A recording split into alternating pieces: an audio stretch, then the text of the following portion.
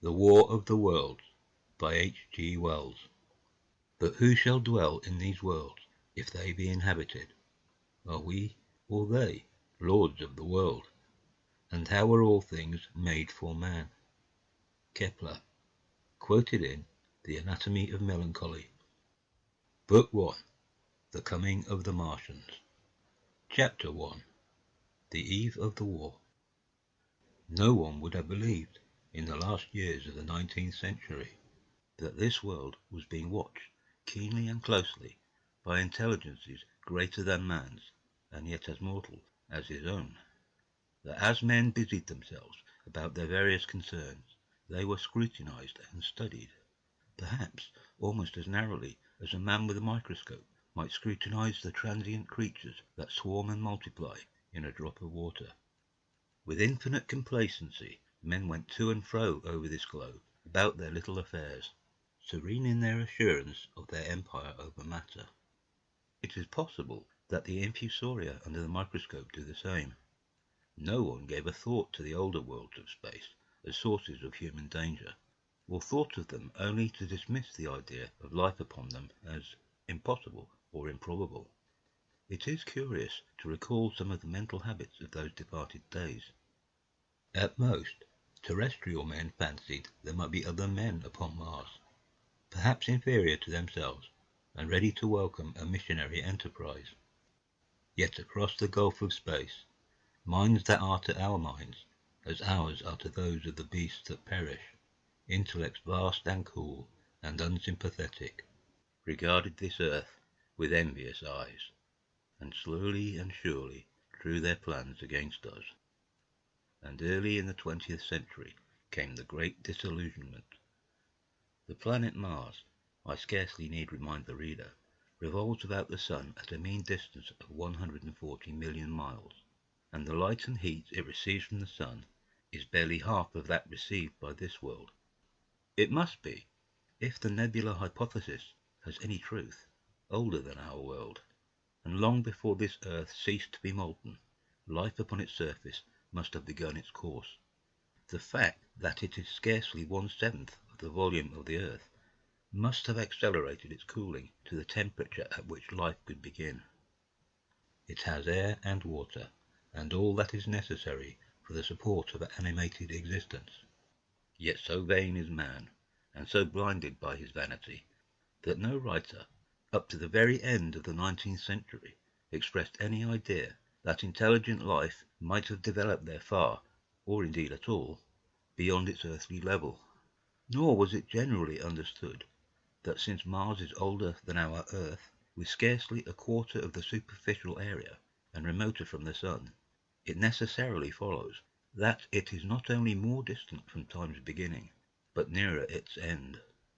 The secular cooling that must, some day, overtake our planet has already gone far indeed with our neighbour. Its physical condition is still largely a mystery, but we know now that even in its equatorial region, the midday temperature barely approaches that of our coldest winter. Its air is much more attenuated than ours. Its oceans have shrunk until they cover but a third of its surface, and as its slow seasons change, huge snow caps gather and melt about either pole and periodically inundate its temperate zones. That last stage of exhaustion, which to us is still incredibly remote, has become a present-day problem for the inhabitants of Mars. The immediate pressure of necessity has brightened their intellect, enlarged their powers, and hardened their hearts. And looking across space with instruments and intelligences such as we have scarcely dreamed of, they see, at its nearest distance only 35 million of miles sunward of them, a morning star of hope, our own warm planet, green with vegetation and grey with water, with a cloudy atmosphere eloquent of fertility, with glimpses through its drifting cloud wisps of broad stretches of populous country and narrow, navy-crowded seas. And we men, the creatures who inhabit this earth, must be to them at least as alien and lowly as are the monkeys and lemurs to us. The intellectual side of man already admits that life is an incessant struggle for existence, and it would seem that this too is the belief of the minds upon Mars. Their world is far gone in its cooling, and this world is still crowded with life, but crowded only with what they regard as inferior animals. To carry warfare sunward is, indeed, their only escape from the destruction that, generation after generation, creeps upon them. And before we judge of them too harshly, we must remember what ruthless and utter destruction our own species has wrought, not only upon animals, such as the vanished bison and dodo, but upon its inferior races. The Tasmanians, in spite of their human likeness, were entirely swept out of existence in a war of extermination waged by European immigrants in the space of 50 years. Are we such apostles of mercy as to complain if the Martians warred in the same spirit? The Martians seem to have calculated their descent with amazing subtlety. Their mathematical learning is evidently far in excess of ours, and to have carried out their preparations with a well-nigh perfect unanimity. Had our instruments permitted it, we might have seen the gathering trouble far back in the 19th century. Men like Schiaparelli watched the red planet. It is odd, by the by, that for countless centuries Mars has been the star of war, but failed to interpret the fluctuating appearances of the markings they map so well. All that time the Martians must have been getting ready. During the opposition of 1894, a great light was seen on the illuminated part of the disk, first at the Lick Observatory, then by Perrotin of Nice, and then by other observers. English readers heard of it first in the issue of Nature dated August 2. I am inclined to think that this blaze may have been the casting of the huge gun in the vast pit sunk into their planet, from which their shots were fired at us. Peculiar markings, as yet unexplained, were seen near the site of that outbreak during the next two oppositions. The storm burst upon us 6 years ago now, as Mars approached opposition. Lavelle of Java set the wires of the astronomical exchange palpitating with the amazing intelligence of a huge outbreak of incandescent gas upon the planet. It had occurred towards midnight of the 12th, and the spectroscope, to which he had at once resorted, indicated a mass of flaming gas, chiefly hydrogen, moving with an enormous velocity towards this earth. This jet of fire had become invisible about 12:15. He compared it to a colossal puff of flame, suddenly and violently squirted out of the planet, as flaming gases rushed out of a gun. A singularly appropriate phrase it proved. Yet the next day there was nothing of this in the papers, except a little note in the Daily Telegraph, and the world went in ignorance of one of the gravest dangers that ever threatened the human race. I might not have heard of the eruption at all, had I not met Ogilvy, the well-known astronomer, at Ottershaw. He was immensely excited at the news, and in the excess of his feelings, invited me up to take a turn with him that night in a scrutiny of the red planet. In spite of all that has happened since, I still remember that vigil distinctly. The black and silent observatory, the shadowed lantern throwing a feeble glow upon the floor in the corner, the steady ticking of the clockwork of the telescope, the little slit in the roof, an oblong profundity with the stardust streaked across it. Ogilvy moved about, invisible but audible. Looking through the telescope, one saw a circle of deep blue and the little round planet swimming in the field. It seemed such a little thing, so bright and small and still, faintly marked with transverse stripes, and slightly flattened from the perfect round. But so little it was, so silvery warm, a pin's head of light. It was as if it quivered, but really this was the telescope vibrating with the activity of the clockwork that kept the planet in view. As I watched, the planet seemed to grow larger and smaller, and to advance and recede, but that was simply that my eye was tired. 40 millions of miles it was from us, more than 40 million miles of void. Few people realize the immensity of vacancy in which the dust of the material universe swims.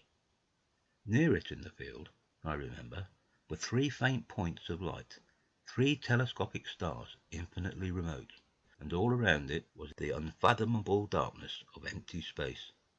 You know how that blackness looks on a frosty starlight night. In a telescope it seems far profounder, and invisible to me because it was so remote and small, flying swiftly and steadily towards me across that incredible distance, drawing nearer every minute by so many thousands of miles, came the thing they were sending us, the thing that was to bring so much struggle and calamity and death to the earth. I never dreamed of it then as I watched. No one on earth dreamed of that unerring missile. That night, too, there was another jetting out of gas from the distant planet. I saw it, a reddish flash at the edge, the slightest projection of the outline, just as the chronometer struck midnight. And at that I told Ogilvy, and he took my place. The night was warm, and I was thirsty, and I went, stretching my legs clumsily and feeling my way in the darkness, to the little table where the siphon stood, while Ogilvy exclaimed at the streamer of gas that came out towards us. That night, another invisible missile started on its way to the Earth from Mars, just a second or so under 24 hours after the first one. I remember how I sat on the table there in the blackness, with patches of green and crimson swimming before my eyes. I wished I had a light to smoke by, little suspecting the meaning of the minute gleam I had seen, and all that it would presently bring to me. Ogilvy watched till 1, and then gave it up, and we lit the lantern and walked over to his house. Down below in the darkness were Ottershaw and Chertsey, and all their hundreds of people, sleeping in peace. He was full of speculation that night about the condition of Mars, and scoffed at the vulgar idea of its having inhabitants who were signalling us. His idea was that meteorites might be falling in a heavy shower upon the planet, or that a huge volcanic explosion was in progress. He pointed out to me how unlikely it was that organic evolution had taken the same direction in the two adjacent planets. The chances against anything manlike on Mars are 1,000,000 to 1, he said.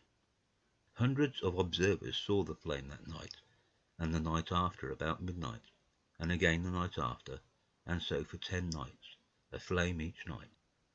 Why the shots ceased after the 10th, no one on earth has attempted to explain. It may be the gases of the firing caused the Martians inconvenience. Dense clouds of smoke or dust, visible through a powerful telescope on Earth as little grey, fluctuating patches, spread through the clearness of the planet's atmosphere and obscured its more familiar features. Even the daily papers woke up to the disturbances at last, and popular notes appeared, here, there, and everywhere, concerning the volcanoes upon Mars. The serio-comic periodical Punch, I remember, made a happy use of it in the political cartoon, and, all unsuspected, those missiles the Martians had fired at us drew earthward, rushing now at a pace of many miles a second through the empty gulf of space, hour by hour and day by day, nearer and nearer.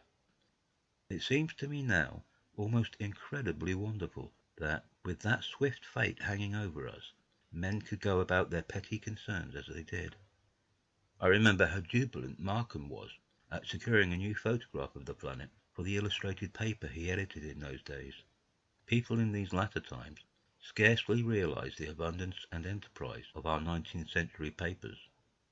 For my own part, I was much occupied in learning to ride the bicycle, and busy upon a series of papers discussing the probable developments of moral ideas as civilization progressed. One night, the first missile then could scarcely have been 10 million miles away, I went for a walk with my wife. It was starlight, and I explained the signs of the zodiac to her, and pointed out Mars, a bright dot of light creeping zenithward, towards which so many telescopes were pointed. It was a warm night. Coming home, a party of excursionists from Chertsey or Isleworth passed us, singing and playing music. There were lights in the upper windows of the houses as the people went to bed. From the railway station in the distance came the sound of shunting trains, ringing and rumbling, softened almost into melody by the distance. My wife pointed out to me the brightness of the red, green, and yellow signal lights hanging in a framework against the sky. It seemed so safe and tranquil. Chapter 2. The Falling Star. Then came the night of the first falling star. It was seen early in the morning, rushing over Winchester eastward, a line of flame high in the atmosphere. Hundreds must have seen it, and taken it for an ordinary falling star. Alvin described it as leaving a greenish streak behind it that glowed for some seconds. Denning, our greatest authority on meteorites, stated that the height of its first appearance was about 90 or 100 miles. It seemed to him that it fell to earth about 100 miles east of him. I was at home at that hour, and writing in my study, and although my French windows faced towards Ottershaw, and the blind was up, for I loved, in those days, to look up at the night sky, I saw nothing of it. Yet this strangest of all things that ever came to earth from outer space must have fallen while I was sitting there, visible to me had I only looked up as it passed. Some of those who saw its flight say it travelled with a hissing sound. I myself heard nothing of that. Many people in Berkshire, Surrey, and Middlesex must have seen the fall of it, and, at most, have thought that another meteorite had descended. No one seems to have troubled to look for the fallen mass that night.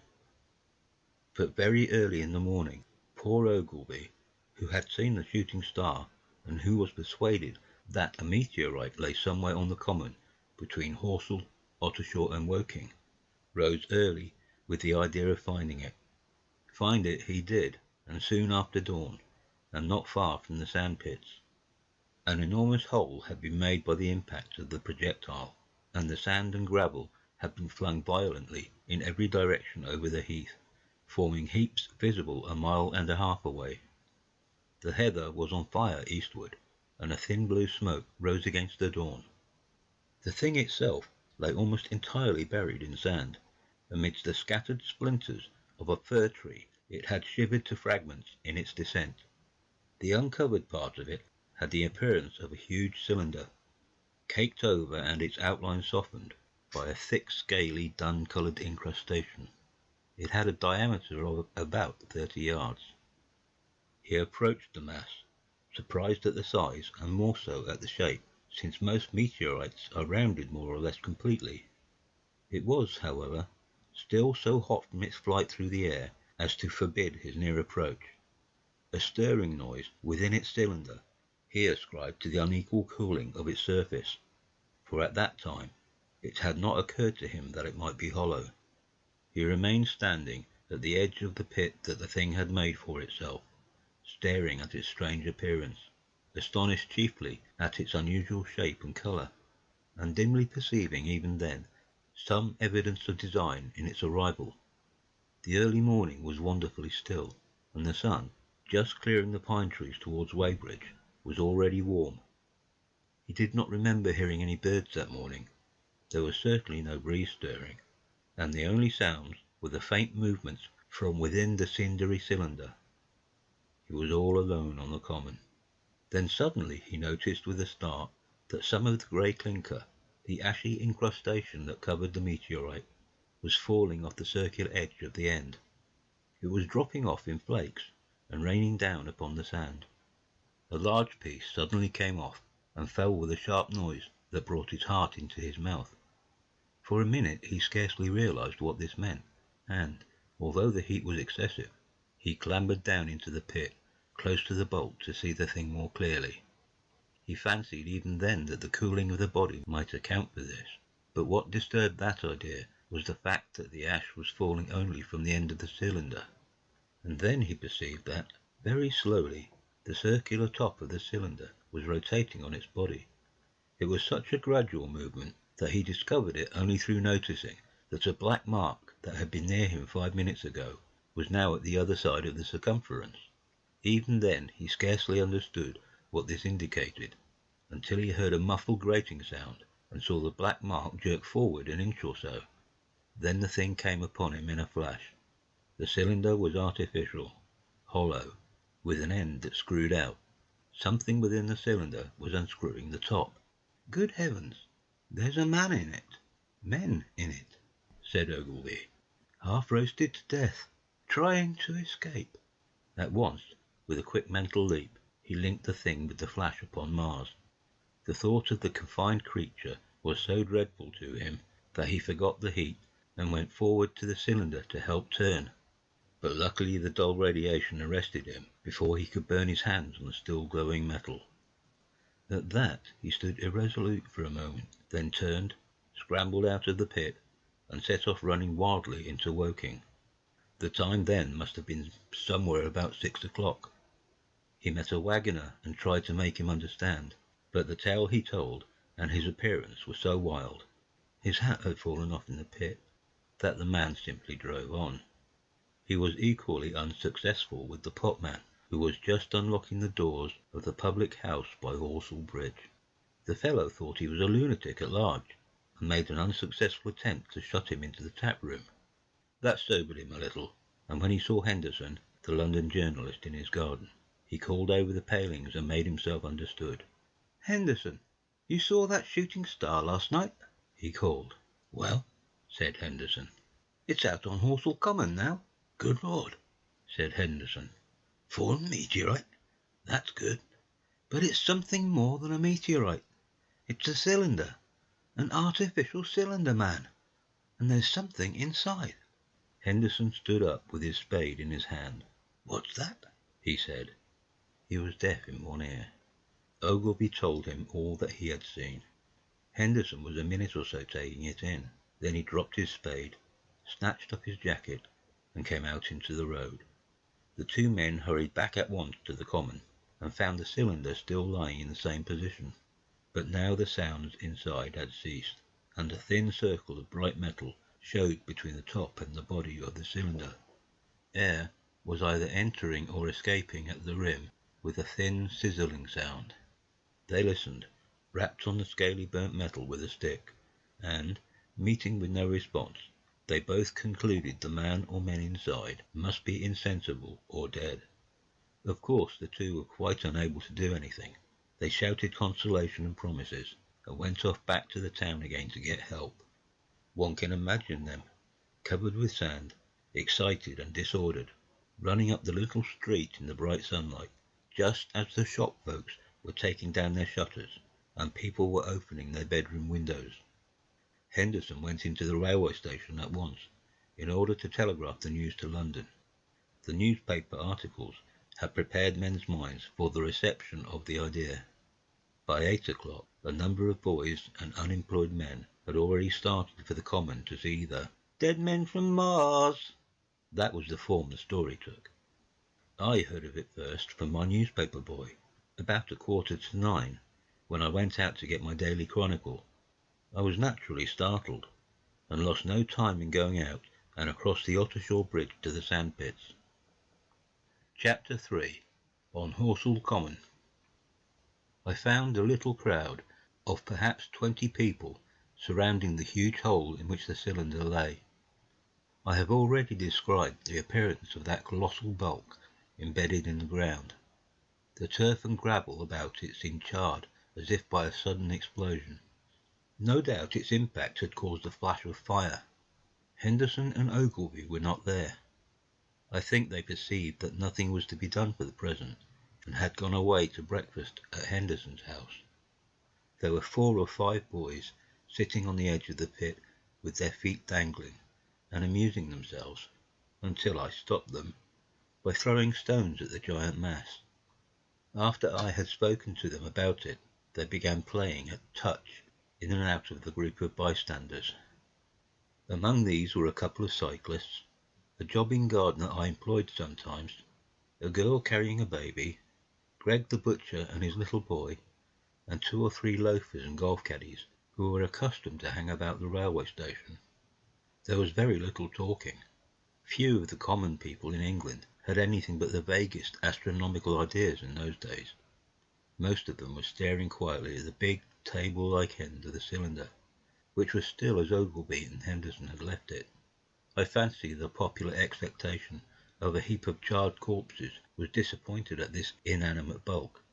Some went away while I was there, and other people came. I clambered into the pit, and fancied I heard a faint movement under my feet. The top had certainly ceased to rotate. It was only when I got thus close to it that the strangeness of this object was at all evident to me. At the first glance, it was really no more exciting than an overturned carriage or a tree blown across the road. Not so much so, indeed. It looked like a rusty gas float. It required a certain amount of scientific education to perceive the grey scale of the thing was no common oxide, that the yellowish-white metal that gleamed in the crack between the lid and the cylinder had an unfamiliar hue. Extraterrestrial had no meaning for most of the onlookers. At that time it was quite clear in my own mind that the thing had come from the planet Mars, but I judged it improbable that it contained any living creature. I thought the unscrewing might be automatic. In spite of Ogilvy, I still believed that there were men in Mars. My mind ran fancifully on the possibilities of its containing manuscript, on the difficulties in translation that might arise, whether we should find coins and models in it, and so forth. Yet it was a little too large for assurance on this idea. I felt an impatience to see it opened. About 11, as nothing seemed happening, I walked back, full of such thought, to my home in Maybury, but I found it difficult to get to work upon my abstract investigations.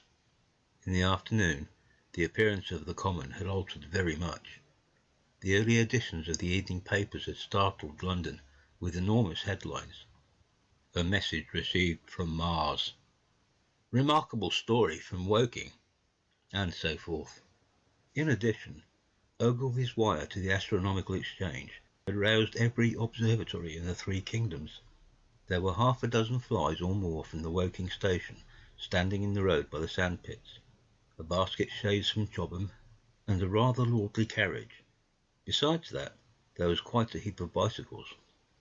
In addition, a large number of people must have walked, in spite of the heat of the day, from Woking and Chertsey, so that there was altogether quite a considerable crowd, one or two gaily dressed ladies among the others. It was glaringly hot, not a cloud in the sky nor a breath of wind, and the only shadow was that of the few scattered pine trees. The burning heather had been extinguished, but the level ground towards Ottershaw was blackened as far as one could see, and still giving off vertical streamers of smoke. An enterprising sweetstuff dealer in the Chobham Road had sent up his son with a barrow-load of green apples and ginger beer. Going to the edge of the pit, I found it occupied by a row of about half a dozen men, Henderson, Ogilvy, and a tall, fair-haired man that I afterwards learned was Stent, the Astronomer Royal, with several workmen wielding spades and pickaxes. Stent was giving directions in a clear, high-pitched voice. He was standing on the cylinder, which was now evidently much cooler. His face was crimson and streaming with perspiration, and something seemed to have irritated him. A large portion of the cylinder had been uncovered, though its lower end was still embedded. As soon as Ogilvy saw me among the staring crowd on the edge of the pit, he called me to come down, and asked me if I would mind going over to see Lord Hilton, the lord of the manor.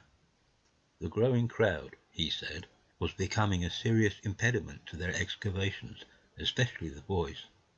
They wanted a light railing put up, and help to keep the people back. He told me that a faint stirring was occasionally still audible within the case, but that the workmen had failed to unscrew the top, as it afforded no grip to them. The case appeared to be enormously thick, and it was possible that the faint sounds we heard represented a noisy tumult in the interior. I was very glad to do as he asked, and so become one of the privileged spectators within the contemplated enclosure. I failed to find Lord Hilton at his house, but I was told he was expected from London by the 6 o'clock train from Waterloo, and as it was then about 5:15, I went home, had some tea, and walked up to the station to waylay him. Chapter 4. The Cylinder Opens. When I returned to the common, the sun was setting. Scattered groups were hurrying from the direction of Woking, and one or two persons were returning. The crowd about the pit had increased, and stood out black against the lemon yellow of the sky.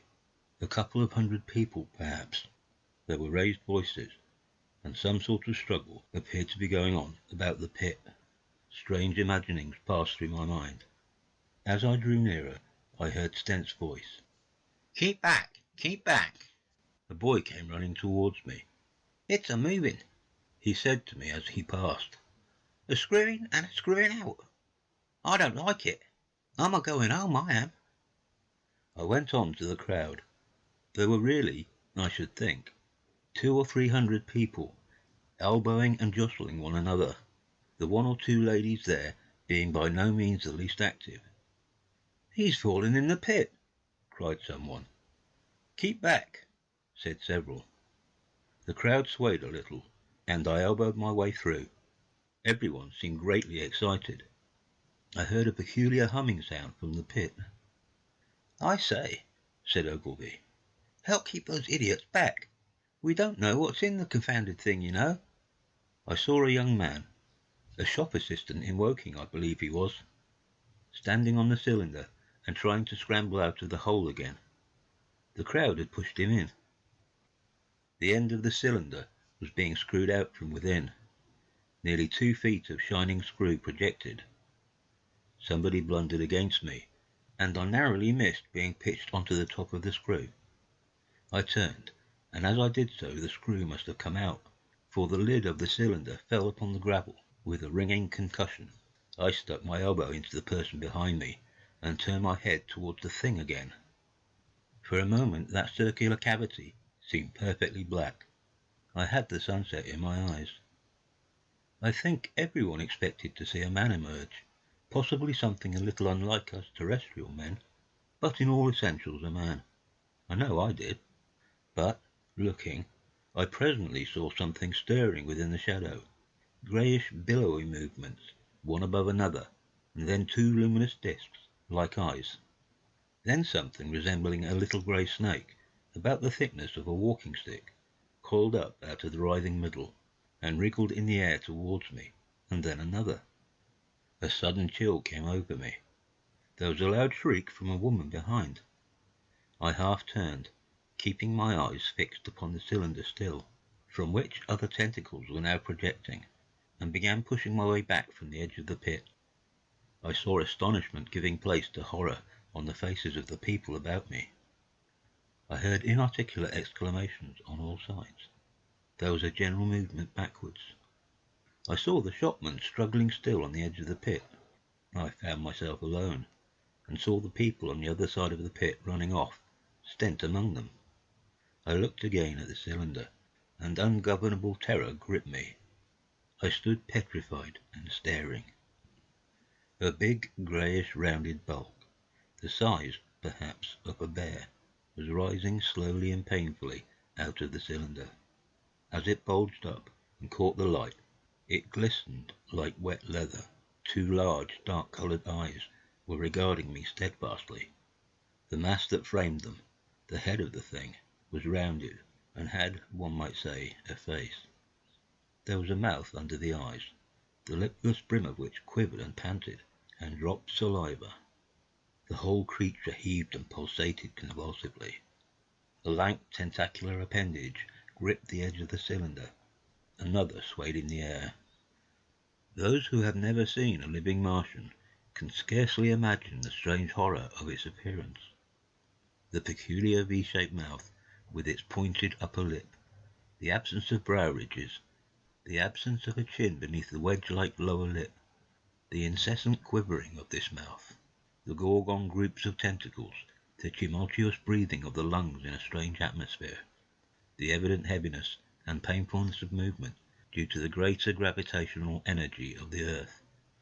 Above all, the extraordinary intensity of the immense eyes were at once vital, intense, inhuman, crippled and monstrous. There was something fungoid in the oily brown skin, something in the clumsy deliberation of the tedious movements unspeakably nasty.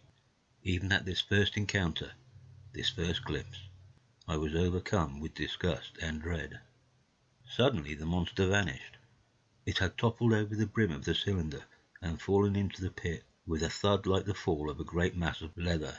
I heard it give a peculiar thick cry, and forthwith another of these creatures appeared darkly in the deep shadow of the aperture. I turned and, running madly, made for the first group of trees, perhaps 100 yards away. But I ran slantingly and stumbling, for I could not avert my face from these things. There, among some young pine trees and furze bushes, I stopped, panting, and waited further developments. The common round the sandpits was dotted with people, standing like myself in a half-fascinated terror, staring at these creatures, or rather at the heaped gravel at the edge of the pit in which they lay. And then, with a renewed horror, I saw a round black object bobbing up and down on the edge of the pit. It was the head of the shopman who had fallen in, but showing as a little black object against the hot western sun. Now he got his shoulder and knee up, and again he seemed to slip back until only his head was visible. Suddenly he vanished, and I could have fancied a faint shriek had reached me. I had a momentary impulse to go back and help him, that my fears overruled. Everything then was quite invisible, hidden by the deep pit and the heap of sand that the fall of the cylinder had made. Anyone coming along the road from Chobham or Woking would have been amazed at the sight. A dwindling multitude of perhaps 100 people or more, standing in a great irregular circle, in ditches, behind bushes, behind gates and hedges, saying little to one another, and that, in short, excited shouts, and staring hard at a few heaps of sand. The barrow of ginger beer stood, a queer derelict, black against the burning sky, and in the sandpits was a row of deserted vehicles, with their horses feeding out of nosebags or pawing the ground. Chapter 5. The Heat Ray. After the glimpse I had had of the Martians emerging from the cylinder in which they had come to the earth from their planet, a kind of fascination paralyzed my actions. I remained standing knee-deep in the heather, staring at the mound that hid them. I was a battleground of fear and curiosity. I did not dare to go back towards the pit, but I felt a passionate longing to peer into it. I began walking, therefore, in a big curve, seeking some point of vantage and continually looking at the sand heaps that hid these newcomers to our earth. Once, a leash of thin black whips, like the arms of an octopus, flashed across the sunset and was immediately withdrawn, and afterwards a thin rod rose up, joint by joint, bearing at its apex a circular disc that spun with a wobbling motion. What could be going on there? Most of the spectators had gathered in one or two groups, one a little crowd towards Woking, the other a knot of people in the direction of Chobham. Evidently they shared my mental conflict. There were few near me. One man I approached.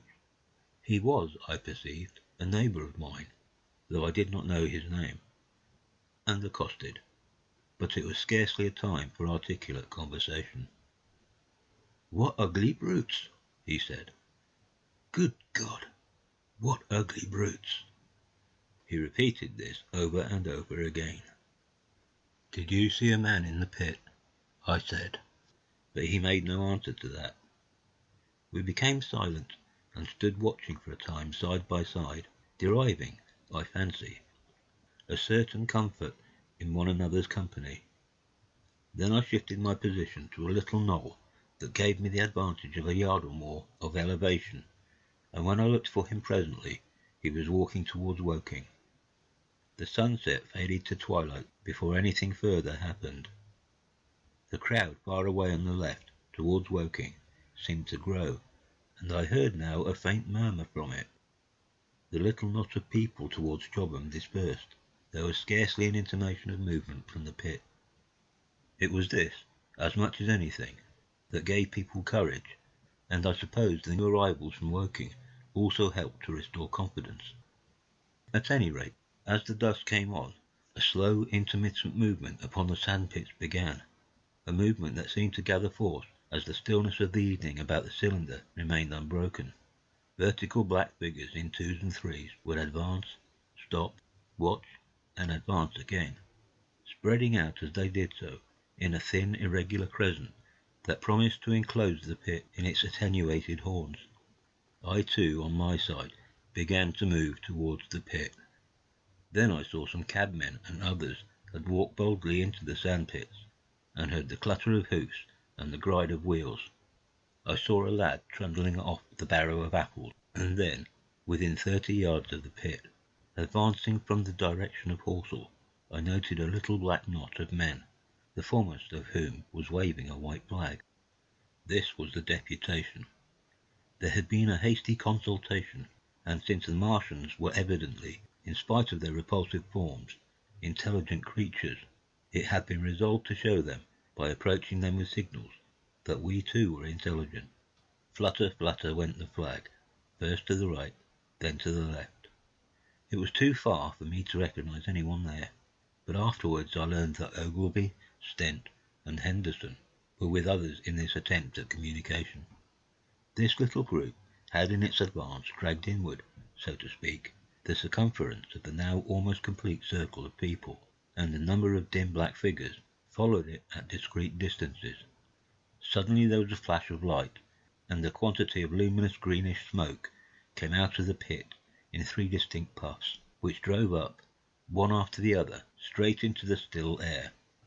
This smoke, or flame perhaps would be the better word for it, was so bright that the deep blue sky overhead and the hazy stretches of brown common towards Chertsey, set with black pine trees, seemed to darken abruptly as these puffs arose, and to remain the darker after their dispersal.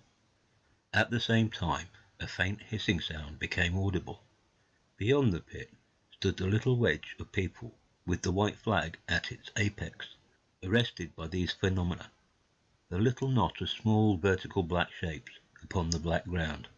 As the green smoke arose, their faces flashed out pallid green, and faded again as it vanished.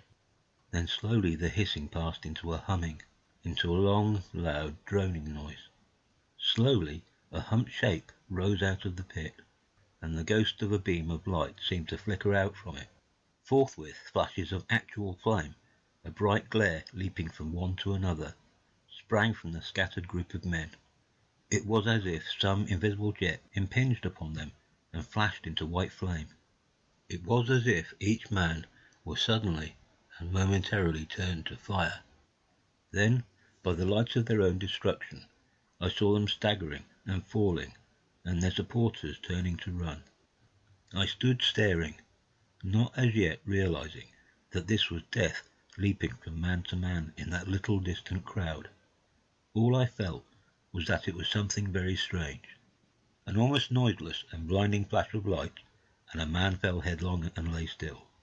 And as the unseen shaft of heat passed over them, pine trees burst into fire, and every dry furze bush became with one dull thud a mass of flames.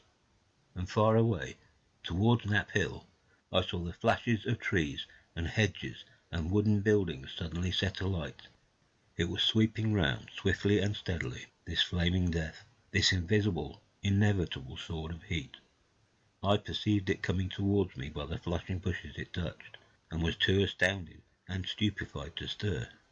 I heard the crackle of fire in the sandpits, and the sudden squeal of a horse that was as suddenly stilled. Then it was as if an invisible yet intensely heated finger were drawn through the heather between me and the Martians, and all along a curving line beyond the sandpits in the dark ground smoked and crackled. Something fell with a crash far away to the left, where the road from Woking station opens out on the common. Forthwith the hissing and humming ceased, and the black dome-like object sank slowly out of sight into the pit. All this had happened with such swiftness that I had stood motionless, dumbfounded and dazzled by the flashes of light. Had that death swept through a full circle, it must inevitably have slain me in my surprise. But it passed and spared me, and left the night about me suddenly dark and unfamiliar. The undulating common seemed now dark almost to blackness, except where its roadways lay grey and pale under the deep blue sky of the early night. It was dark and suddenly void of men. Overhead the stars were mustering, and in the west the sky was still a pale, bright, almost greenish blue. The tops of the pine trees and the roofs of Horsell came out sharp and black against the western afterglow. The Martians and their appliances were altogether invisible, save for that thin mass upon which their restless mirror wobbled. Patches of bush and isolated trees here and there smoked and glowed still, and the houses towards Woking station were sending up spires of flame into the stillness of the evening air. Nothing was changed save for that and a terrible astonishment. The little group of black specks with the flag of white had been swept out of existence, and the stillness of the evening, so it seemed to me, had scarcely been broken. It came to me that I was upon this dark common, helpless, unprotected, and alone. Suddenly, like a thing falling upon me from without, came fear. With an effort, I turned and began a stumbling run through the heather.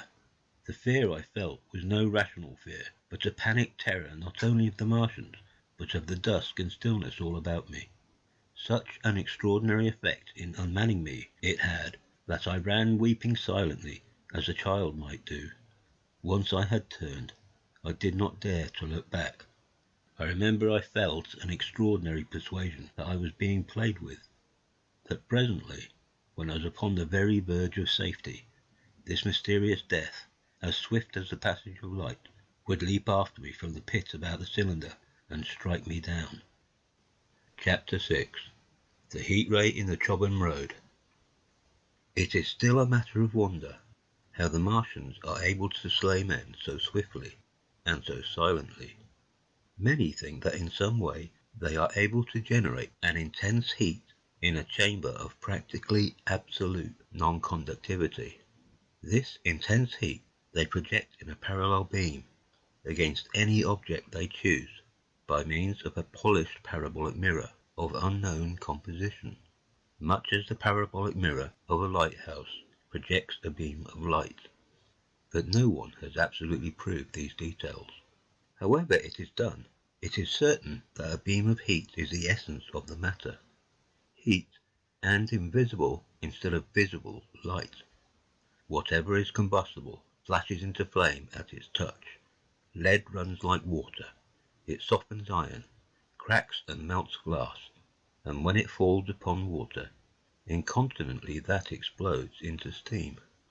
That night, nearly 40 people lay under the starlight about the pit, charred and distorted beyond recognition, and all night long the common from Horsell to Maybury was deserted and brightly ablaze. The news of the massacre probably reached Chobham, Woking, and Ottershaw about the same time.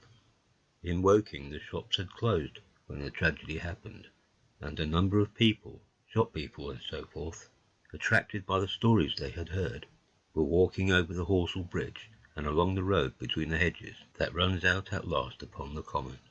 You may imagine the young people, brushed up after the labours of the day, and making this novelty, as they would make of any novelty, the excuse for walking together and enjoying a trivial flirtation. You may figure to yourself the hum of voices along the road in the gloaming. As yet, of course, few people in Woking even knew that the cylinder had opened, though poor Henderson had sent a messenger on a bicycle to the post office with a special wire to an evening paper. As these folks came out by twos and threes upon the open, they found little knots of people talking excitedly and peering at the spinning mirror over the sandpits, and the newcomers were, no doubt, soon infected by the excitement of the occasion.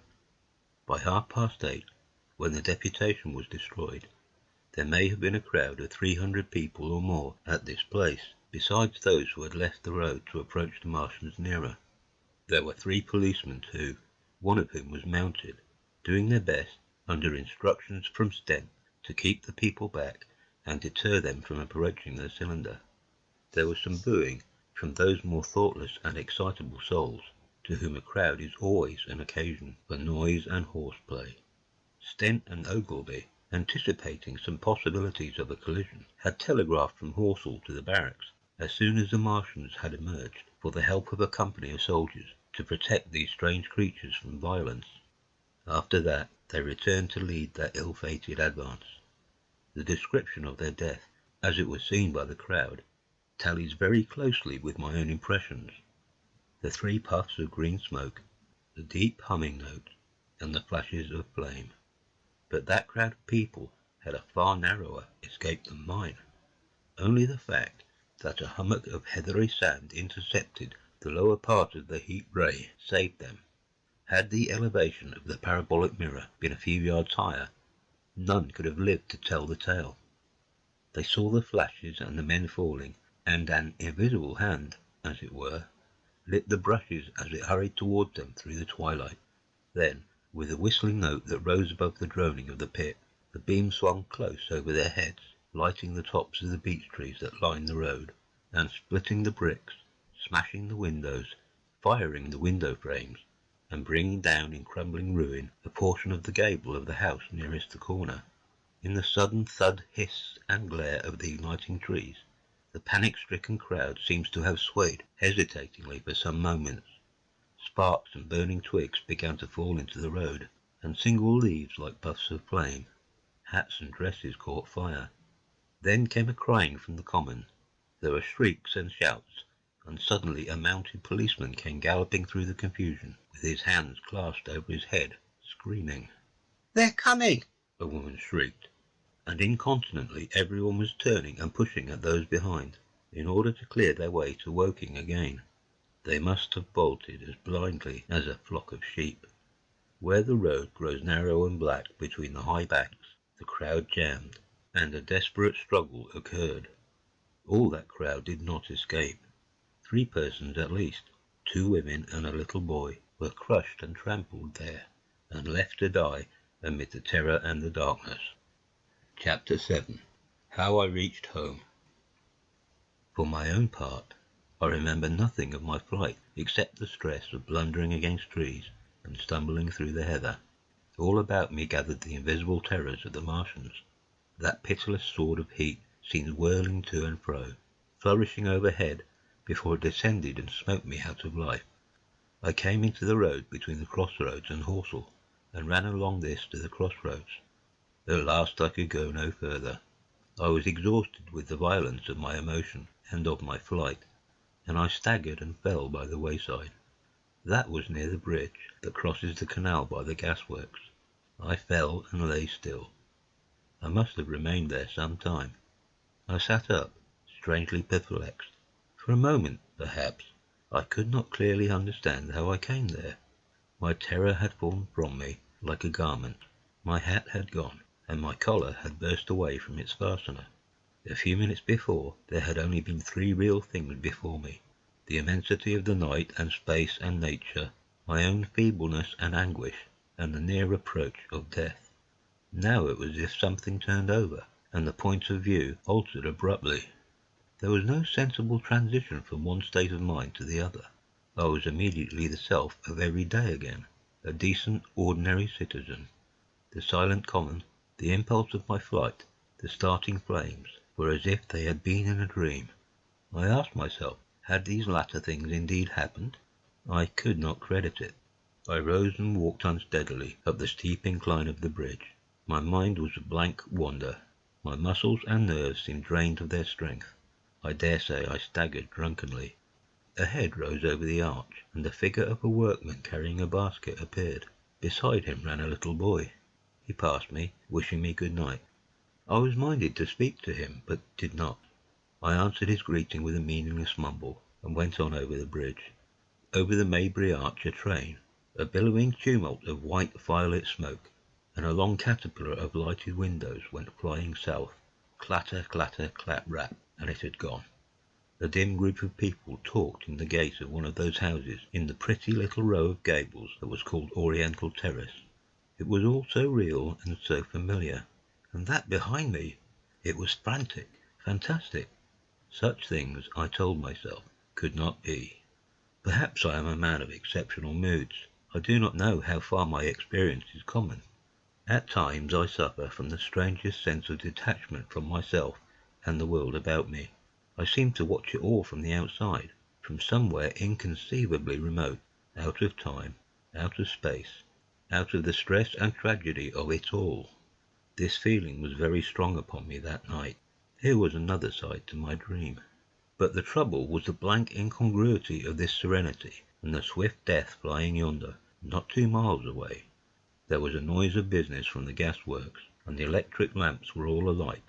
I stopped at the group of people. "What news from the common?" said I. There were 2 men and a woman at the gate. "Eh?" said one of the men, turning. "What news from the common?" I said. "Ain't you just been there?" asked the men. "People seem fair silly about the common," said the woman over the gate. "What's it all about?" Haven't you heard of the men from Mars? Said I. The creatures from Mars? Quite enough, Said the woman over the gate. thanks. And all three of them laughed. I felt foolish and angry. I tried and found I could not tell them what I had seen. They laughed again at my broken sentences. You'll hear more yet, I said, and went on to my home. I startled my wife at the doorway, so haggard was I. I went into the dining room, sat down, drank some wine, and so soon as I could collect myself sufficiently, I told her the things I had seen. The dinner, which was a cold one, had already been served, and remained neglected on the table while I told my story. There is one thing, I said, to allay the fears I had aroused. They are the most sluggish things I ever saw crawl. They may keep the pit and kill people who come near them, but they cannot get out of it. But the horror of them! Don't dare, said my wife, knitting her brows and putting a hand on mine. Poor Ogilvy, I said. To think he may be lying dead there. My wife at least did not find my experience incredible. When I saw how deadly white her face was, I ceased abruptly. They may come here, she said again and again. I pressed her to take wine, and tried to reassure her. They can scarcely move, I said. I began to comfort her and myself by repeating all that Ogilvy had told me of the impossibility of the Martians establishing themselves on the earth. In particular, I laid stress on the gravitational difficulty. On the surface of the earth, the force of gravity is 3 times what it is on the surface of Mars. The Martian, therefore, would weigh 3 times more than on Mars, albeit his muscular strength would be the same. His own body would be a cope of lead to him, therefore. That, indeed, was the general opinion. Both the Times and the Daily Telegraph, for instance, insisted on it the next morning, and both overlooked, just as I did, 2 obvious modifying influences. The atmosphere of the earth, we now know, contains far more oxygen, or far less argon, whichever way one likes to put it, than does Mars. The invigorating influences of this excess of oxygen upon the Martians indisputably did much to counterbalance the increased weight of their bodies, and, in the second place, we all overlooked the fact that such mechanical intelligence as the Martians possessed was quite able to dispense with muscular exertion at a pinch. But I did not consider these points at the time, and so my reasoning was dead against the chances of the invaders. With wine and food, the confidence of my own table, and the necessity of reassuring my wife, I grew by insensible degrees courageous and secure. They have done a foolish thing, said I, fingering my wine-glass. They are dangerous because, no doubt, they are mad with terror. Perhaps they expected to find no living things, certainly no intelligent living things. A shell in the pit, said I, if the worst comes to the worst, will kill them all. The intense excitement of the events had no doubt left my perceptive powers in a state of erethism. I remember that dinner table with extraordinary vividness even now. My dear wife's sweet, anxious face, peering at me from under the pink lampshade, the white cloth with its silver and glass table furniture, for in those days even philosophical writers had many little luxuries. The crimson purple wine in my glass are photographically distinct. At the end of it I sat, tempering nuts with a cigarette, regretting Ogilvy's rashness, and denouncing the short-sighted timidity of the Martians. So some respectable dodo in the Mauritius might have lorded it in his nest, and discussed the arrival of that shipful of pitiless sailors in want of animal food. We will peck them to death tomorrow, my dear. I did not know it, but that was the last civilized dinner I was to eat for very many strange and terrible days. Chapter 8. Friday night. The most extraordinary thing to my mind, of all the strange and wonderful things that happened upon that Friday, was the dovetailing of the commonplace habits of our social order with the first beginnings of the series of events that was to topple that social order headlong. If on Friday night you had taken a pair of compasses and drawn a circle with a radius of 5 miles round the Woking sandpits, I doubt if you would have had one human being outside it, unless it were some relation, or stent, or of the 3 or 4 cyclists or London people lying dead on the common, whose emotions or habits were at all affected by the newcomers.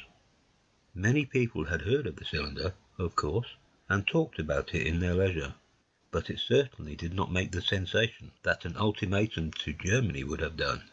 In London that night, poor Henderson's telegram describing the gradual unscrewing of the shot was judged to be a canard, and his evening paper, after wiring for authentication from him and receiving no reply, "The man was killed," decided not to print a special edition.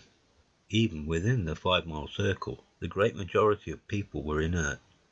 I have already described the behaviour of the men and women to whom I spoke.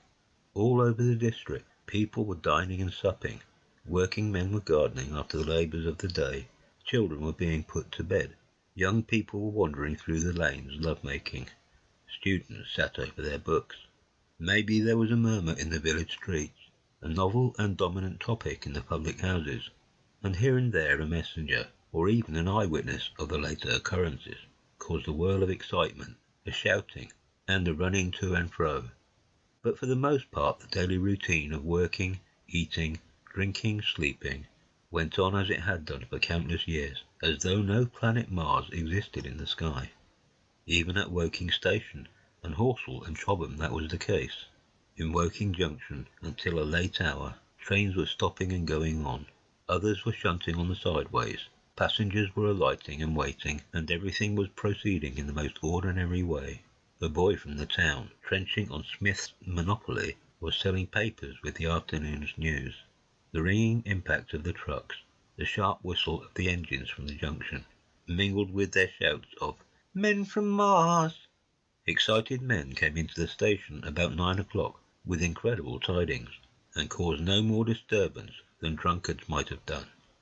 People rattling Londonwards peered into the darkness outside the carriage windows, and saw only a rare, flickering, vanishing spark dance up from the direction of Horsell, a red glow and a thin veil of smoke driving across the stars, and thought that nothing more serious than the Heath fire was happening.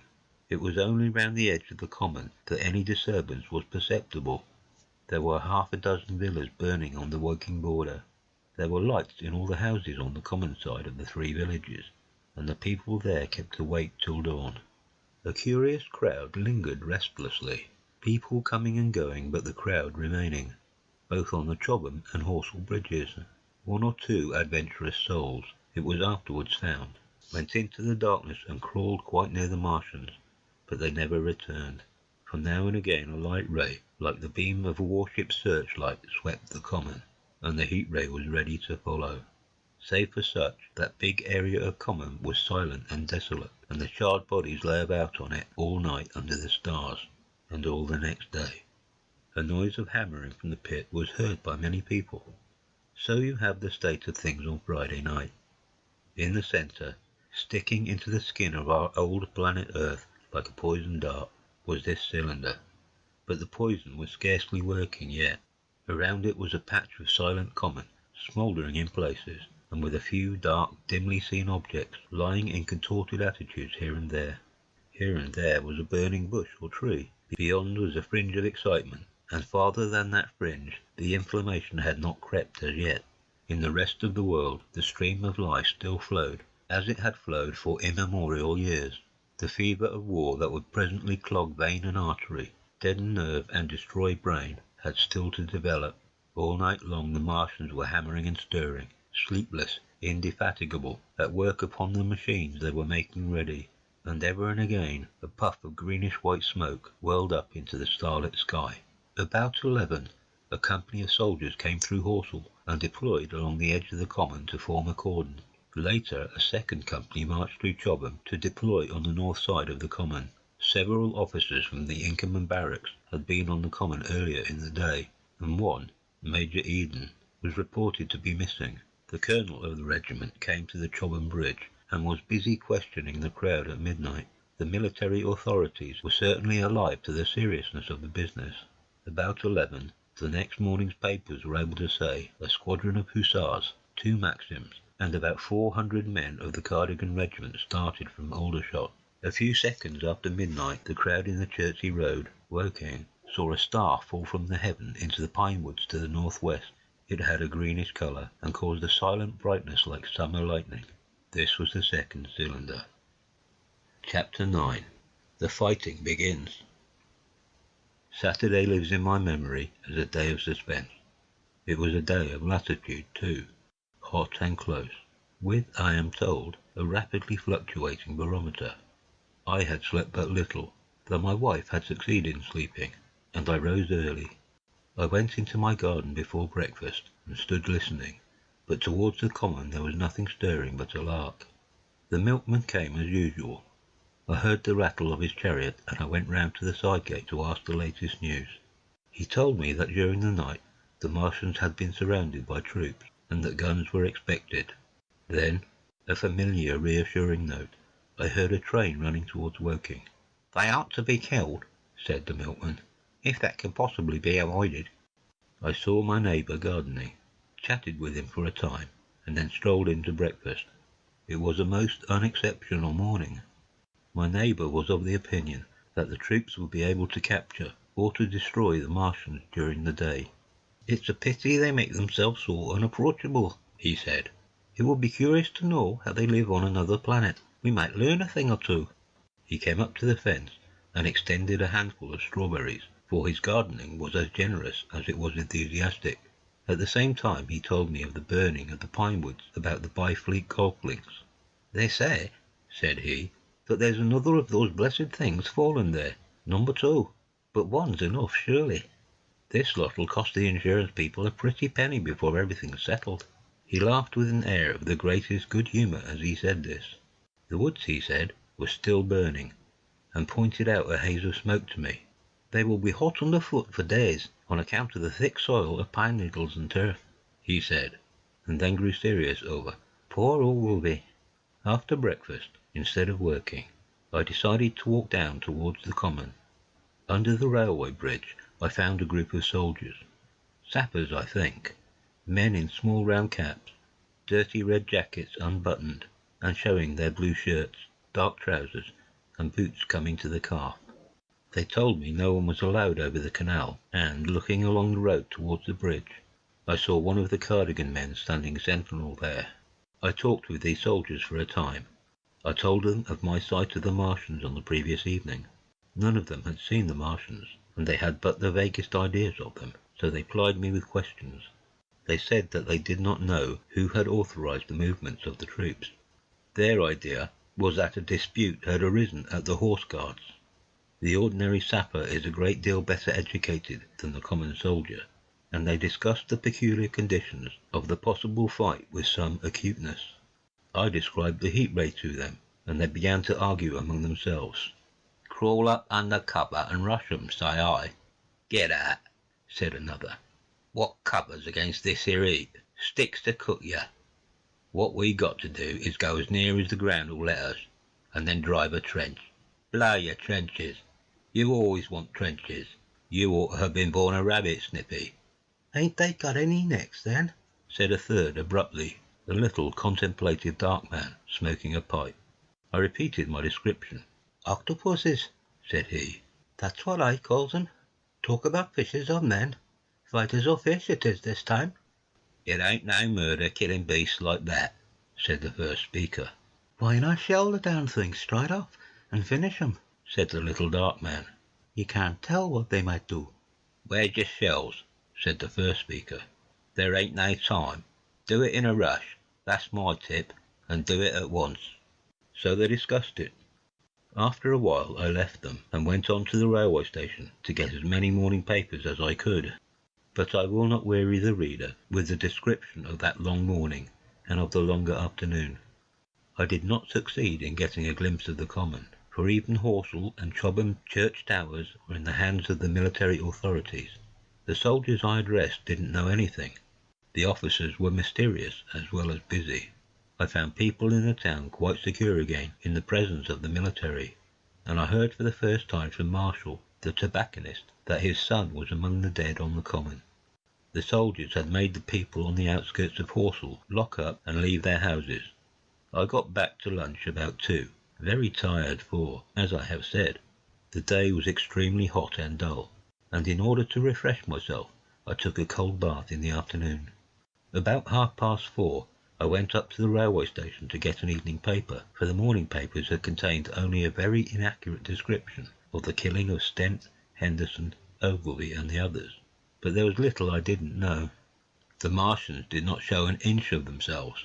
They seemed busy in their pit, and there was a sound of hammering and an almost continuous streamer of smoke. Apparently they were busy getting ready for a struggle. "Fresh attempts have been made to signal, but without success," was the stereotyped formula of the papers. A sapper told me it was done by a man in a ditch, with a flag on a long pole. The Martians took as much notice of such advances as we should of the lowing of a cow. I must confess the sight of all this armament, all this preparation, greatly excited me. My imagination became belligerent, and defeated the invaders in a dozen striking ways. Something of my schoolboy dreams of battle and heroism came back. It hardly seemed a fair fight to me at that time. They seemed very helpless in that pit of theirs. About 3 o'clock there began the thud of a gun at measured intervals from Chertsey or Addlestone. I learned that the smouldering pine wood, into which the second cylinder had fallen, was being shelled, in the hope of destroying that object before it opened. It was only about 5, however, that a field gun reached Chobham for use against the first body of Martians. About 6 in the evening, as I sat at tea with my wife in the summer house talking vigorously about the battle that was lowering upon us, I heard a muffled detonation from the common, and immediately after a gust of firing. Close on the heels of that came a violent rattling crash, quite close to us, that shook the ground, and, starting out upon the lawn, I saw the tops of the trees about the Oriental College burst into smoky red flame, and the tower of the little church beside it slide down into ruin. The pinnacle of the mosque had vanished, and the roof line of the college itself looked as if a 100-ton gun had been at work upon it. One of our chimneys cracked as if a shot had hit it, flew, and a piece of it came clattering down the tiles and made a heap of broken red fragments upon the flower bed by my study window. I and my wife stood amazed. Then I realized that the crest of Maybury Hill must be within range of the Martian's heat ray now that the college was cleared out of the way. At that I gripped my wife's arm, and without ceremony ran her out into the road. Then I fetched out the servant, telling her I would go upstairs myself for the box she was clamouring for. "We can't possibly stay here," I said, and as I spoke the firing reopened for a moment upon the common. "But where are we to go?" said my wife in a terror. I thought, perplexed. Then I remembered her cousins at Leatherhead. "Leatherhead!" I shouted above the sudden noise. She looked away from me downhill. The people were coming out of their houses astonished. "How are we to get to Leatherhead?" she said. Down the hill I saw a bevy of hussars ride under the railway bridge. 3 galloped through the open gates of the Oriental College. 2 others dismounted and began running from house to house. The sun, shining through the smoke that drove up from the tops of the trees, seemed blood-red, and threw an unfamiliar, lurid light upon everything. "Stop here," said I. "You are safe here."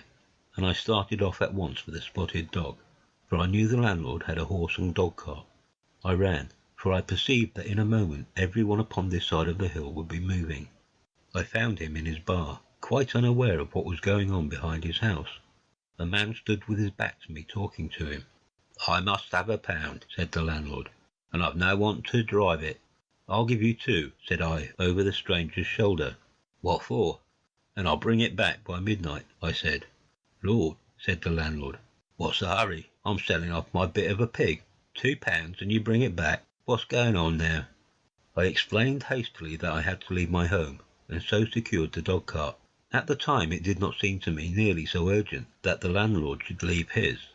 I took care to have the cart there and then, drove it off down the road, and, leaving it in charge of my wife and servant, rushed into my house and packed a few valuables, such plate as we had, and so forth. The beech trees below the house were burning while I did this, and the palings up the road glowed red. While I was occupied in this way, one of the dismounted hussars came running up. He was going from house to house, warning people to leave. He was going on as I came out my front door, lugging my treasures done up in a tablecloth.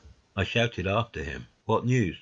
He turned, stared, bawled something about crawling out in a thing like a dish cover, and ran on to the gate of the house at the crest. A sudden whirl of black smoke driving across the road hid him for a moment. I ran to my neighbour's door and rapped to satisfy myself of what I already knew, that his wife had gone to London with him and had locked up their house. I went in again, according to my promise, to get my servant's box, lugged it out, clapped it beside her on the tail of the dog-cart, and then caught the reins and jumped up into the driver's seat beside my wife. In another moment we were clear of the smoke and noise, and spanking down the opposite slope of Maybury Hill towards Old Woking. In front was a quiet, sunny landscape, a wheat field ahead on either side of the road, and the Maybury Inn with its swinging sign. I saw the doctor's cart ahead of me. At the bottom of the hill I turned my head to look at the hillside I was leaving. Thick streamers of black smoke, shot with threads of red fire, were driving up into the still air and throwing dark shadows upon the green tree-tops eastward. The smoke already extended far away to the east and west, to the Byfleet pine woods eastward, and to Woking on the west. The road was dotted with people running towards us, and very faint now, but very distinct through the hot, quiet air. One heard the whir of a machine gun that was presently stilled, and an intermittent cracking of rifles. Apparently the Martians were setting fire to everything within range of their heat ray.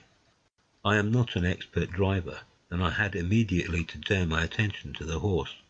When I looked back again, the second hill had hidden the black smoke. I slashed the horse with the whip, and gave him a loose rein until Woking and Send lay between us and that quivering tumult. I overtook and passed the doctor between Woking and Send. Chapter 10. In the Storm. Leatherhead is about 12 miles from Maybury Hill. The scent of hay was in the air through the lush meadows beyond Pireford, and the hedges on either side were sweet and gay with multitudes of dog roses. The heavy firing that had broken out while we were driving down Maybury Hill ceased as abruptly as it began, leaving the evening very peaceful and still. We got to Leatherhead without misadventure about 9 o'clock, and the horse had an hour's rest while I took supper with my cousins and commended my wife to their care. My wife was curiously silent throughout the drive, and seemed oppressed with forebodings of evil. I talked to her reassuringly, pointing out that the Martians were tied to the pit by sheer heaviness, and that the utmost could but crawl a little out of it, but she answered only in monosyllables. Had it not been for my promise to the innkeeper, she would, I think, have urged me to stay in Leatherhead that night. Would that I had! Her face, I remember, was very white as we parted. For my own part, I had been feverishly excited all day. Something very like the war fever that occasionally runs through a civilized community had got into my blood, and in my heart I was not so very sorry that I had to return to Maybury that night. I was even afraid that that last fusillade I had heard might mean the extermination of our invaders from Mars.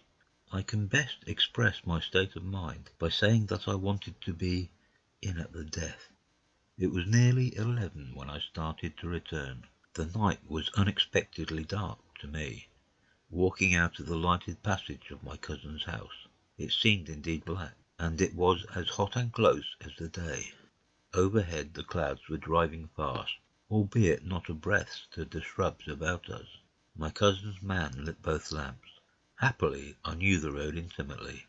My wife stood in the light of the doorway and watched me until I jumped up into the dog-cart. Then abruptly she turned and went in, leaving my cousins side by side, wishing me good hap. I was a little depressed at first, with the contagion of my wife's fears, but very soon my thoughts reverted to the Martians. At that time I was absolutely in the dark as to the course of the evening's fighting. I did not know even the circumstances that had precipitated the conflict. As I came through Ockham, for that was the way I returned, and not through Send and Old Woking, I saw along the western horizon a blood-red glow, which as I drew nearer crept slowly up in the sky. The driving clouds of the gathering thunderstorm mingled there with masses of black and red smoke. Ripley Street was deserted, and except for a lighted window or so, the village showed not a sign of life. But I narrowly escaped an accident at the corner of the road to Pireford, where a knot of people stood with their backs to me. They said nothing to me as I passed. I do not know what they knew of the things happening beyond the hill, nor do I know if the silent houses I passed on my way were sleeping securely, or deserted and empty, or harassed and watching against the terror of the night. From Ripley until I came through Pireford, I was in the valley of the Wey. and the red glare was hidden from me. As I ascended the little hill beyond Pireford Church, the glare came into view again, and the trees about me shivered with the first intimation of the storm that was upon me. Then I heard midnight pealing out from Pireford Church behind me, and then came the silhouette of Maybury Hill, with its tree-tops and roofs black and sharp against the red. Even as I beheld this, a lurid green glare lit the road about me, and showed the distant woods towards Addlestone. I felt a tug at the reins. I saw that the driving clouds had been pierced, as it were, by a thread of green fire, suddenly lighting their confusion, and falling into the field to my left. It was the third falling star. Close on its apparition, and blindingly violet by contrast, danced out the first lightning of the gathering storm, and the thunder burst like a rocket overhead. The horse took the bit between his teeth and bolted. A moderate incline runs towards the foot of Maybury Hill, and down this we clattered. Once the lightning had begun, it went on in as rapid a succession of flashes as I have ever seen. The thunderclaps, treading one on the heels of another, and with a strange crackling accompaniment, sounded more like the working of a gigantic electric machine than the usual detonating reverberations. The flickering light was blinding and confusing, and a thin hail smote gustily at my face as I drove down the slope. At first I regarded little but the road before me, and then abruptly my attention was arrested by something that was moving rapidly down the opposite slope of Maybury Hill. At first I took it for the wet roof of a house, but one flash following another showed it to be in swift rolling movement. It was an elusive vision, a moment of bewildering darkness, and then, in a flash like daylight, the red masses of the orphanage near the crest of the hill, the green tops of the pine trees, and this problematical object came out clear and sharp and bright. And this thing I saw, how can I describe it? A monstrous tripod, higher than many houses, striding over the young pine trees and smashing them aside in its career. A walking engine of glittering metal, striding now across the heather, articulate ropes of steel dangling from it, and the clattering tumult of its passage mingling with the riot of the thunder. A flash, and it came out vividly, heeling over one way with 2 feet in the air, to vanish and reappear almost instantly, as it seemed, with the next flash, 100 yards nearer. Can you imagine a milking stool tilted and bowled violently along the ground? That was the impression those instant flashes gave. But instead of a milking stool, imagine a great body of machinery on a tripod stand. Then suddenly the trees in the pine wood ahead of me were parted, as brittle reeds are parted by a man thrusting through them. They were snapped off and driven headlong, and a second huge tripod appeared, rushing, as it seemed, headlong towards me, and I was galloping hard to meet it. At the sight of the second monster, my nerve went altogether. Not stopping to look again, I wrenched the horse's head hard round to the right, and in another moment the dog-cart had heeled over upon the horse. The shafts smashed noisily, and I was flung sideways and fell heavily into a shallow pool of water. I crawled out almost immediately and crouched, my feet still in the water, under a clump of firs. The horse lay motionless. His neck was broken, poor brute, and by the lightning flashes I saw the black bulk of the overturned dog-cart and the silhouette of the wheels still spinning slowly. In another moment the colossal mechanism went striding by me and passed uphill towards Pireford. Seen nearer, the thing was incredibly strange, for it was no mere insensate machine driving on its way. Machine it was, with a ringing metallic pace, and long, flexible, glittering tentacles, one of which ripped a young pine tree, swinging and rattling about its strange body. It picked its road as it went striding along, and the brazen hood that surmounted it moved to and fro with the inevitable suggestion of a head looking about. Behind the main body was a huge mass of white metal, like a gigantic fisherman's basket, and puffs of green smoke squirted out from the joints of the limbs as the monster swept by me, and in an instant it was gone. So much I saw then, all vaguely for the flickering of the lightning, in blinding highlights and dense black shadows. As it passed, it set up an exultant, deafening howl that drowned the thunder. Halloo! Halloo! And in another minute it was with its companion, half a mile away, stooping over something in the field. I have no doubt that this thing in the field was the third of the 10 cylinders they had fired at us from Mars. For some minutes I lay there in the rain and darkness watching, by the intermittent light, these monstrous beings of metal moving about in the distance over the hedge tops. A thin hail was now beginning, and as it came and went their figures grew misty, and then flashed into clearness again. Now and then came a gap in the lightning, and the night swallowed them up. I was soaked with hail above and puddle water below. It was some time before my blank astonishment would let me struggle up the bank to a drier position, or think at all of my imminent peril. Not far from me was a little one-room squatter's hut of wood, surrounded by a patch of potato garden. I struggled to my feet at last, and, crouching and making use of every chance of cover, I made a run for this. I hammered at the door, but I could not make the people hear, if there were any people inside. And after a time I desisted, and, availing myself of a ditch for the greater part of the way, succeeded in crawling, unobserved by these monstrous machines, into the pine woods towards Maybury. Under cover of this I pushed on, wet and shivering now, towards my own house. I walked among the trees, trying to find a footpath. It was very dark indeed in the wood, for the lightning was now becoming infrequent, and the hail, which was pouring down in a torrent, fell in columns through the gaps in the heavy foliage. If I had fully realized the meaning of all the things I had seen, I should have immediately worked my way round through Byfleet to Street Cobham, and so gone back to rejoin my wife at Leatherhead. But that night the strangeness of things about me and my physical wretchedness prevented me, for I was bruised, weary, wet to the skin, deafened and blinded by the storm. I had a vague idea of going to my own house, and that was as much motive as I had. I staggered through the trees, fell into a ditch and bruised my knee against a plank, and finally splashed out into the lane that ran down from the College Arms. I say splashed, for the storm water was sweeping the sand down the hill in a muddy torrent. There in the darkness a man blundered into me, and sent me reeling back. He gave a cry of terror, sprang sideways, and rushed on before I could gather my wits sufficiently to speak to him.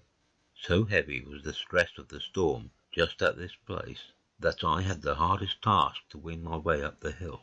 I went close up to the fence on the left, and worked my way along its palings.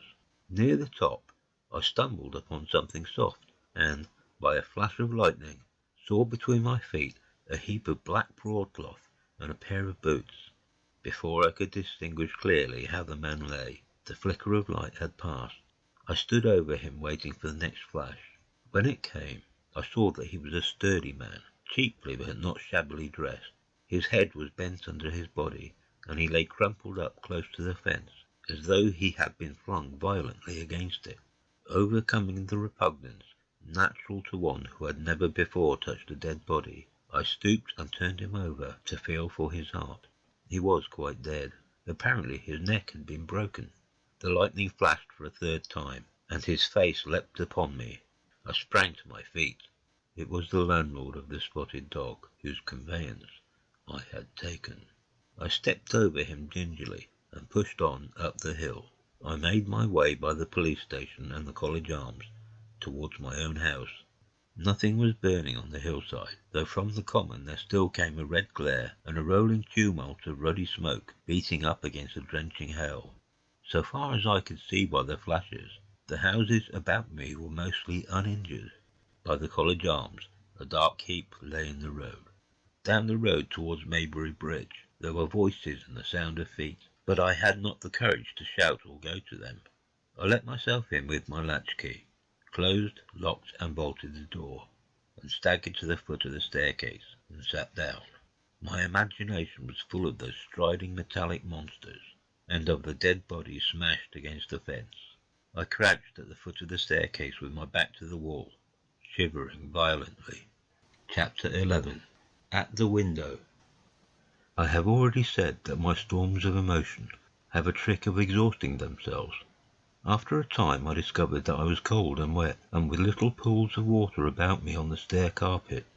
I got up almost mechanically, went into the dining room, and drank some whisky, and then I was moved to change my clothes. After I had done that, I went upstairs to my study, but why I did so I do not know. The window of my study looks over the trees and the railway towards Horsell Common. In the hurry of our departure, this window had been left open. The passage was dark, and, by contrast with the pitch of the window frame enclosed, the side of the room seemed impenetrably dark. I stopped short in the doorway. The thunderstorm had passed. The towers of the Oriental College and the pine trees about it had gone, and very far away, lit by a vivid red glare, the common about the sandpits was visible. Across the light huge black shapes, grotesque and strange, moved busily to and fro. It seemed indeed as if the whole country in that direction was on fire, a broad hillside set with minute tongues of flame, swaying and writhing with the gusts of the dying storm, and throwing a red reflection on the cloud scud above. Every now and then a haze of smoke from some nearer conflagration drove across the window and hid the Martian shapes. I could not see what they were doing, nor the clear form of them, nor recognize the black objects they were busied upon. Neither could I see the nearer fire, though the reflections of it danced on the wall and the ceiling of the study. A sharp, resinous tang of burning was in the air. I closed the door noiselessly and crept towards the window. As I did so, the view opened out until, on the one hand, it reached to the houses about Woking Station, and on the other to the charred and blackened pine woods of Byfleet. There was a light down below the hill, on the railway, near the arch, and several of the houses along the Maybury Road and the streets near the station were glowing ruins. There were a black heap and a vivid glare, and to the right of that a row of yellow oblongs. Then I perceived this was a wrecked train, the foreparts smashed and on fire, the hinder carriages still upon the rails. Between these three main centres of light, the houses, the train, and the burning country towards Chobham, stretched irregular patches of dark country, broken here and there by intervals of dimly glowing and smoking ground. It was the strangest spectacle, that black expanse set with fire. It reminded me, more than anything else, of the potteries at night. At first I could distinguish no people at all, though I peered intently for them. Later I saw against the light of Woking Station a number of black figures hurrying one after the other across the line. And this was the little world in which I had been living securely for years, this fiery chaos. What had happened in the last 7 hours I still did not know, nor did I know, though I was beginning to guess, the relation between these mechanical colossi and the sluggish lumps I had seen disgorged from the cylinder. With a queer feeling of impersonal interest, I turned my desk chair to the window, sat down, and stared at the blackened country, and particularly at the 3 gigantic black things that were going to and fro in the glare about the sandpits. They seemed amazingly busy. I began to ask myself what they could be. Were they intelligent mechanisms? Such a thing I felt was impossible. Or did a Martian sit within each, ruling, directing, using, much as a man's brain sits and rules in his body? I began to compare the things to human machines, to ask myself for the first time in my life how an ironclad or a steam engine would seem to an intelligent lower animal. The storm had left the sky clear, and over the smoke of the burning land the little fading pinpoint of Mars was dropping into the west, when a soldier came into my garden. I heard a slight scraping at the fence, and rousing myself from the lethargy that had fallen upon me, I looked down and saw him dimly, clambering over the palings.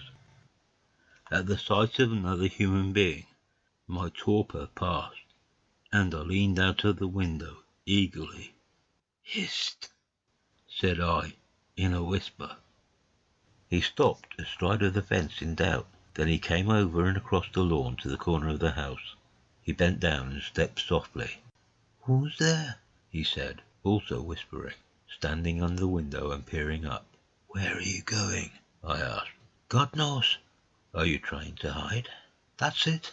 "Come into the house," I said. I went down, unfastened the door, and let him in, and locked the door again. I could not see his face. He was hatless, and his coat was unbuttoned. "My God!" he said, as I drew him in. "What has happened?" I asked. "What hasn't?" In the obscurity I could see he made a gesture of despair. They wiped us out. Simply wiped us out. He repeated again and again. He followed me, almost mechanically, into the dining room. "Take some whiskey," I said, pouring out a stiff dose. He drank it. Then abruptly he sat down before the table, put his head on his arms, and began to sob and weep like a little boy in a perfect passion of emotion, while I, with a curious forgetfulness of my own recent despair, stood beside him, wondering. It was a long time before he could steady his nerves to answer my questions, and then he answered perplexingly and brokenly. He was a driver in the artillery, and had only come into action about 7. At that time firing was going on across the common, and it was said the first party of Martians were crawling slowly towards their second cylinder under cover of a metal shield. Later this shield staggered up on tripod legs, and became the first of the fighting machines I had seen. The gun he drove had been unlimbered near Horsell in order to command the sandpits, and its arrival it was that had precipitated the action. As the limber gunners went to the rear, his horse trod in a rabbit hole and came down, throwing him into a depression of the ground. At the same moment the gun exploded behind him.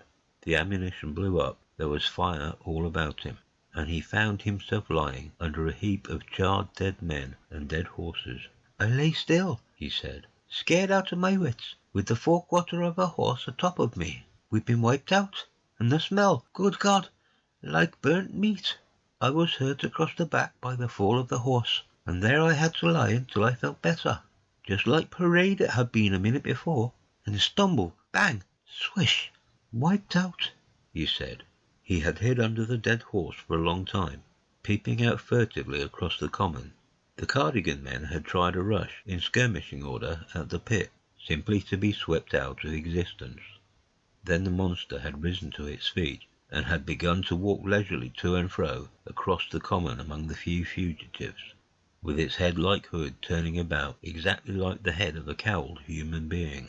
A kind of arm carried a complicated metallic case, about which green flashes scintillated, and out of the funnel of this there smoked the heat ray.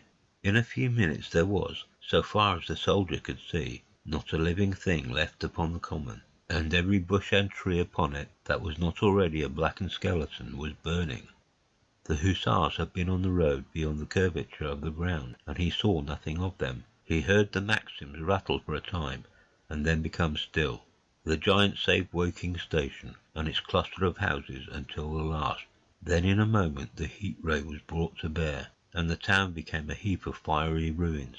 Then the thing shut off the heat ray, and turning its back upon the artilleryman, began to waddle away towards the smouldering pine woods that sheltered the second cylinder. As it did so, a second glittering titan built itself up out of the pit. The second monster followed the first, and at that the artilleryman began to crawl, very cautiously, across the hot heather ash towards Horsell. He managed to get alive into the ditch by the side of the road, and so escaped the Woking. There his story became ejaculatory. The place was impassable.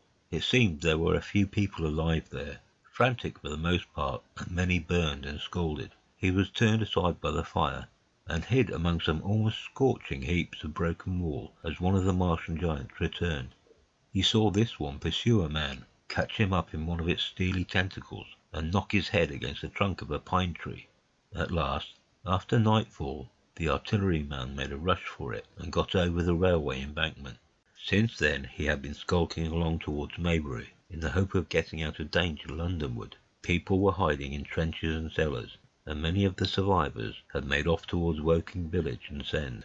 He had been consumed with thirst, until he found one of the water mains near the railway arch smashed, and the water bubbling out like a spring upon the road. That was the story I got from him, bit by bit. He grew calmer telling me, and trying to make me see the things he had seen. He had eaten no food since midday, he told me early in his narrative, and I found some mutton and bread in the pantry and brought it into the room. We lit no lamp for fear of attracting the Martians, and ever and again our hands would touch upon bread or meat. As he talked, things about us came darkly out of the darkness, and the trampled bushes and broken rose trees outside the window grew distinct. It would seem that a number of men or animals had rushed across the lawn. I began to see his face, blackened and haggard, as no doubt mine was also. When we had finished eating, we went softly upstairs to my study, and I looked again out of the open window. In one night the valley had become a valley of ashes. The fires had dwindled now. Where flames had been there were now streamers of smoke, but the countless ruins of shattered and gutted houses, and the blasted and blackened trees that the night had hidden, stood out now gaunt and terrible in the pitiless light of dawn. Yet here and there some object had had the luck to escape. A white railway signal here, the end of a greenhouse there, white and fresh amid the wreckage. Never before in the history of warfare had destruction been so indiscriminate and so universal. And shining with the growing light of the east, 3 of the metallic giants stood about the pit, their cowls rotating as though they were surveying the desolation they had made. It seemed to me that the pit had been enlarged, and ever and again puffs of vivid green vapour streamed up and out of it towards the brightening dawn, streamed up, whirled, broke, and vanished. Beyond were the pillars of fire about Chobham. They became pillars of bloodshot smoke at the first touch of the day. Chapter 12. What I saw of the destruction of Weybridge and Shepperton. As the dawn grew brighter, we withdrew from the window from which we had watched the Martians, and went very quietly downstairs. The artilleryman agreed with me that the house was no place to stay in. He proposed, he said, to make his way Londonward and thence rejoin his battery, number 12 of the Horse Artillery. My plan was to return at once to Leatherhead, and so greatly had the strength of the Martians impressed me that I had determined to take my wife to Newhaven, and go with her out of the country forthwith, for I already perceived clearly that the country about London must inevitably be the scene of a disastrous struggle before such creatures as these could be destroyed. Between us and Leatherhead, however, lay the 3rd cylinder, with its guarding giants.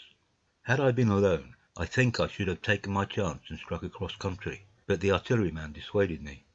"It's no kindness to the right sort of wife," he said, "to make her a widow," and in the end I agreed to go with him, under cover of the woods, northward as far as Street Cobham, before I parted with him. Thence I would make a big detour by Epsom to reach Leatherhead.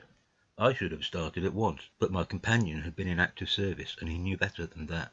He made me ransack the house for a flask, which he filled with whisky, and we lined every available pocket with packets of biscuits and slices of meat.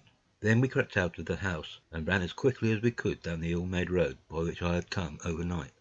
The houses seemed deserted.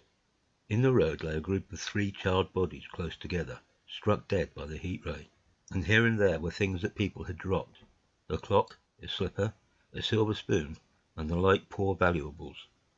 At the corner turning up towards the post office, a little cart, filled with boxes and furniture, and horseless, heeled over on a broken wheel.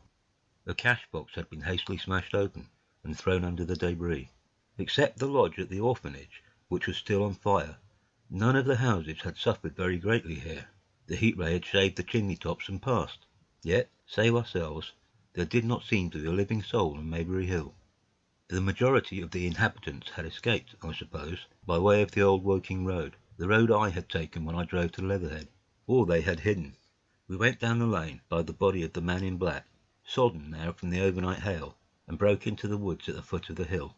We pushed through these towards the railway without meeting a soul.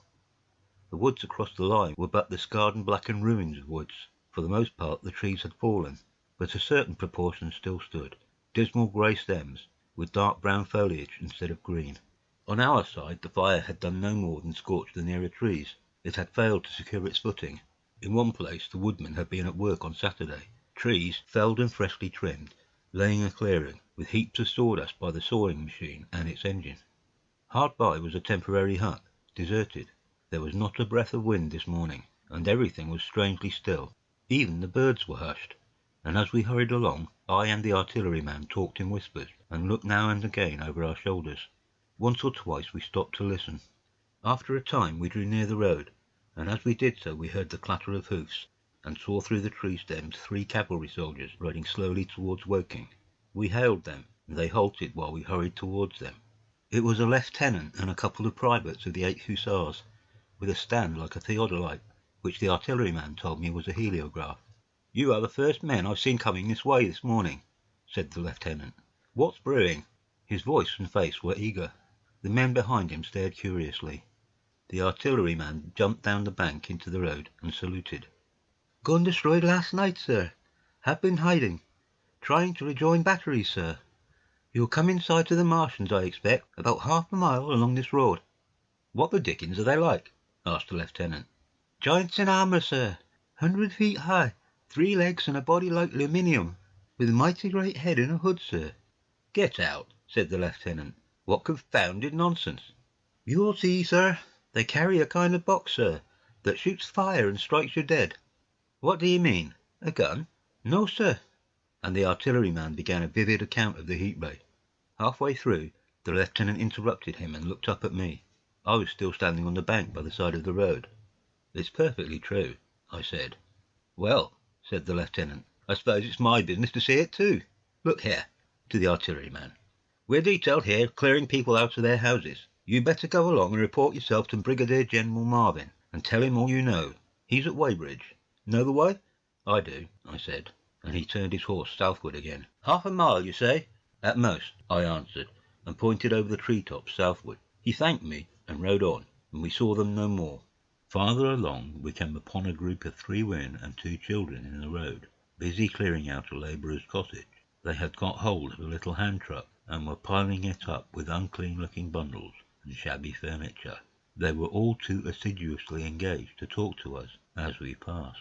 By Byfleet Station we emerged from the pine trees and found the country calm and peaceful under the morning sunlight. We were far beyond the range of the heat ray there, and had it not been for the silent desertion of some of the houses, the stirring movement of packing in others, and the knot of soldiers standing on the bridge over the railway and staring down the line towards Woking, the day would have seemed very like any other Sunday. Several farm wagons and carts were moving creakily along the road to Addlestone, and suddenly through the gate of a field we saw, across a stretch of flat meadow, 6 12-pounders standing neatly at equal distances pointing towards Woking.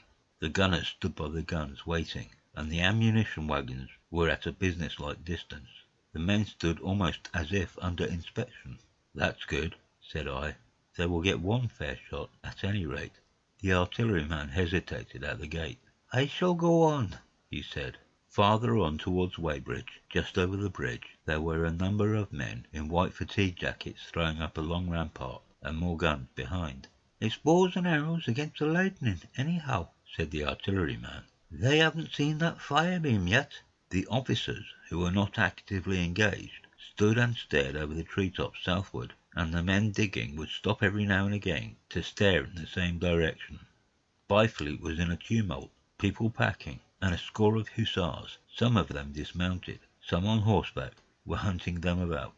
3 or 4 black government wagons, with crosses in white circles, and an old omnibus, among other vehicles, were being loaded in the village street. There were scores of people, most of them sufficiently sabbatical to have assumed their best clothes. The soldiers were having the greatest difficulty in making them realize the gravity of their position. We saw one shrivelled old fellow with a huge box and a score or more of flower pots containing orchids, angrily expostulating with the corporal who would leave them behind. I stopped and gripped his arm. "Do you know what's over there?" I said, pointing at the pine tops that hid the Martians. "Eh?" said he, turning. "I was explaining these is valuable." "Death!" I shouted.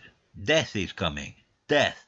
And leaving him to digest that if he could, I hurried on after the artilleryman. At the corner I looked back. The soldier had left him, and he was still standing by his box, with the pots of orchids on the lid of it, and staring vaguely over the trees. No one in Weybridge could tell us where the headquarters were established. The whole place was in such confusion as I had never seen in any town before. Carts, carriages everywhere, the most astonishing miscellany of conveyances and horseflesh. The respectable inhabitants of the place, men in golf and boating costumes, wives prettily dressed, were packing. Riverside loafers energetically helping, children excited and, for the most part, highly delighted at this astonishing variation of their Sunday experiences. In the midst of it all, the worthy vicar was very pluckily holding an early celebration, and his bell was jangling out above the excitement. I and the artilleryman seated on the steps of the drinking fountain, made a very passable meal upon what we had brought with us. Patrols of soldiers, here no longer hussars but grenadiers in white, were warning people to move now or take refuge in their cellars as soon as the firing began. We saw as we crossed the railway bridge that a growing crowd of people had assembled in and about the railway station, and the swarming platform was piled with boxes and packages. The ordinary traffic had been stopped, I believe, in order to allow the passage of troops and guns to Chertsey, and I have heard since that a savage struggle occurred for places in the special trains that were put on at a later hour. We remained in Weybridge until midday, and at that hour we found ourselves at the place near Shepperton Lock where the Wey and Thames join. Part of the time we spent helping two old women to pack a little cart. The Wey has a treble mouth, and at this point boats are to be hired, and there was a ferry across the river. On the Shepperton side was an inn with a lawn, and beyond that the tower of Shepperton Church. It has been replaced by a spire, rose above the trees. Here we found an excited and noisy crowd of fugitives. As yet the flight had not grown to a panic, but there were already far more people than all the boats going to and fro could enable to cross. People came panting along under heavy burdens. One husband and wife were even carrying a small outhouse door between them, with some of their household goods piled thereon. One man told us he meant to try to get away from Shepperton Station. There was a lot of shouting, and one man was even jesting. The idea that people seemed to have here was that the Martians were simply formidable human beings who might attack and sack the town, to be certainly destroyed in the end. Every now and then people would glance nervously across the way at the meadows towards Chertsey, but everything over there was still. Across the Thames, except just where the boats landed, everything was quiet, in vivid contrast with the Surrey side. The people who landed there from the boats went tramping off down the lane. The big ferry boat had just made a journey. 3 or 4 soldiers stood on the lawn of the inn, staring and jesting at the fugitives, without offering to help. The inn was closed, as it was now within prohibited hours. "What's that?" cried a boatman, and "Shut up, you fool!" said a man near me to a yelping dog. Then the sound came again, this time from the direction of Chertsey. A muffled thud, the sound of a gun. The fighting was beginning. Almost immediately, unseen batteries across the river to our right, unseen because of the trees, took up the chorus, firing heavily one after the other. A woman screamed.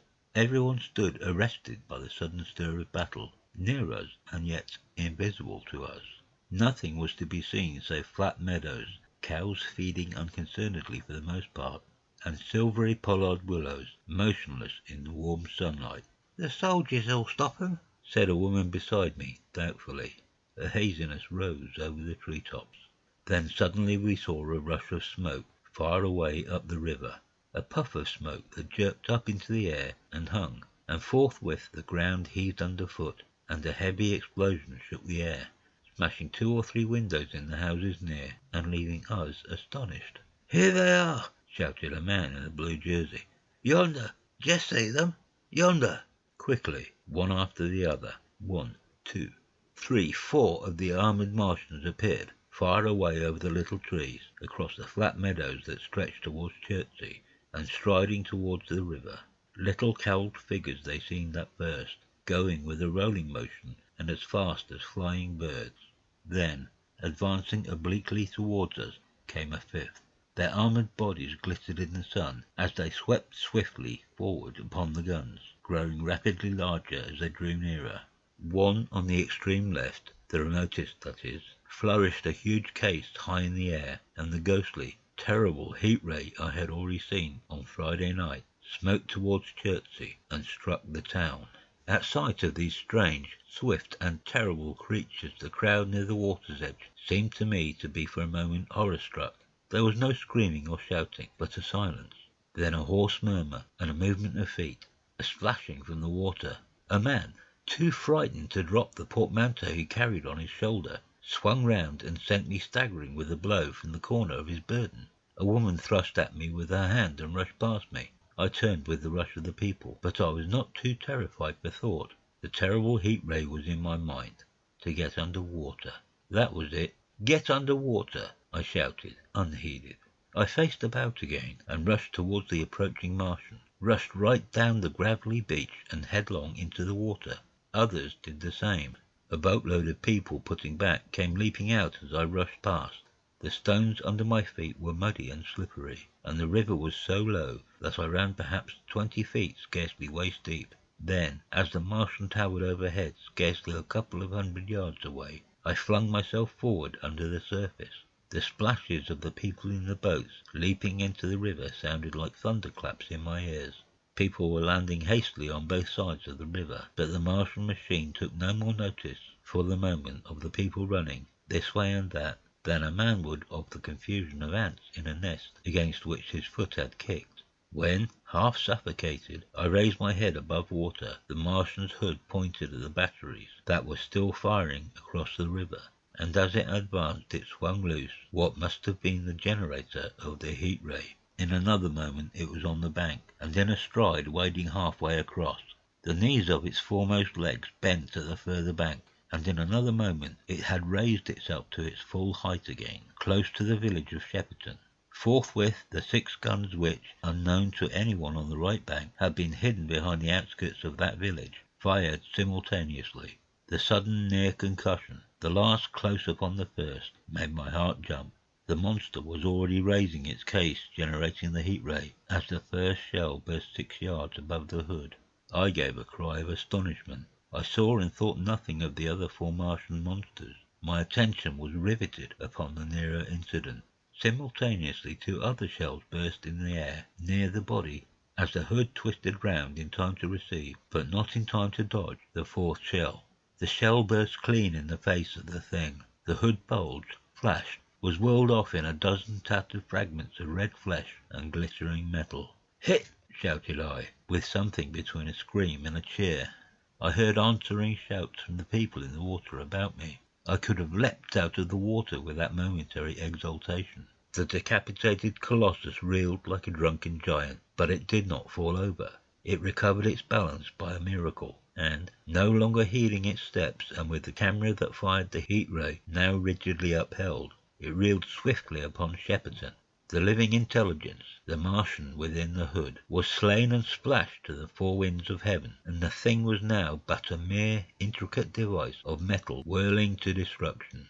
It drove along in a straight line, incapable of guidance. It struck the tower of Shepperton Church, smashing it down as the impact of a battering ram might have done, swerved aside, blundered on, and collapsed with tremendous force into the river out of my sight. A violent explosion shook the air, and a spout of water, steam, mud, and shattered metal shot far up into the sky. As the camera of the heat ray hit the water, the latter had immediately flashed into steam. In another moment a huge wave, like a muddy tidal bore, but almost scaldingly hot, came sweeping round the bend upstream. I saw people struggling shorewards, and heard their screaming and shouting faintly above the seething and roar of the Martian's collapse. For a moment I heeded nothing of the heat, forgot the patent need of self-preservation. I splashed through the tumultuous water, pushing aside a man in black to do so, until I could see round the bend.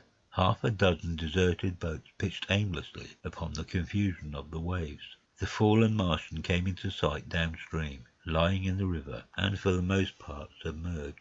Thick clouds of steam were pouring off the wreckage, and through the tumultuously whirling wisps I could see, intermittently and vaguely, the gigantic limbs churning the water and flinging a splash of spray and mud and froth into the air. The tentacles swayed and struck like living arms, and, save for the helpless purposelessness of these movements, it was as if some wounded thing were struggling for its life amid the waves. Enormous quantities of ruddy brown fluid were spurting up in noisy jets out of the machine. My attention was diverted from this death flurry by a furious yelling like that of the thing called a siren in our manufacturing towns. A man, knee-deep near the towing path, shouted inaudibly to me and pointed. Looking back, I saw the other Martians advancing with gigantic strides down the river bank from the direction of Chertsey. The Shepperton guns spoke this time unavailingly. At that I ducked at once under water, and, holding my breath until movement was an agony, blundered painfully ahead under the surface as long as I could. The water was in a tumult about me, and rapidly growing hotter. When for a moment I raised my head to take breath and throw the hair and water from my eyes, the steam was rising in a whirling white fog that at first hid the Martians altogether. The noise was deafening. Then I saw them dimly, colossal figures of grey, magnified by the mist. They had passed by me, and two were stooping over the frothing, tumultuous ruins of their comrade. The third and fourth stood beside him in the water, one perhaps 200 yards from me, the other towards Laleham. The generators of the heat rays waved high, and the hissing beams smoked down this way and that. The air was full of sound, a deafening and confusing conflict of noises. The clangorous din of the Martians, the crash of falling houses, the thud of trees, fences, sheds flashing into flame, and the crackling and roaring of fire. Dense black smoke was leaping up to mingle with the steam from the river, and as the heat ray went to and fro over Weybridge, its impact was marked by flashes of incandescent white that gave place at once to a smoky dance of lurid flames. The nearer houses still stood intact, awaiting their fate, shadowy, faint and pallid in the steam, with the fire behind them going to and fro. For a moment perhaps I stood there, breast high in the almost boiling water, dumbfounded at my position, hopeless of escape. Through the reek I could see the people who had been with me in the river scrambling out of the water through the reeds, like little frogs hurrying through grass from the advance of a man, or running to and fro in utter dismay on the towing path. Then suddenly the white flashes of the heat ray came leaping towards me. The houses caved in as they dissolved at its touch, and darted out flames. The trees changed to fire with a roar. The ray flickered up and down the towing path, licking off the people who ran this way and that, and came down to the water's edge, not 50 yards from where I stood. It swept across the river to Shepperton, and the water in its track rose in a boiling wheel crested with steam. I turned shoreward. In another moment the huge wave, well nigh at the boiling point, had rushed upon me. I screamed aloud, and scalded, half-blinded, agonized, I staggered through the leaping, hissing water towards the shore. Had my foot stumbled, it would have been the end.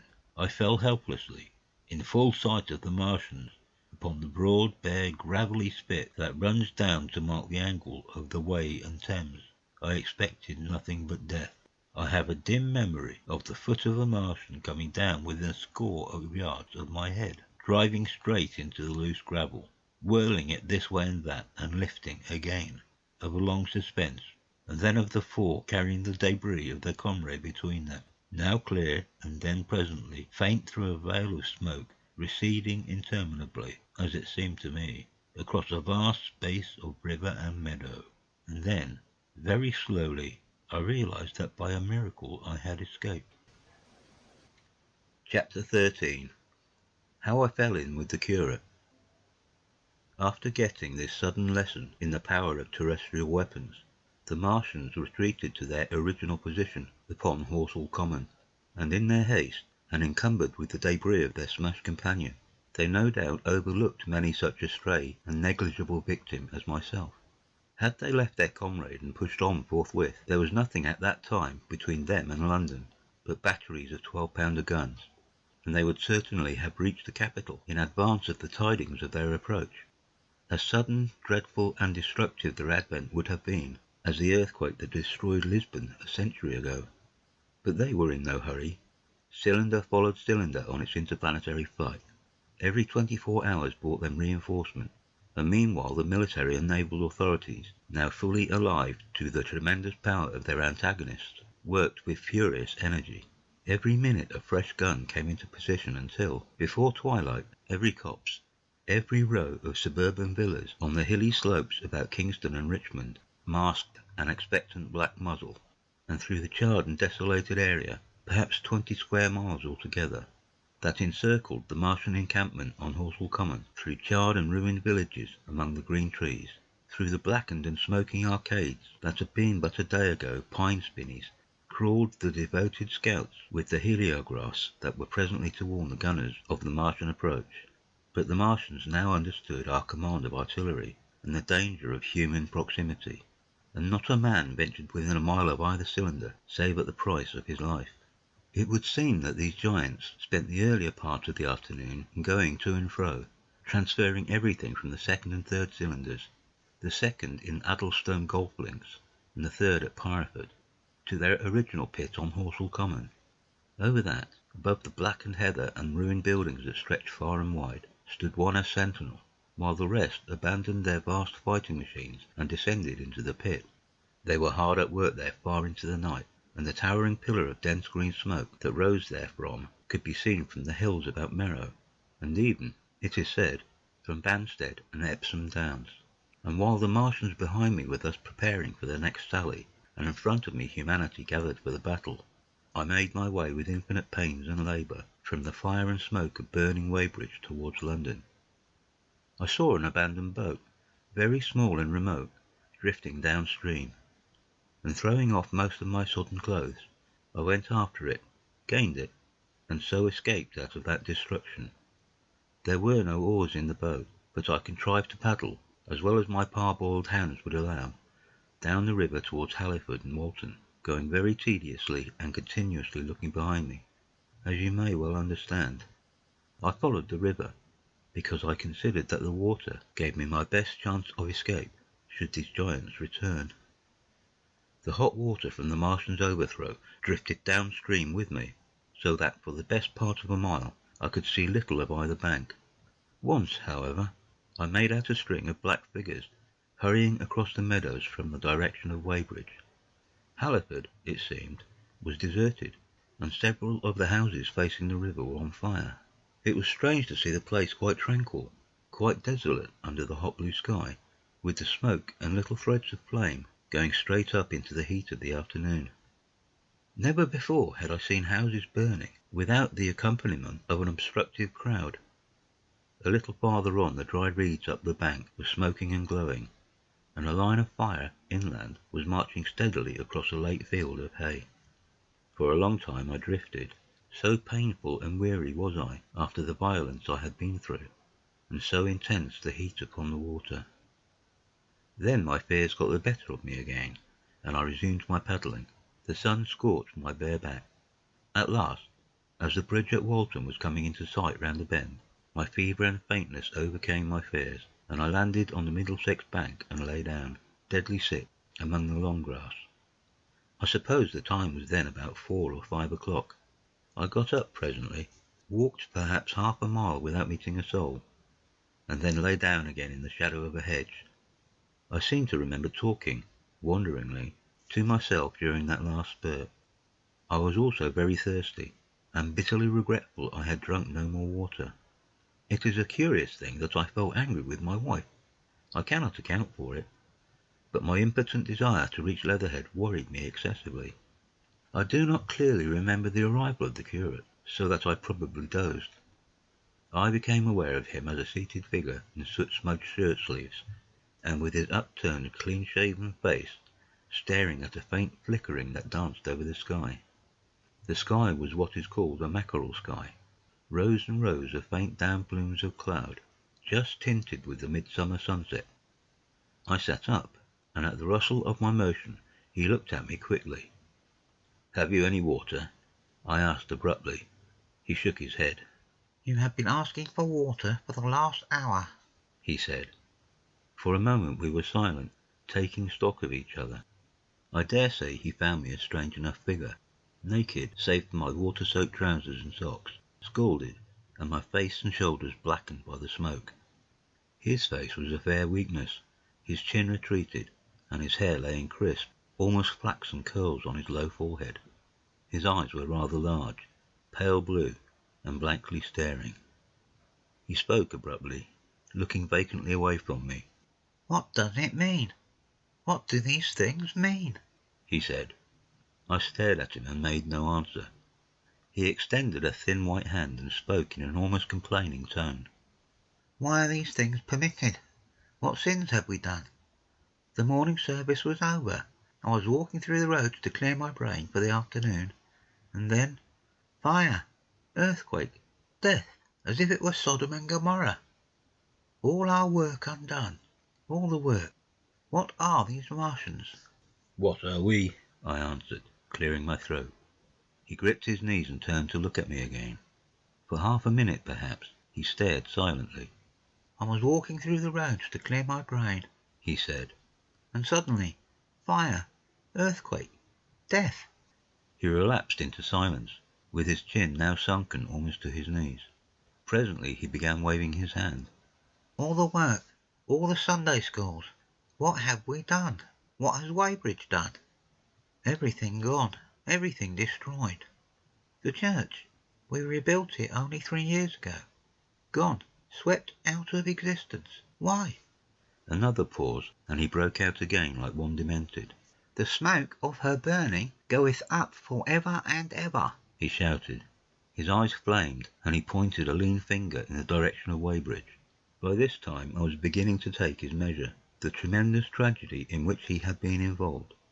It was evident he was a fugitive from Weybridge, had driven him to the very verge of his reason.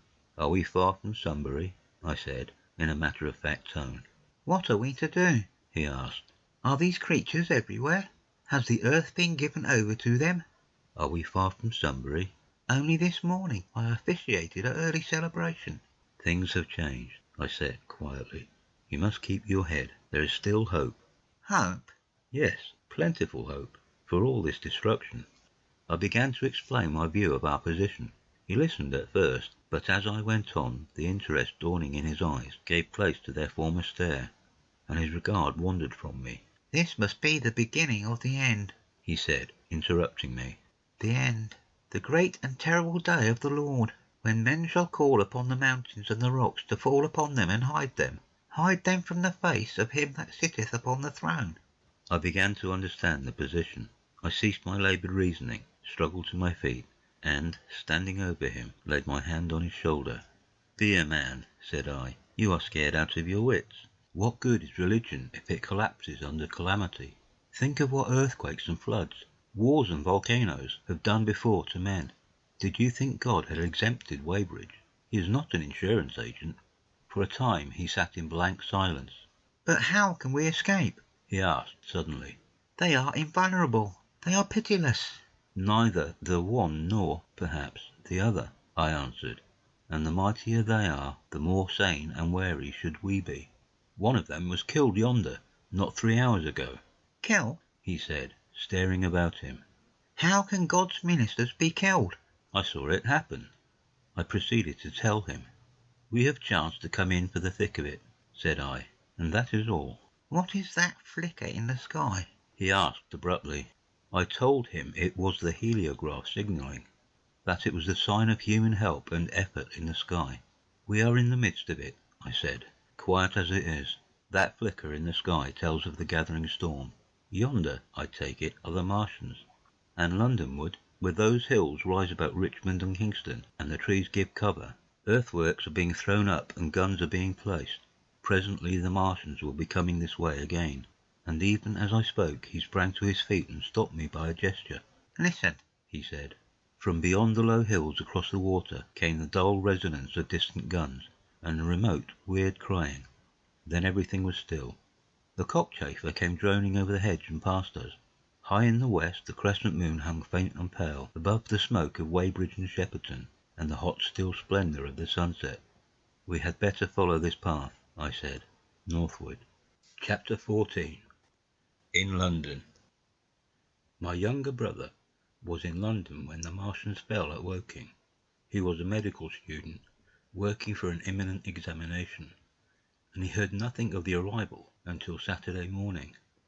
The morning papers on Saturday contained, in addition to lengthy special articles on the planet Mars, on life in the planets, and so forth, a brief and vaguely worded telegram, all the more striking for its brevity.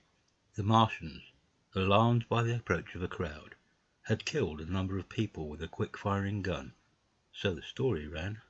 The telegram concluded with the words, "Formidable as they seem to be, the Martians have not moved from the pit into which they have fallen, and, indeed, seem incapable of doing so. Probably this is due to the relative strength of the Earth's gravitational energy." On that last text their leader writer expanded very comfortingly.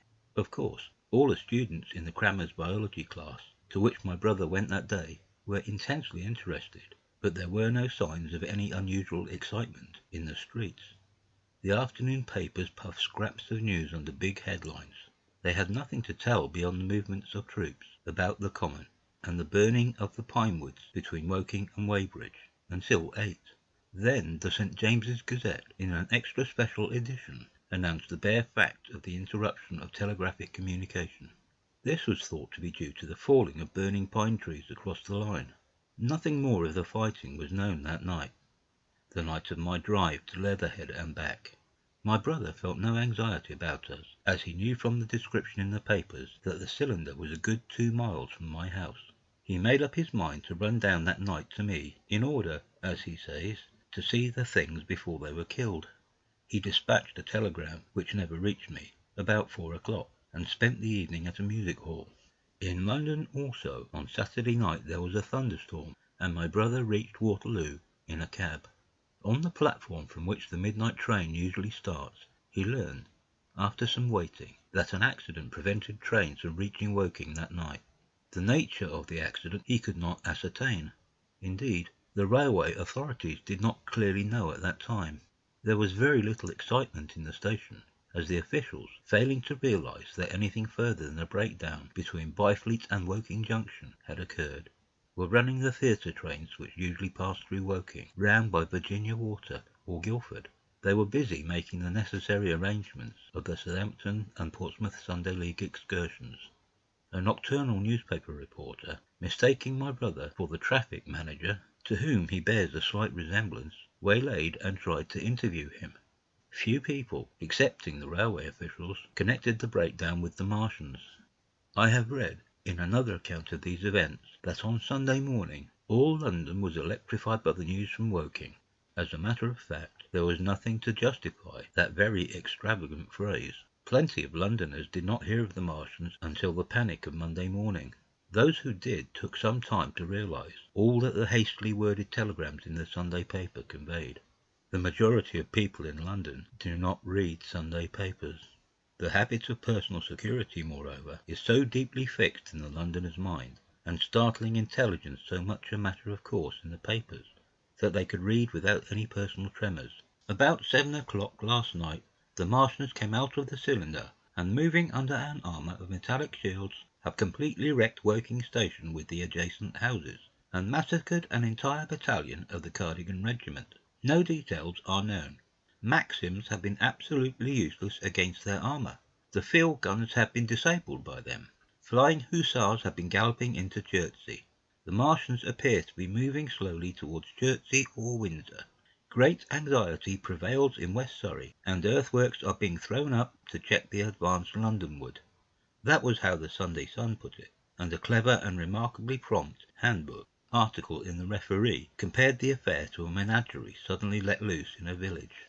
No one in London knew positively of the nature of the armoured Martians, and there was still a fixed idea that these monsters must be sluggish, crawling, creeping painfully. Such expressions occurred in almost all the earlier reports. None of the telegrams could have been written by an eyewitness of their advance. The Sunday papers printed separate editions as further news came to hand, some even in default of it. But there was practically nothing more to tell the people until late in the afternoon, when the authorities gave the press agencies the news in their possession. It was stated that the people of Walton and Weybridge and all the districts were pouring along the roads Londonward, and that was all. My brother went to church at the Foundling Hospital in the morning, still in ignorance of what had happened on the previous night. There he heard allusions made to the invasion, and a special prayer for peace. Coming out, he bought a Referee. He became alarmed at the news in this, and went again to Waterloo Station to find out if communications were restored. The omnibuses, carriages, cyclists, and innumerable people walking in their best clothes seemed scarcely affected by the strange intelligence that the news vendors were disseminating. People were interested, or, if alarmed, alarmed only on the account of the local residents. At the station he heard for the first time that the Windsor and Chertsey lines were now interrupted. The porters told him that several remarkable telegrams had been received in the morning from Byfleet and Chertsey stations, but that these had abruptly ceased. My brother could get very little precise detail out of them. "There's fighting going on about Weybridge," was the extent of their information. The train service was now very much disorganized. Quite a number of people who had been expecting friends from places on the southwestern network were standing about the station. One grey-headed old gentleman came up and abused the southwestern company bitterly to my brother. "It wants showing up," he said. 1 or 2 trains came in from Richmond, Putney, and Kingston, containing people who had gone out for a day's boating and found the locks closed, and a feeling of panic in the air. A man in a blue and white blazer addressed my brother, full of strange tidings. "There's hosts of people driving into Kingston, in traps and carts and things, with boxes of valuable and all that," he said. "They come from Molesley and Weybridge and Walton, and they say there's been guns heard at Chertsey, heavy firing, and that mounted soldiers have told them to get off at once because the Martians are coming. We heard guns firing at Hampton Court Station, but we thought it was thunder. What the dickens does it all mean? The Martians can't get out of their pit, can they?" My brother could not tell him. Afterwards he found that the vague feeling of alarm had spread to the clients of the Underground Railway, and that the Sunday excursionists began to return from all over the south-western lung, Barnes, Wimbledon, Richmond Park, Kew, and so forth, at unnaturally early hours. But not a soul had anything more than vague hearsay to tell of. Everyone connected with the terminus seemed ill-tempered. About 5 o'clock the gathering crowd in the station was immensely excited by the opening of the line of communication, which is almost invariably closed, between the south-eastern and south-western stations, and the passage of carriage trucks bearing huge guns and carriages crammed with soldiers. These were the guns that were brought up from Woolwich and Chatham to cover Kingston. There was an exchange of pleasantry. "You'll get eaten," "We're the beast tamers," and so forth. A little while after that a squad of police came into the station and began to clear the public off the platforms, and my brother went out into the street again. The church bells were ringing for evensong, and a squad of Salvation Army lassies came singing down Waterloo Road.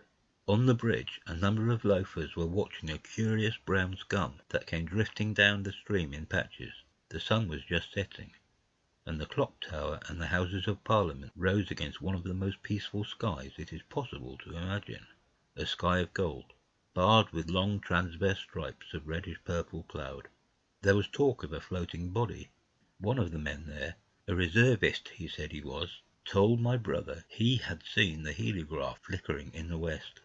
In Wellington Street my brother met a couple of sturdy roughs who had just been rushed out of Fleet Street with still wet newspapers and staring placards. "Dreadful catastrophe," they bawled one to the other down Wellington Street.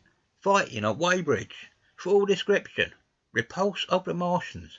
London in danger." He had to give 3d for a copy of that paper.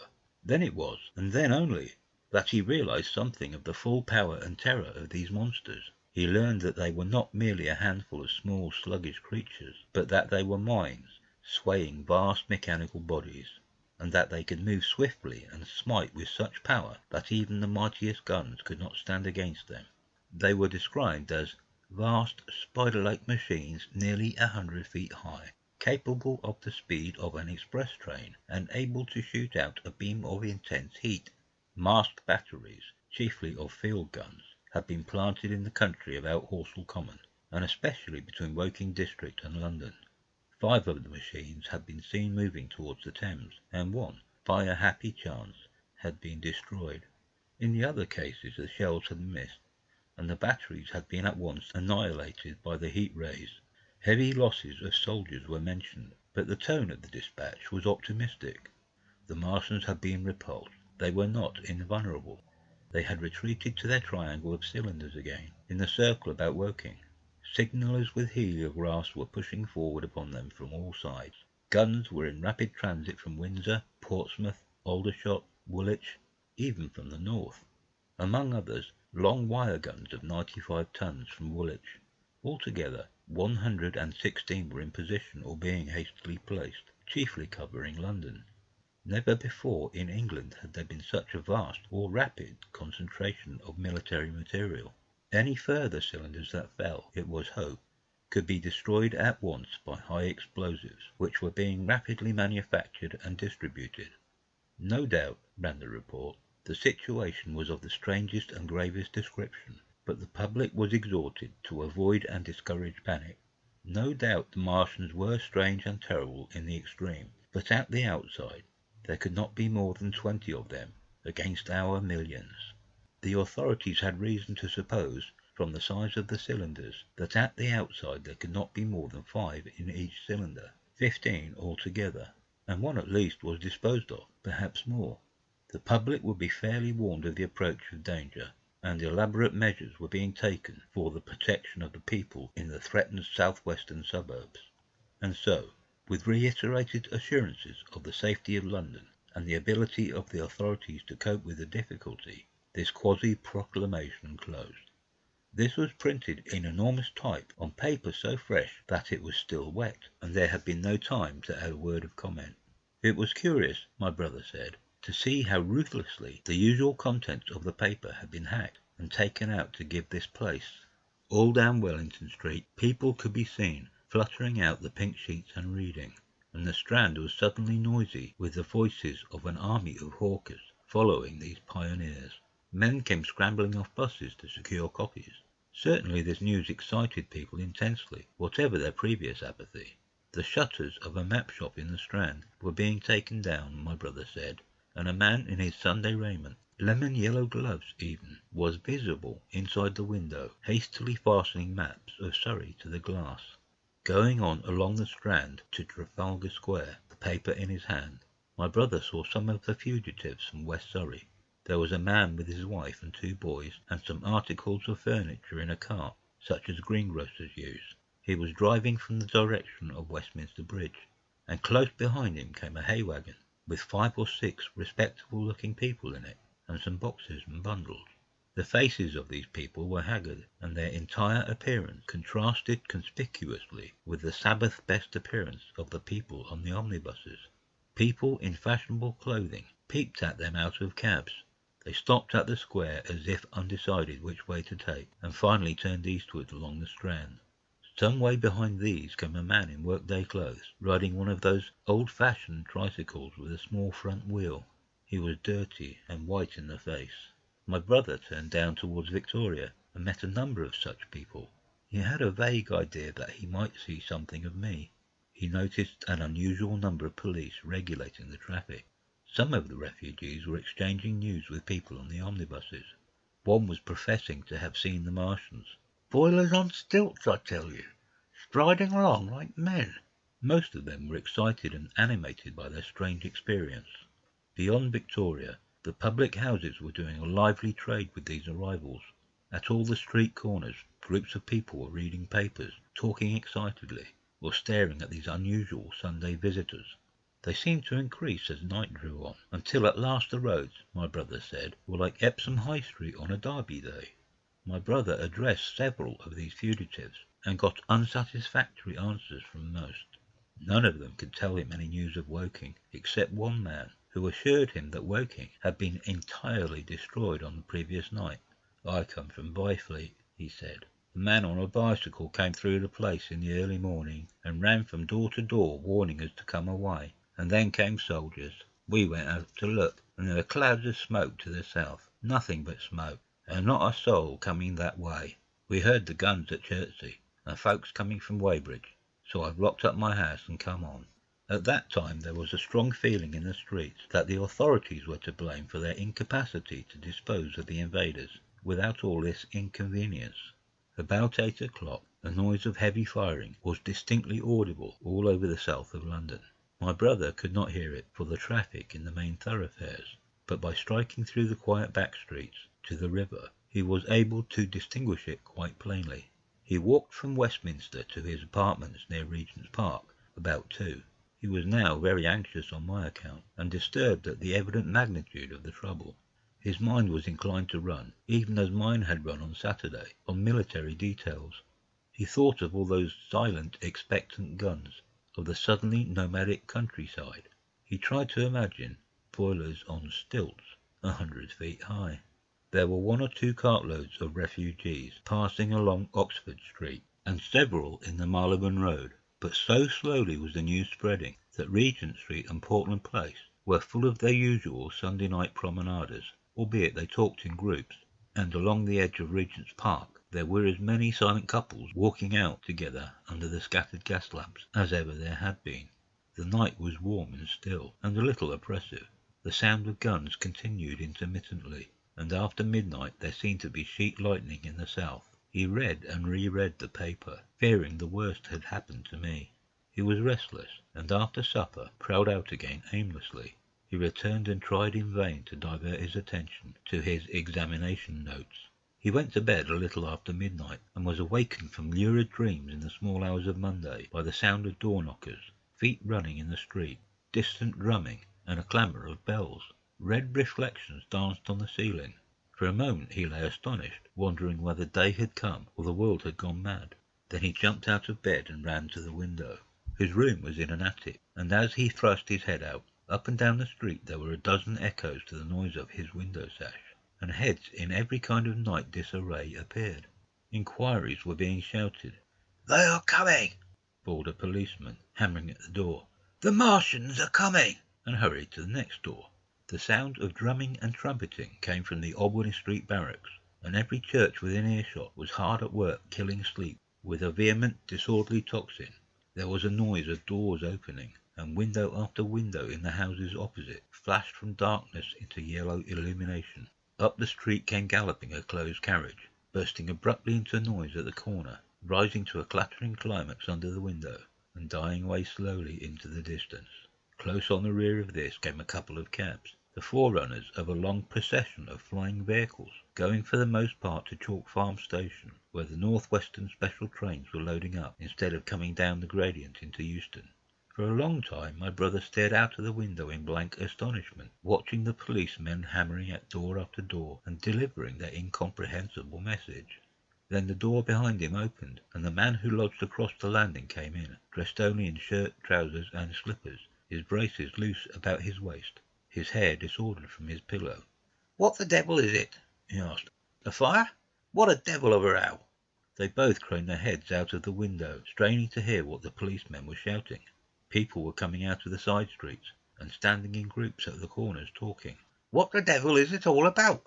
said my brother's fellow lodger. My brother answered him vaguely and began to dress, running with each garment to the window, in order to miss nothing of the growing excitement, and presently men selling unnaturally early newspapers came bawling into the street. "London in danger of suffocation. The Kingston and Richmond defences forced. Fearful massacres in the Thames Valley." And all about him, in the rooms below, in the houses on each side and across the road, and behind in the park terraces, and in the 100 other streets of that part of Marylebone, and the Western Park district and St Pancras, and westward and northward in Kilburn, and St John's Wood, and Hampstead, and eastward in Shoreditch, and Highbury, and Haggerston, and Hoxton, and, indeed, through all the vastness of London from Ealing to East Ham, people were rubbing their eyes, and opening windows to stare out and ask aimless questions, dressing hastily as the first breath of the coming storm of fear blew through the street. It was the dawn of the great panic. London, which had gone to bed on Sunday night oblivious and inert, had awakened in the small hours of Monday morning to a vivid sense of danger. Unable from his window to learn what was happening, my brother went down and out into the street, just as the sky between the parapets of the houses grew pink with the early dawn. The flying people on foot and in vehicles grew more numerous every moment. "Black smoke!" he heard people crying, and again, "Black smoke!" The contagion of such a unanimous fear was inevitable. As my brother hesitated on the doorstep, he saw another news vendor approaching, and got a paper forthwith. The man was running away with the rest, and selling his papers for a shilling each as he ran, a grotesque mingling of profit and panic. And from this paper my brother read that catastrophic dispatch of the Commander-in-Chief. "The Martians are able to discharge enormous clouds of a black and poisonous vapour by means of rockets. They have smothered our batteries, destroyed Richmond, Kingston and Wimbledon, and are advancing slowly towards London, destroying everything on the way. It is impossible to stop them. There is no safety from the black smoke but in instant flight." That was all, but it was enough. The whole population of the great 6 million city was stirring, slipping, running. Presently it would be pouring en masse northward. "Black smoke!" the voices cried. Fire!" The bells of the neighbouring church made a jangling tumult. A cart, carelessly driven, smashed, amid shrieks and curses, against the water trough up the street. Sickly yellow lights went to and fro in the houses, and some of the passing cabs flaunted unextinguished lamps, and overhead the dawn was growing brighter, clear and steady and calm. He heard footsteps running to and fro in the rooms, and up and down stairs behind him. His landlady came to the door, loosely wrapped in a dressing-gown and shawl. Her husband followed, ejaculating. As my brother began to realize the import of all these things, he turned hastily to his own room, put all his available money, some £10 altogether, into his pockets, and went out again into the streets. Chapter 15. What had happened in Surrey. It was while the curate had sat and talked so wildly to me under the hedge in the flat meadows near Halliford, and while my brother was watching the fugitives stream over Westminster Bridge, that the Martians had resumed the offensive. So far as one can ascertain from the conflicting accounts that have been put forth, the majority of them remained busied with preparations in the Horsell pit until 9 that night, hurrying on some operation that disengaged huge volumes of green smoke. But 3 certainly came out about 8 o'clock, and, advancing slowly and cautiously, made their way through Byfleet and Pireford towards Ripley and Weybridge, and so came in sight of the expectant batteries against the setting sun. These Martians did not advance in a body, but in a line, each perhaps a mile and a half from his nearest fellow. They communicated with one another by means of siren-like howls, running up and down the scale from one note to another. It was this howling and firing of the guns at Ripley and St. George's Hill that we heard at Upper Halliford. The Ripley gunners, unseasoned artillery volunteers who ought never to have been placed in such a position, fired one wild, premature, ineffectual volley, and bolted on horse and foot through the deserted village, while the Martian, without using his heat ray, walked serenely over their guns, stepping gingerly among them, passed in front of them, and so came unexpectedly upon the guns in Payne's Hill Park, which he destroyed. The St. George's Hill men, however, were better led, or of a better metal. Hidden by a pinewood as they were, they seemed to have been quite unsuspected by the Martian nearest to them. They laid their guns as deliberately as if they had been on parade, and fired at about 1,000 yards range. The shells flashed all round him, and he was seen to advance a few paces, stagger, and go down. Everybody yelled together, and the guns were reloaded in frantic haste. The overthrown Martian set up a prolonged ululation, and immediately a second glittering giant, answering him, appeared over the trees to the south. It would seem that a leg of the tripod had been smashed by one of the shells. The whole of the second volley flew wide of the Martian on the ground, and, simultaneously, both his companions brought their heat rays to bear on the battery. The ammunition blew up, the pine trees all about the guns flashed into fire, and only 1 or 2 of the men, who were already running over the crest of the hill, escaped.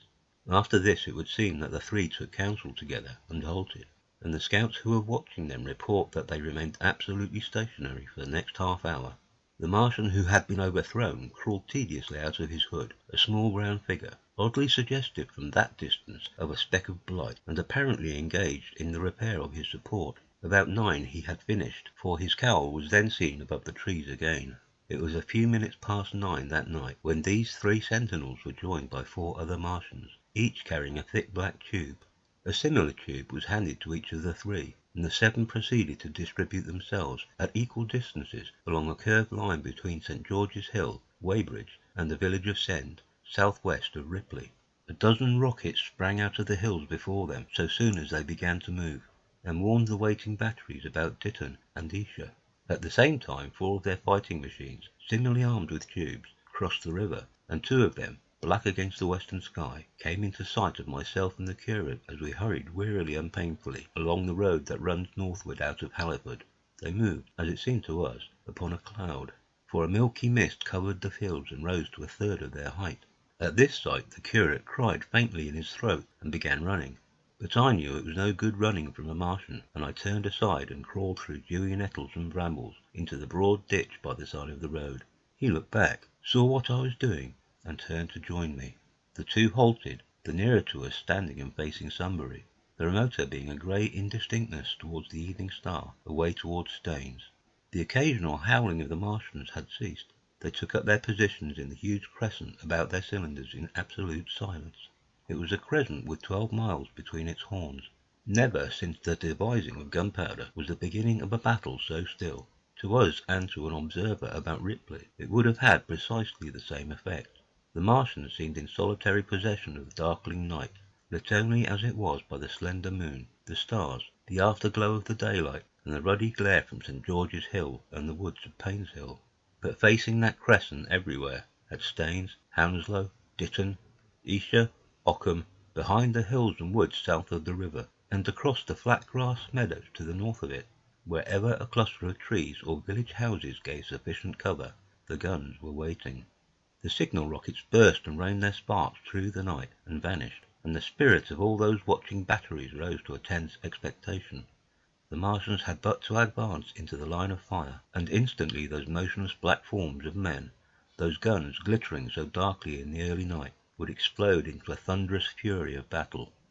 No doubt the thought that was uppermost in 1,000 of those vigilant minds, even as it was uppermost in mine, was the riddle. How much they understood of us. Did they grasp that we in our millions were organized, disciplined, working together? Or did they interpret our spurts of fire, the sudden stinging of our shells, our steady investment of their encampment, as we should the furious unanimity of onslaught in a disturbed hive of bees? Did they dream they might exterminate us? At that time no one knew what food they needed. 100 such questions struggled together in my mind as I watched that vast sentinel shape, and in the back of my mind was a sense of all the huge unknown and hidden forces Londonward. Had they prepared pitfalls? Were the powder mills at Hounslow ready as a snare? Would the Londoners have the heart and courage to make a greater Moscow of their mighty province of houses?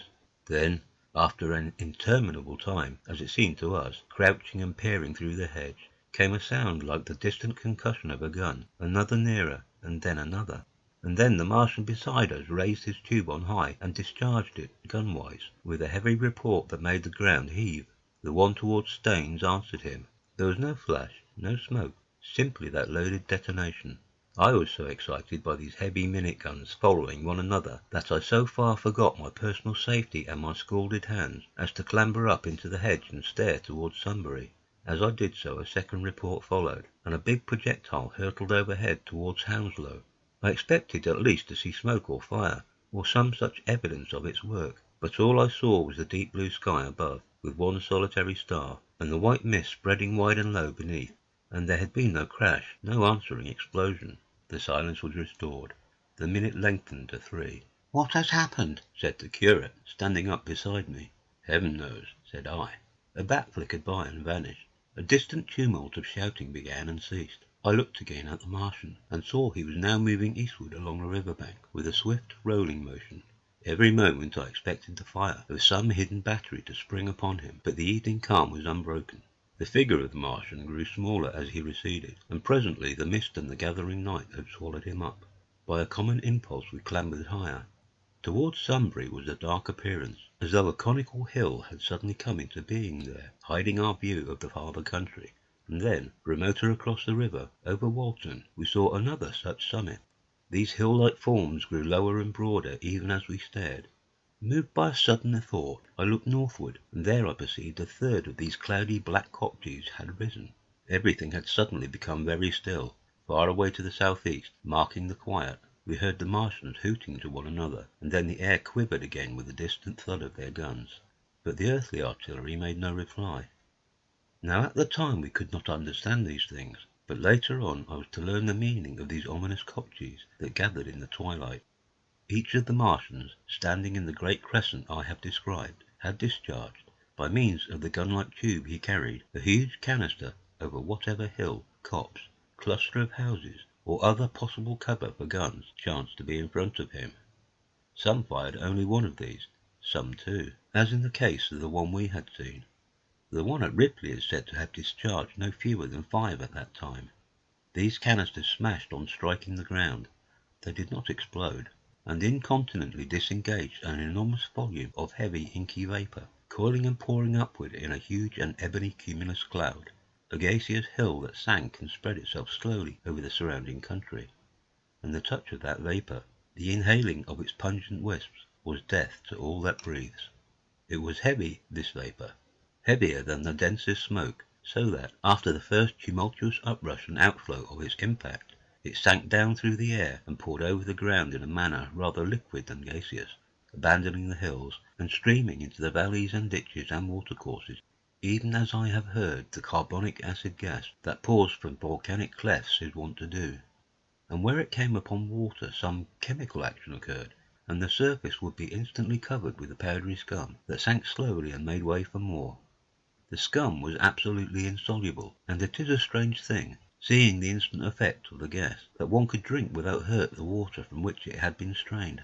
The vapour did not diffuse as a true gas would do. It hung together in banks, flowing sluggishly down the slope of the land and driving reluctantly before the wind. And very slowly it combined with the mist and moisture of the air, and sank to the earth in the form of dust. Save that an unknown element giving a group of 4 lines in the blue of the spectrum is concerned, we are still entirely ignorant of the nature of this substance. Once the tumultuous upheaval of its dispersion was over, the black smoke clung so closely to the ground, even before its precipitation, that 50 feet up in the air, on the roofs and upper stories of high houses and on great trees, there was a chance of escaping its poison altogether, as was proved even that night at Street Cobham and Ditton. The man who escaped at the former place tells a wonderful story of the strangeness of its coiling flow, and how he looked down from the church spire and saw the houses of the village rising like ghosts out of its inky nothingness. For a day and a half he remained there, weary, starving and sun-scorched, the earth under the blue sky and against the prospect of the distant hills a velvet black expanse, with red roofs, green trees, and later black-veiled shrubs and gates, barns, outhouses, and walls, rising here and there into the sunlight. But that was at Street Cobham, where the black vapour was allowed to remain until it sank of its own accord into the ground. As a rule, the Martians, when it had served its purpose, cleared the air of it again by wading into it and directing a jet of steam upon it. This they did with the vapour banks near us, as we saw in the starlight from the window of a deserted house in Upper Halliford, whither we had returned. From there we could see the searchlights on Richmond Hill and Kingston Hill going to and fro, and about 11 the windows rattled, and we heard the sound of the huge siege guns that had been put in position there. These continued intermittently for the space of a quarter of an hour, sending chance shots at the invisible Martians at Hampton and Ditton, and then the pale beams of the electric light vanished and were replaced by a bright red glow. Then the 4th cylinder fell, a brilliant green meteor, as I learned afterwards, in Bushy Park. Before the guns on the Richmond and Kingston lines of hill began, there was a fitful cannonade far away in the south-west, due, I believe, to guns being fired haphazard before the black vapour could overwhelm the gunners. So, setting about it as methodically as men might smoke out a wasp's nest, the Martians spread this strange stifling vapour over the Londonward country. The horns of the crescent slowly moved apart, until at last they formed a line from Hanwell to Combe and Malden. All night through their destructive tubes advanced. Never once, after the Martian at Sir George's Hill was brought down, did they give the artillery the ghost of a chance against them. Wherever there was a possibility of guns being laid for them unseen, a fresh canister of the black vapour was discharged, and where the guns were openly displayed, the heat ray was brought to bear. By midnight the blazing trees along the slopes of Richmond Park and the glare of Kingston Hill threw their light upon a network of black smoke, blotting out the whole valley of the Thames and extending as far as the eye could reach. And through this 2 Martians slowly waded, and turned their hissing steam jets this way and that. They were sparing of the heat ray that night, either because they had but a limited supply of material for its production, or because they did not wish to destroy the country, but only to crush and overawe the opposition they had aroused. In the latter aim they certainly succeeded. Sunday night was the end of the organised opposition to their movements. After that, no body of men would stand against them, so hopeless was the enterprise. Even the crews of the torpedo boats and destroyers that had brought their quick firers up the Thames refused to stop, mutinied, and went down again. The only offensive operation men ventured upon after that night was the preparation of mines and pitfalls, and even in that their energies were frantic and spasmodic. One has to imagine, as well as one may, the fate of those batteries towards Esher, waiting so tensely in the twilight. Survivors there were none. One may picture the orderly expectation, the officers alert and watchful, the gunners ready, the ammunition piled to hand, the limber gunners with their horses and wagons, the groups of civilian spectators standing as near as they were permitted, the evening stillness, the ambulances and hospital tents with the burned and wounded from Weybridge, then the dull resonance of the shots the Martians fired, and the clumsy projectile whirling over the trees and houses and smashing amid the neighbouring fields. One may picture, too, the sudden shifting of the attention, the swiftly spreading coils and bellyings of that blackness advancing headlong, towering heavenward, turning the twilight into a palpable darkness, a strange and horrible antagonist of vapour striding upon its victims. Men and horses near it seen dimly, running, shrieking, falling headlong, shouts of dismay, the guns suddenly abandoned, men choking and writhing on the ground, and the swift broadening out of the opaque cone of smoke, and then night and extinction, nothing but a silent mass of impenetrable vapour hiding its dead. Before dawn the black vapour was pouring through the streets of Richmond, and the disintegrating organism of government was, with a last expiring effort, rousing the population of London to the necessity of flight. Chapter 16. The Exodus from London. So you understand the roaring wave of fear that swept through the greatest city in the world, just as Monday was dawning. The stream of flight rising swiftly to a torrent, lashing in a foaming tumult around the railway stations, banked up into a horrible struggle about the shipping in the Thames, and hurrying by every available channel northward and eastward. By 10 o'clock the police organisation, and by midday even the railway organisations, were losing coherency, losing shape and efficiency, guttering, softening, running at last in that swift liquefaction of the social body. All the railway lines north of the Thames and the south-eastern people at Cannon Street had been warned by midnight on Sunday, and trains were being filled. People were fighting savagely for standing room in the carriages even at 2 o'clock. By 3, people were being trampled and crushed even in Bishopsgate Street, a couple of 100 yards or more from Liverpool Street Station. Revolvers were fired, people stabbed, and the policemen who had been sent to direct the traffic, exhausted and infuriated, were breaking the heads of the people they were called out to protect. And as the day advanced, and the engine drivers and stokers refused to return to London, the pressure of the flight drove the people in an ever-thickening multitude away from the stations and along the northward running roads. By midday a Martian had been seen at Barnes, and a cloud of slowly sinking black vapour drove along the Thames and across the flats of Lambeth, cutting off all escape over the bridges in its sluggish advance. Another bank drove over Ealing and surrounded a little island of survivors on Castle Hill, alive but unable to escape.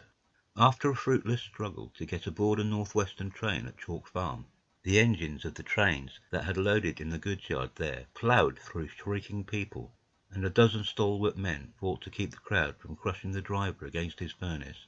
My brother emerged upon the Chalk Farm road, dodged across through a hurrying swarm of vehicles, and had the luck to be foremost in the sack of a cycle shop.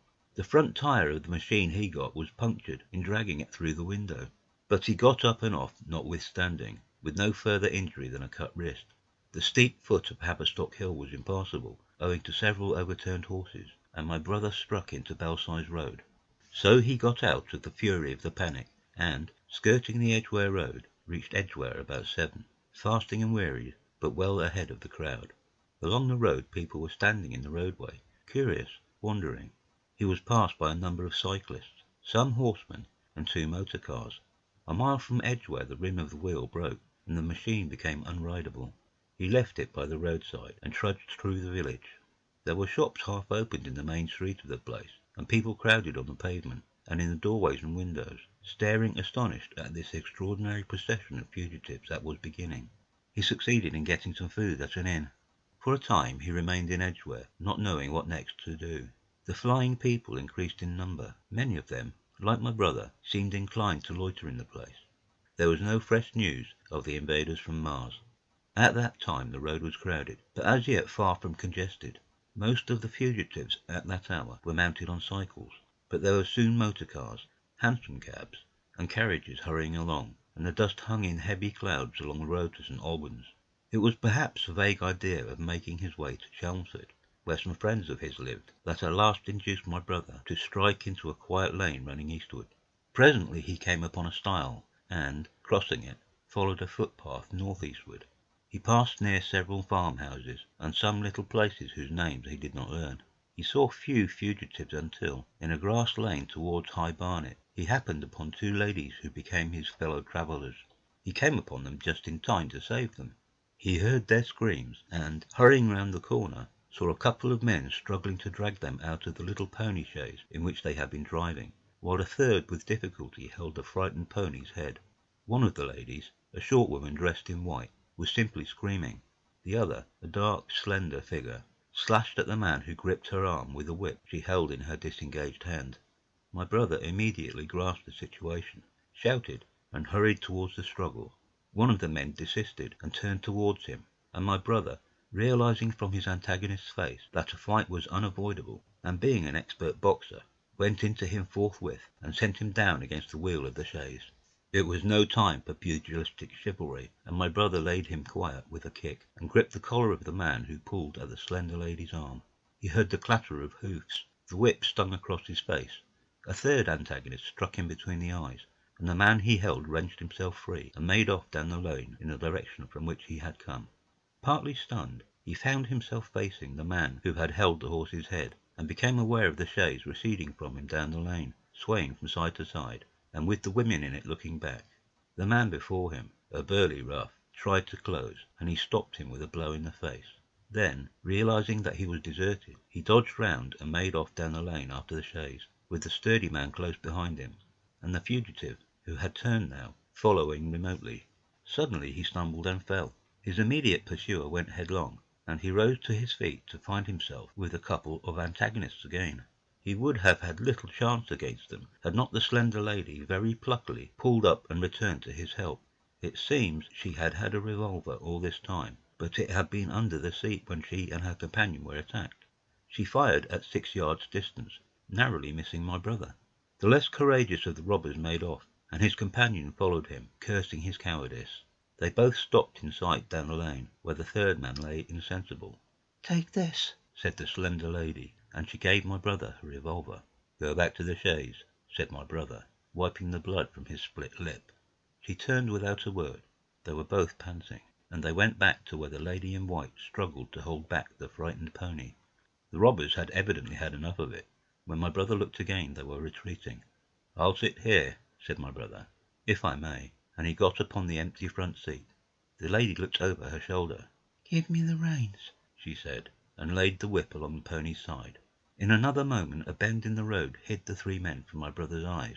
So, quite unexpectedly, my brother found himself, panting, with a cut mouth, a bruised jaw, and blood-stained knuckles, driving along an unknown lane with these 2 women. He learned they were the wife and the younger sister of a surgeon living at Stanmore, who had come in the small hours from a dangerous case at Pinner, and heard at some railway station on his way of the Martian advance. He had hurried home, roused the women, their servant had left them 2 days before, packed some provisions, put his revolver under the seat, luckily for my brother, and told them to drive on to Edgware, with the idea of getting a train there. He stopped behind to tell the neighbours. He would overtake them, he said, at about 4:30 in the morning, and now it was nearly 9, and they had seen nothing of him. They could not stop in Edgware because of the growing traffic through the place, and so they had come into this side lane. That was the story they told my brother in fragments when presently they stopped again, nearer to New Barnet. He promised to stay with them, at least until they could determine what to do, or until the missing man arrived, and professed to be an expert shot with the revolver, a weapon strange to him, in order to give them confidence. They made a sort of encampment by the wayside, and the pony became happy in the hedge. He told them of his own escape out of London, and all that he knew of these Martians and their ways.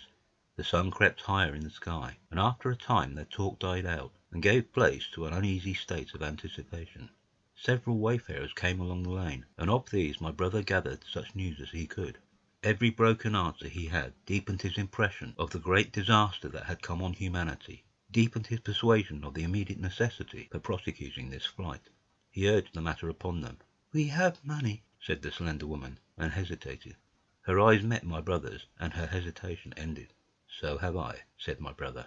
She explained that they had as much as £30 in gold, besides a £5 note, and suggested that with that they might get upon a train at St. Albans or New Barnet. My brother thought that was hopeless, seeing the fury of the Londoners to crowd upon the trains, and broached his own idea of striking across Essex towards Harwich, and thence escaping from the country altogether. Mrs. Elphinstone, that was the name of the woman in white, would listen to no reasoning, and kept calling upon George, but her sister-in-law was astonishingly quiet and deliberate, and at last agreed to my brother's suggestion. So, designing to cross the Great North Road, they went on towards Barnet. my brother leading the pony to save it as much as possible. As the sun crept up in the sky, the day became excessively hot, and underfoot a thick whitish sand grew burning and blinding, so that they travelled only very slowly. The hedges were grey with dust, and as they advanced towards Barnet, a tumultuous murmuring grew stronger. They began to meet more people. For the most part these were staring before them, murmuring indistinct questions, jaded, haggard, unclean. One man in evening dress passed them on foot, his eyes on the ground. They heard his voice, and, looking back at him, saw one hand clutched in his hair and the other beating invisible things. His paroxysm of rage over, he went on his way without once looking back. As my brother's party went on towards the crossroads to the south of Barnet, they saw a woman approaching the road across some fields on their left, carrying a child and with 2 other children, and then passed a man in dirty black, with a thick stick in one hand and a small portmanteau in the other. Then round the corner of the lane, from between the villas that guarded it at its confluence with the high road, came a little cart drawn by a sweating black pony, and driven by a sallow youth in a bowler hat, grey with dust. There were 3 girls, East End factory girls, and a couple of little children crowded in the cart.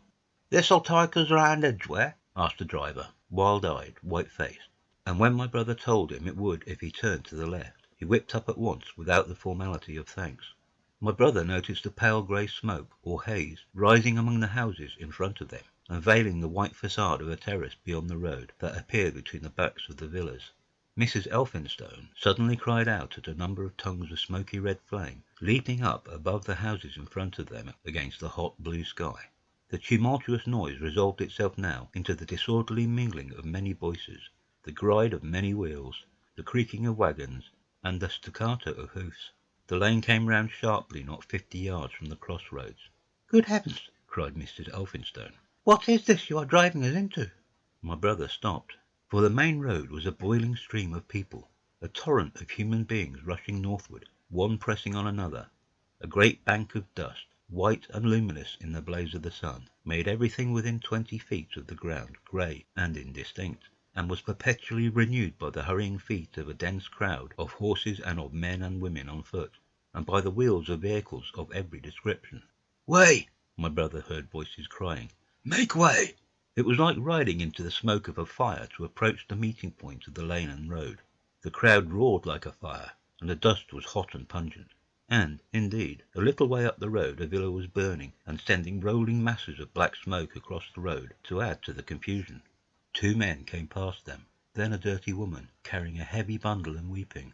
A lost retriever dog, with a hanging tongue, circled dubiously round them, scared and wretched, and fled at my brother's threat. So much as they could see of the road Londonward between the houses to the right was a tumultuous stream of dirty, hurrying people, pent in between the villas on either side. The black heads, the crowded forms, grew into distinctness as they rushed towards the corner, hurried past, and merged their individuality again in a receding multitude that was swallowed up at last in a cloud of dust. "Go on! Go on!" cried the voices. "Way! Way!" One man's hands pressed on the back of another. My brother stood at the pony's head, irresistibly attracted. He advanced slowly, pace by pace, down the lane. Edgware had been a scene of confusion, Chalk Farm a riotous tumult, but this was a whole population in movement. It is hard to imagine that host. It had no character of its own. The figures poured out past the corner, and receded with their backs to the group in the lane. Along the margin came those who were on foot, threatened by the wheels, stumbling in the ditches, blundering into one another. The carts and carriages crowded close upon one another, making little way for those swifter or more impatient vehicles that darted forward every now and then when an opportunity showed itself of doing so, sending the people scattering against the fences and gates of the villas. "Push on!" was the cry. "Push on! They are coming!" In one cart stood a blind man in the uniform of the Salvation Army, gesticulating with his crooked fingers and bawling, "Eternity! Eternity!" His voice was hoarse and very loud, so that my brother could hear him long after he was lost to sight in the dust. Some of the people who crowded in the carts whipped stupidly at their horses and quarrelled with other drivers. Some sat motionless, staring at nothing with miserable eyes. Some gnawed their hands with thirst, or lay prostrate in the bottoms of their conveyances. The horses' bits were covered with foam, their eyes bloodshot. There were cabs, carriages, shop carts, waggons beyond counting, a mail cart, a road cleaner's cart marked Vestry of St. Pancras, a huge timber waggon crowded with roughs, A brewer's dray rumbled by with its two near wheels splashed with fresh blood. "Clear the way!" cried the voices. "Clear the way! Eternity! Eternity!" came echoing down the road. There were sad, haggard women tramping by, well dressed, with children that cried and stumbled, their dainty clothes smothered in dust, their weary faces smeared with tears. With many of these came men, sometimes helpful, sometimes lowering and savage. Fighting side by side with them pushed some weary street outcast in faded black rags, wide-eyed, loud-voiced, and foul-mouthed. There were sturdy workmen thrusting their way along, wretched, unkempt men, clothed like clerks or shopmen, struggling spasmodically. A wounded soldier my brother noticed, men dressed in the clothes of railway porters, one wretched creature in a nightshirt with a coat thrown over it. But varied as its composition was, certain things all that host had in common. There were fear and pain on their faces, and fear behind them. A tumult up the road, a quarrel for a place in a wagon, sent the whole host of them quickening their pace. Even a man so scared and broken that his knees bent under him was galvanized for a moment into renewed activity. The heat and dust had already been at work upon this multitude. Their skins were dry, their lips black and cracked. They were all thirsty, weary, and footsore, and amid the various cries one heard disputes, reproaches, groans of weariness and fatigue. The voices of most of them were hoarse and weak. Through it all ran a refrain. "Way! Way! The Martians are coming!" Few stopped and came aside from that flood. The lane opened slantingly into the main road with a narrow opening, and had a delusive appearance of coming from the direction of London. Yet a kind of eddy of people drove into its mouth. Weaklings elbowed out of the stream, who for the most part rested but a moment before plunging into it again. A little way down the lane, with two friends bending over him, lay a man with a bare leg, wrapped about with bloody rags. He was a lucky man to have friends. A little old man, with a grey military moustache and a filthy black frock coat, limped out and sat down beside the trap, removed his boot, his sock was blood-stained, shook out a pebble, and hobbled on again. And then a little girl of 8 or 9, all alone, threw herself under the hedge close by my brother, weeping. "I can't go on! I can't go on!" My brother woke from his torpor of astonishment and lifted her up, speaking gently to her, and carried her to Miss Elphinstone. So soon as my brother touched her, she became quite still, as if frightened. "Ellen! Shrieked a woman in the crowd, with tears in her voice, Ellen! and the child suddenly darted away from my brother, crying, Mother!" "They are coming," said a man on horseback, riding past along the lane. "Out of the way there!" bawled a coachman, towering high. My brother saw a closed carriage turning into the lane. The people crushed back on one another to avoid the horse. My brother pushed the pony and chaise back into the hedge, and the man drove by and stopped at the turn of the way. It was a carriage with a pole for a pair of horses, but only one was in the traces. My brother saw dimly through the dust that 2 men lifted out something on a white stretcher and put it gently on the grass beneath the privet hedge. One of the men came running to my brother. "Where is there any water?" he said. "He is dying fast and very thirsty. It is Lord Garrick." "Lord Garrick?" said my brother. "The Chief Justice?" "The water?" he said. "There may be a tap," said my brother, "in some of the houses. We have no water. I dare not leave my people."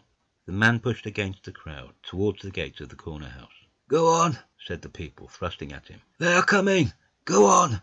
Then my brother's attention was distracted by a bearded, eagle-faced man lugging a small handbag, which split even as my brother's eyes rested on it, and disgorged a mass of sovereigns that seemed to break up into separate coins as it struck the ground. They rolled hither and thither among the struggling feet of men and horses.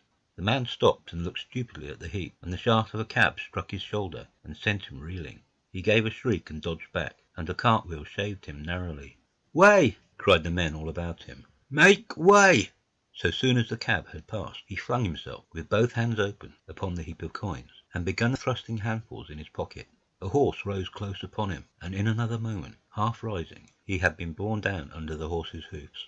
"Stop!" screamed my brother, and pushing a woman out of his way, tried to clutch the bit of the horse. Before he could get to it, he heard a scream from under the wheels, and saw through the dust the rim passing over the poor wretch's back. The driver of the cart slashed his whip at my brother, who ran round behind the cart. The multitudinous shouting confused his ears. The man was writhing in the dust among his scattered money, unable to rise, for the wheel had broken his back, and his lower limbs lay limp and dead. My brother stood up and yelled at the next driver, and a man on a black horse came to his assistance. "Get him out of the road," said he, and, clutching the man's collar with his free hand, my brother lugged him sideways. But he still clutched after his money, and regarded my brother fiercely, hammering at his arm with a handful of gold. Go on! Go on! Shouted angry voices behind. Way! Way! There was a smash as the pole of a carriage crashed into the cart that the man on horseback stopped. My brother looked up, and the man with the gold twisted his head round and bit the wrist that held his collar. There was a concussion, and the black horse came staggering sideways, and the cart horse pushed beside it. A hoof missed my brother's foot by a hair's breadth. He released his grip on the fallen man and jumped back. He saw anger change to terror on the face of the poor wretch on the ground, and in a moment he was hidden, and my brother was borne backward and carried past the entrance of the lane, and had to fight hard in the torrent to recover it. He saw Miss Elphinstone covering her eyes, and a little child, with all a child's want of sympathetic imagination, staring with dilated eyes at a dusty something that lay black and still, ground and crushed under the rolling wheels.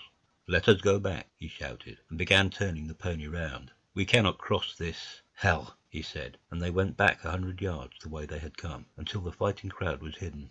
As they passed the bend in the lane, my brother saw the face of the dying man in the ditch under the privet, deadly white and drawn, and shining with perspiration. The two women sat silent, crouching in their seat and shivering. Then beyond the bend my brother stopped again. Miss Elphinstone was white and pale, and her sister-in-law sat weeping, too wretched even to call upon George. My brother was horrified and perplexed. So soon as they had retreated, he realized how urgent and unavoidable it was to attempt this crossing. He turned to Miss Elphinstone, suddenly resolute. "We must go that way," he said, and led the pony round again. For the second time that day this girl proved her quality. To force their way into the torrent of people, my brother plunged into the traffic and held back a cab horse, while she drove the pony across its head.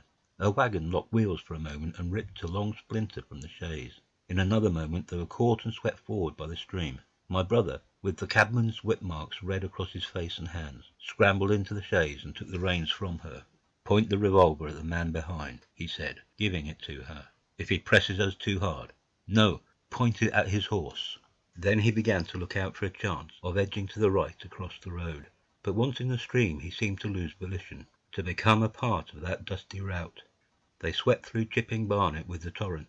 They were nearly a mile beyond the centre of the town before they had fought across to the opposite side of the way. It was din and confusion indescribable, but in and beyond the town the road forked repeatedly, and this to some extent relieved the stress. They struck eastward through Hadley, and there on either side of the road, and at another place farther on, they came upon a great multitude of people drinking at the stream, some fighting to come at the water. And farther on, from a lull near East Barnet, they saw two trains running slowly one after the other without signal or order, trains swarming with people, with men even among the coals behind the engines, going northward along the Great Northern Railway. My brother supposes they must have filled outside London, for at that time the furious terror of the people had rendered the central termini impossible. Near this place they halted for the rest of the afternoon, for the violence of the day had already utterly exhausted all three of them. They began to suffer the beginnings of hunger. The night was cold, and none of them dared to sleep, and in the evening many people came hurrying along the road nearby their stopping place, fleeing from unknown dangers before them, and going in the direction for which my brother had come. Chapter 17. The Thunder Child. Had the Martians aimed only at destruction, they might on Monday have annihilated the entire population of London, as it spread itself slowly through the home counties, not only along the road through Barnet, but also through Edgware and Waltham Abbey, and along the roads eastward to Southend and Shoebury-Ness, and south of the Thames to Deal and Broadstairs, poured the same frantic rout. If one could have hung that June morning in a balloon, in the blazing blue above London, every northward and eastward road running out of the tangled maze of streets would have seemed stippled black with the streaming fugitives, each dot a human agony of terror and physical distress. I have set forth at length in the last chapter my brother's account of the road through Chipping Barnet, in order that my readers may realize how that swarming of black dots appeared to one of those concerned. Never before in the history of the world had such a mass of human beings moved and suffered together. The legendary hosts of Goths and Huns, the hugest armies Asia has ever seen, would have been but a drop in that current. And this was no disciplined march. It was a stampede. A stampede gigantic and terrible, without order and without a goal. 6 million people, unarmed and unprovisioned, driving headlong. It was the beginning of the rout of civilization, of the massacre of mankind. Directly below him the balloonist would have seen the network of streets far and wide, houses, churches, squares, crescents, gardens, already derelict, spread out like a huge map, and in the southward blotted. Over Ealing, Richmond, Wimbledon, it would have seemed as if some monstrous pen had flung ink upon the chart. Steadily, incessantly, each black splash grew and spread, shooting out ramifications this way and that, now banking itself against rising ground, now pouring swiftly over a crest into a new-found valley, exactly as a gout of ink would spread itself upon blotting paper. And beyond, over the blue hills that rise southward of the river, the glittering Martians went to and fro, calmly and methodically spreading their poison cloud over this patch of country and then over that, laying it again with their steam jets when it had served its purpose, and taking possession of the conquered country. They do not seem to have aimed at extermination so much as at complete demoralization and the destruction of any opposition. They exploded any stores of powder they came upon, cut every telegraph, and wrecked the railways here and there. They were hamstringing mankind. They seemed in no hurry to extend the field of their operations, and did not come beyond the central part of London all that day. It is possible that a very considerable number of people in London stuck to their houses through Monday morning. Certain it is that many died at home, suffocated by the black smoke. Until about midday the Pool of London was an astonishing scene. Steamboats and shipping of all sorts lay there, tempted by the enormous sums of money offered by the fugitives. And it is said that many who swam out to these vessels were thrust off with boat-hooks and drowned. About 1 o'clock in the afternoon the thinning remnant of a cloud of the black vapour appeared between the arches of Blackfriars Bridge. At that the Pool became a scene of mad confusion, fighting, and collision, and for some time a multitude of boats and barges jammed in the northern arch of the Tower Bridge, and the sailors and lightermen had to fight savagely against the people who swarmed upon them from the river-front. People were actually clambering down the piers of the bridge from above, when, an hour later, a Martian appeared beyond the clock tower and waded down the river. Nothing but wreckage floated above Limehouse. Of the falling of the 5th cylinder I have presently to tell. The 6th star fell at Wimbledon. My brother, keeping watch beside the women in a chaise in a meadow, saw the green flash of it far beyond the hills. On Tuesday the little party, still set upon getting across the sea, made its way through the swarming country towards Colchester. The news that the Martians were now in possession of the whole of London was confirmed. They had been seen at Highgate, and even, it was said, at Neasden, but they did not come into my brother's view until the morrow. That day the scattered multitudes began to realize the urgent need of provisions. As they grew hungry, the rights of property ceased to be regarded. Farmers were out to defend their cattle sheds, granaries, and ripening root crops with arms in their hands. A number of people now, like my brother, had their faces eastward, and there were some desperate souls even going back towards London to get food. These were chiefly people from the northern suburbs, whose knowledge of the black smoke came by hearsay. He heard that about half the members of the government had gathered at Birmingham, and that enormous quantities of high explosives were being prepared to be used in automatic mines across the Midland counties. He was also told that the Midland Railway Company had replaced the desertions of the first day's panic, had resumed traffic, and was running northward trains from St Albans to relieve the congestion of the home counties.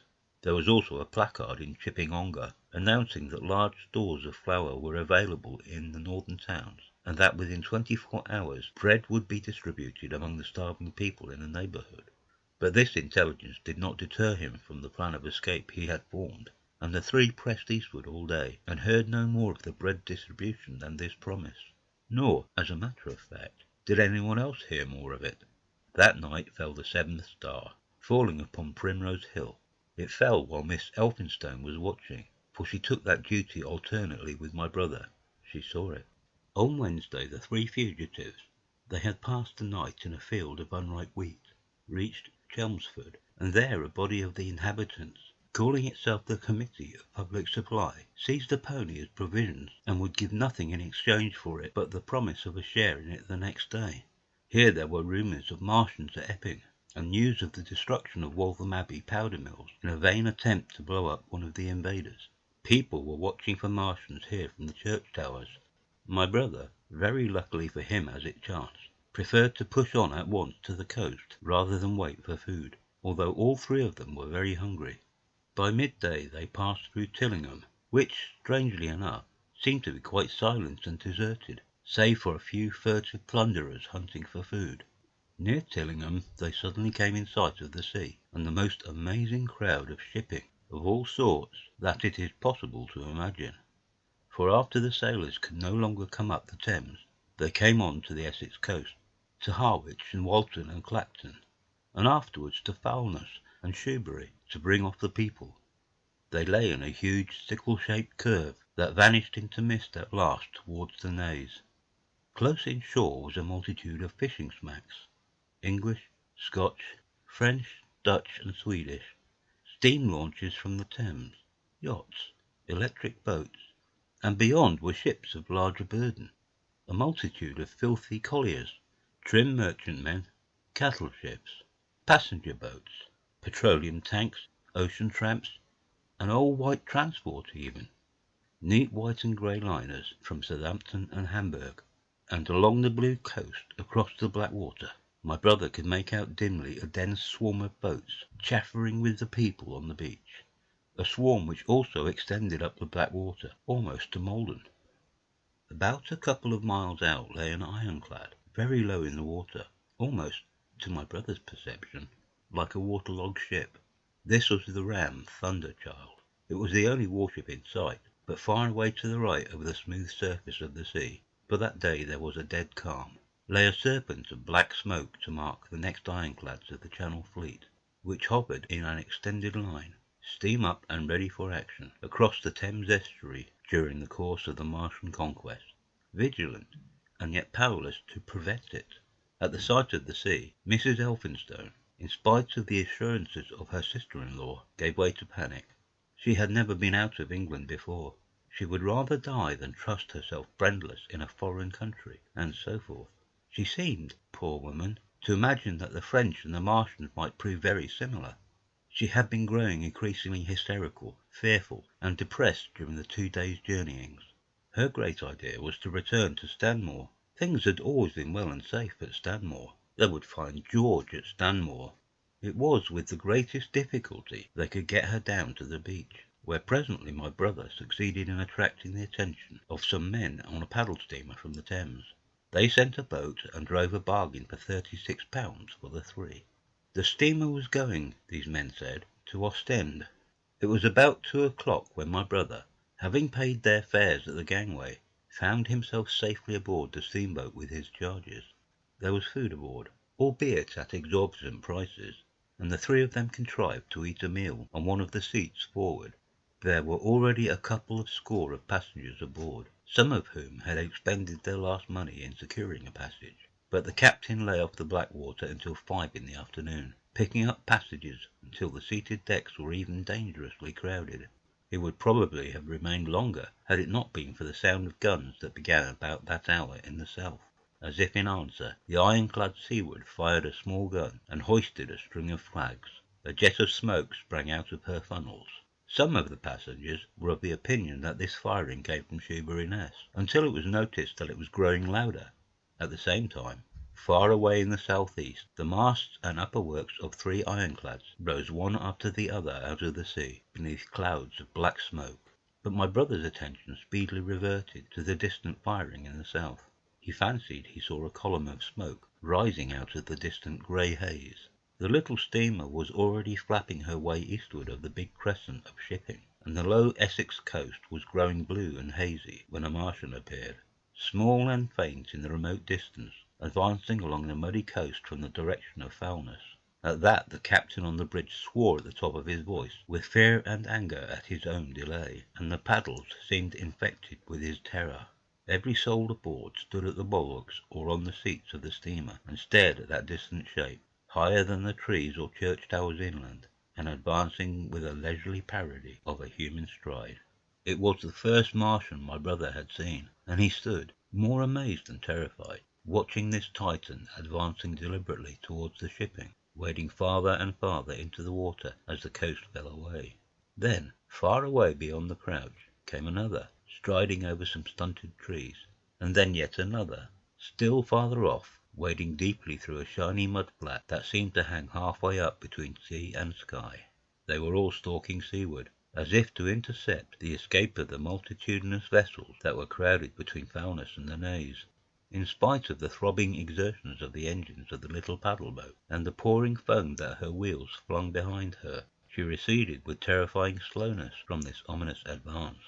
Glancing northwestward, my brother saw the large crescent of shipping already writhing with the approaching terror, one ship passing behind another, another coming round from broadside to end on, steamships whistling and giving off volumes of steam, sails being let out, launches rushing hither and thither.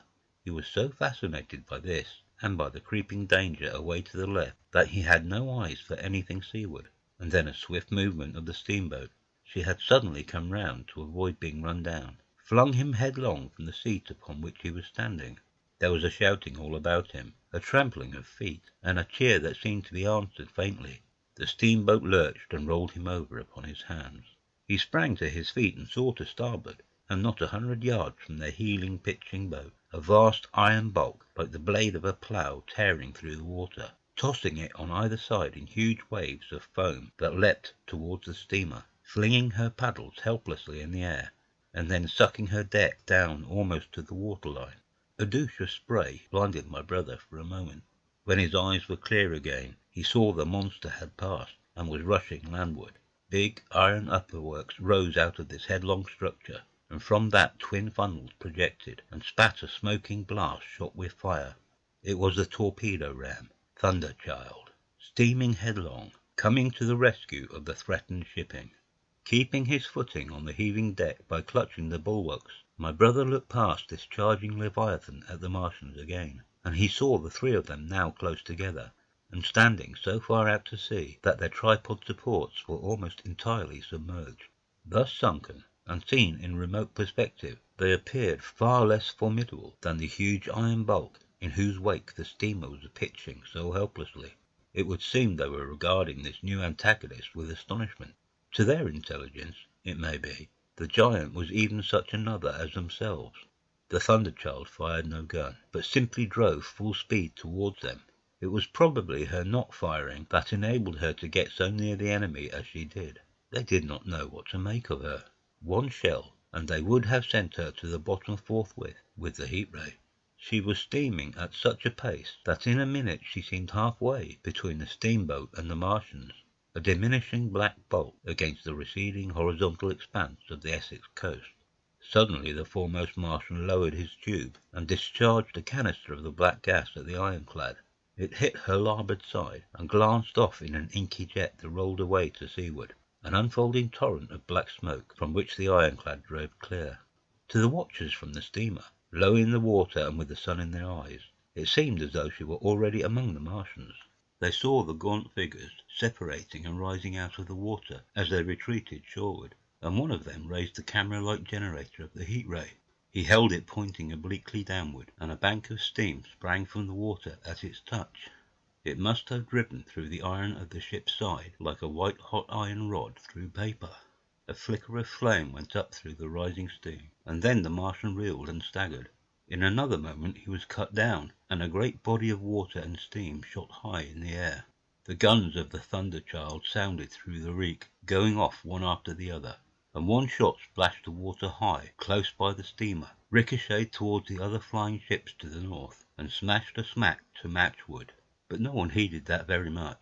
At the sight of the Martian's collapse, the captain on the bridge yelled inarticulately, and all the crowding passengers on the steamer's stern shouted together.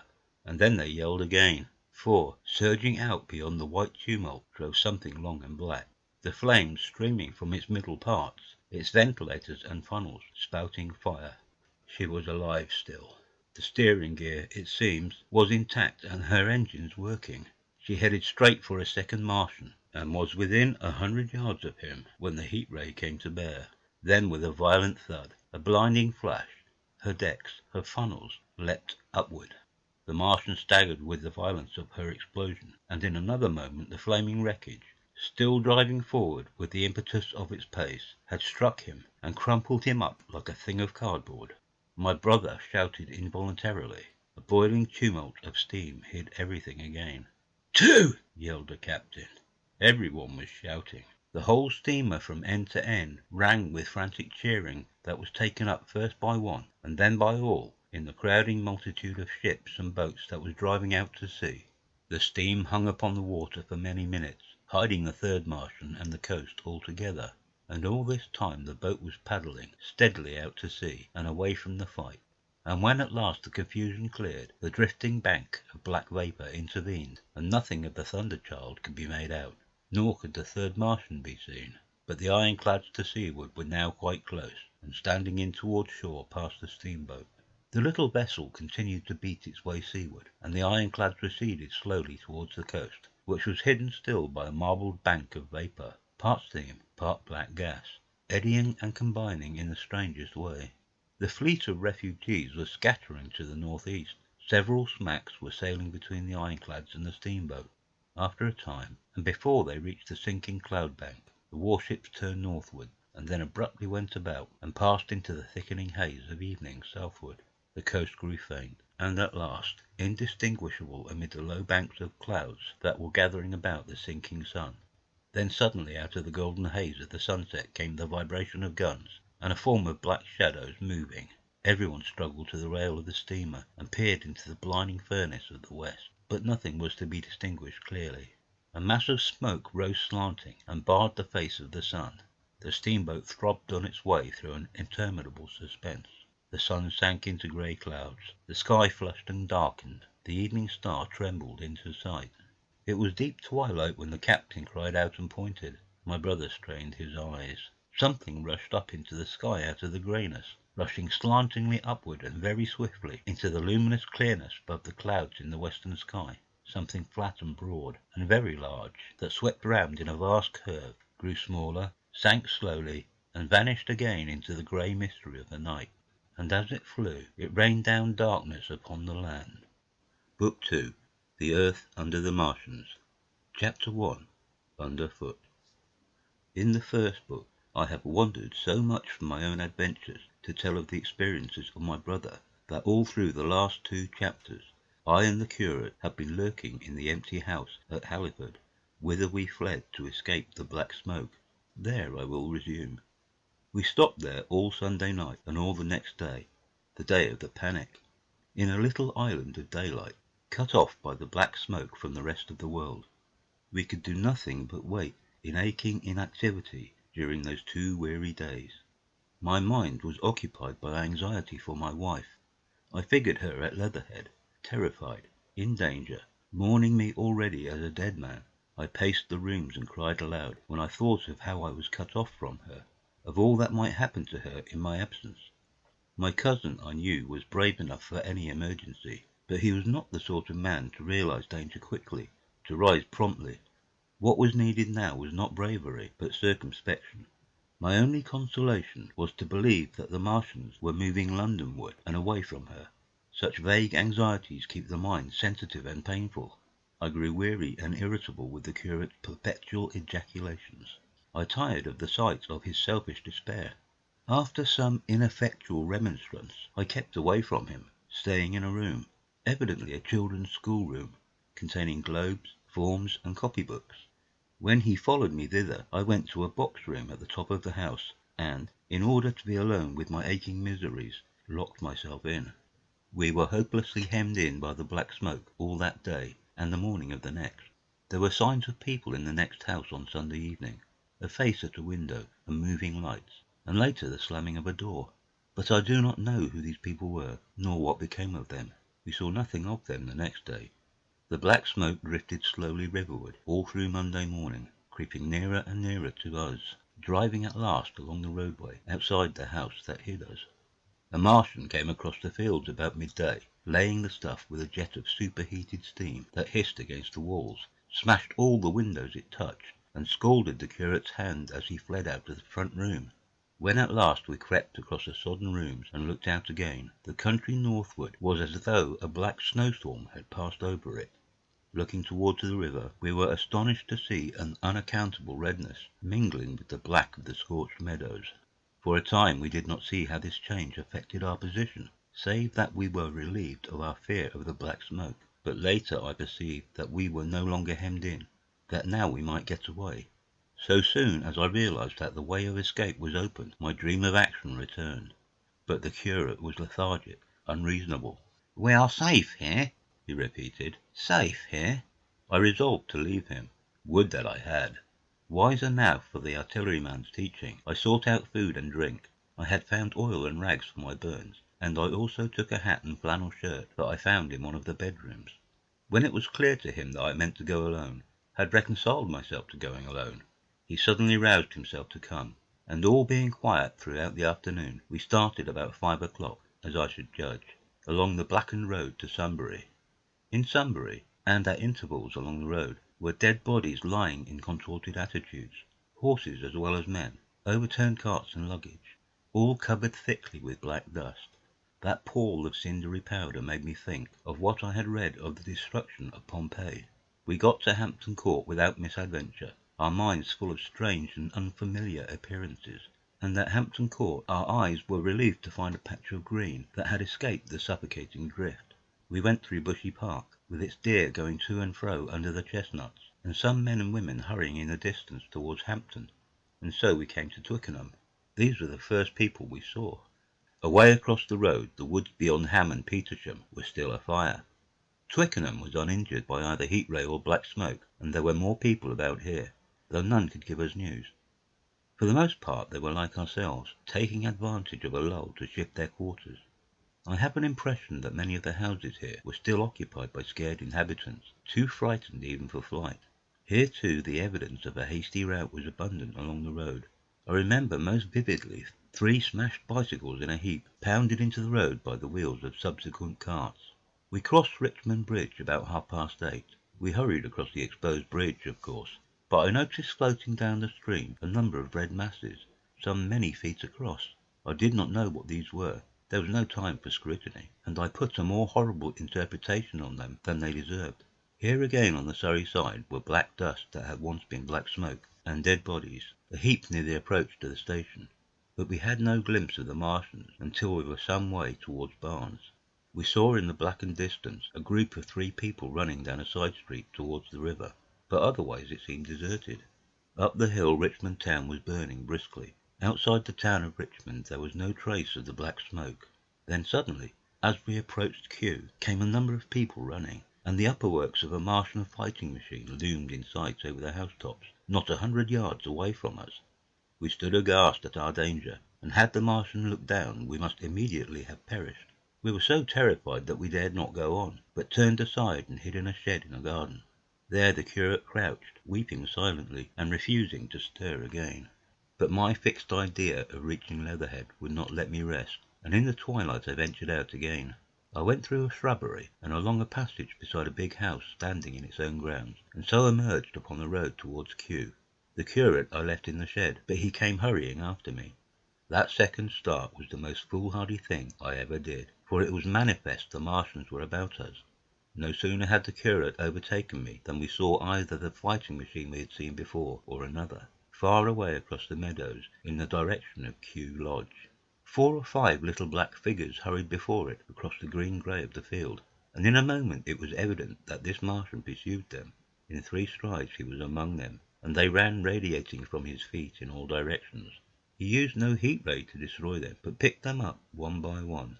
Apparently he tossed them into the great metallic cylinder which projected behind him, much as a workman's basket hangs over his shoulder. It was the first time I realized that the Martians might have any other purpose than destruction with defeated humanity. We stood for a moment petrified, then turned and fled through a gate behind us into a walled garden, fell into, rather than found, a fortunate ditch, and lay there, scarce daring to whisper to each other until the stars were out. I suppose it was nearly 11 o'clock before we gathered courage to start again, no longer venturing into the road, but sneaking along hedgerows and through plantations, and watching keenly through the darkness he on the right and I on the left, for the Martians, who seemed to be all about us. In one place we blundered upon a scorched and blackened area, now cooling and ashen, and a number of scattered dead bodies of men, burned horribly about the heads and trunks, but with their legs and boots mostly intact, and of dead horses, 50 feet, perhaps, behind the line of 4 ripped guns and smashed gun carriages. Sheen, it seemed, had escaped destruction, but the place was silent and deserted. Here we happened on no dead, though the night was too dark for us to see into the side roads of the place.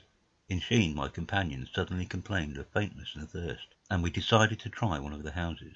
The first house we entered, after a little difficulty with the window, was a small semi-detached villa, and I found nothing eatable left in the place but some mouldy cheese. There was, however, water to drink, and I took a hatchet, which promised to be useful in our next housebreaking. We then crossed to a place where the road turns towards Mortlake. Here there stood a white house within a walled garden, and in the pantry of this domicile we found a store of food. 2 loaves of bread in a pan, an uncooked steak, and half a ham. I give this catalogue so precisely because, as it happened, we were destined to subsist upon this store for the next fortnight. Bottled beer stood under a shelf, and there were 2 bags of haricot beans and some limp lettuces. This pantry opened into a kind of wash-up kitchen, and in this was firewood. There was also a cupboard, in which we found nearly a dozen of burgundy, tinned soups and salmon, and 2 tins of biscuits. We sat in the adjacent kitchen in the dark, for we dared not strike a light, and ate bread and ham, and drank beer out of the same bottle. The curate, who was still timorous and restless, was now, oddly enough, for pushing on, and I was urging him to keep up his strength by eating, when the thing happened that was to imprison us. "It can't be midnight yet," I said, and then came a blinding glare of vivid green light. Everything in the kitchen leapt out, clearly visible in green and black, and vanished again. And then followed such a concussion as I have never heard before or since. So close on the heels of this as to seem instantaneous came a thud behind me, a clash of glass, a crash and rattle of falling masonry all about us, and the plaster of the ceiling came down upon us, smashing into a multitude of fragments upon our heads. I was knocked headlong across the floor against the oven handle and stunned. I was insensible for a long time, the curate told me, and when I came to we were in darkness again, and he, with a face wet, as I found afterwards, with blood from a cut forehead, was dabbing water over me. For a time I could not recollect what had happened. Then things came to me slowly. A bruise on my temple asserted itself. "Are you better?" asked the curate in a whisper. At last I answered him. I sat up. "Don't move," he said. "The floor is covered with smashed crockery from the dresser. You can't possibly move without making a noise, and I fancy they are outside." We both sat quite silent, so that we could scarcely hear each other breathing. Everything seemed deadly still, but once something near us, some plaster or broken brickwork, slid down with a rumbling sound. Outside and very near was an intermittent metallic rattle. "That," said the curate, when presently it happened again. "Yes," I said, "but what is it?" "A Martian," said the curate. I listened again. "It was not like the heat ray," I said, and for a time I was inclined to think one of the great fighting machines had stumbled against the house, as I had seen one stumble against the tower of Shepperton Church. Our situation was so strange and incomprehensible that for 3 or 4 hours, until the dawn came, we scarcely moved, and then the light filled it in, not through the window, which remained black, but through a triangular aperture between a beam and a heap of broken bricks in the wall behind us. The interior of the kitchen we now saw greyly for the first time. The window had been burst in by a mass of garden mould, which flowed over the table upon which we had been sitting, and lay about our feet. Outside, the soil was banked high against the house. At the top of the window frame we could see an uprooted drain pipe. The floor was littered with smashed hardware. The end of the kitchen towards the house was broken into, and since the daylight shone in there, it was evident the greater part of the house had collapsed. Contrasting vividly with this ruin was a neat dresser, stained in the fashion, pale green, and with a number of copper and tin vessels below it, the wallpaper imitating blue and white tiles, and a couple of coloured supplements fluttering from the walls above the kitchen range. As the dawn grew clearer, we saw through the gap in the wall the body of a Martian, standing sentinel, I suppose, over the still glowing cylinder. At the sight of that we crawled as circumspectly as possible out of the twilight of the kitchen into the darkness of the scullery. Abruptly the right interpretation dawned upon my mind. "The 5th cylinder," I whispered. "The fifth shot from Mars has struck this house and buried us under the ruins." For a time the curate was silent, and then he whispered, "God have mercy upon us." I heard him presently whimpering to himself. Save for that sound, we lay quite still in the scullery. I, for my part, scarce dared breathe, and sat with my eyes fixed on the faint light of the kitchen door.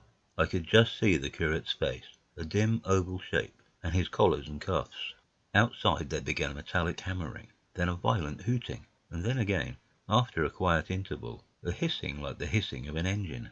These noises, for the most part problematical, continued intermittently, and seemed if anything to increase in number as time wore on. Presently a measured thudding and a vibration that made everything about us quiver, and the vessels in the pantry ring and shift, began and continued. Once the light was eclipsed, and the ghostly kitchen doorway became absolutely dark. For many hours we must have crouched there, silent and shivering, until our tired attention failed. At last I found myself awake and very hungry. I am inclined to believe we must have spent the greater portion of a day before that awakening. My hunger was at a stride so insistent that it moved me to action. I told the curate I was going to seek food, and felt my way towards the pantry. He made me no answer, but so soon as I began eating, the faint noise I made stirred him up, and I heard him crawling after me. Chapter 2. What we saw from the ruined house. After eating, we crept back to the scullery, and there I must have dozed again, for when presently I looked round, I was alone. The thudding vibration continued with wearisome persistence. I whispered for the curate several times, and at last felt my way to the door of the kitchen. It was still daylight, and I perceived him across the room, lying against a triangular hole that looked out upon the Martians. His shoulders were hunched, so that his head was hidden from me. I could hear a number of noises, almost like those in an engine shed, and the place rocked with that beating thud. Through the aperture in the wall I could see the top of a tree touched with gold, and the warm blue of a tranquil evening sky. For a minute or so I remained watching the curate, and then I advanced, crouching and stepping with extreme care amid the broken crockery that littered the floor. I touched the curate's leg, and he started so violently that a mass of plaster went sliding down outside and fell with a loud impact. I gripped his arm, fearing that he might cry out, and for a long time we crouched motionless. Then I turned to see how much of our rampart remained.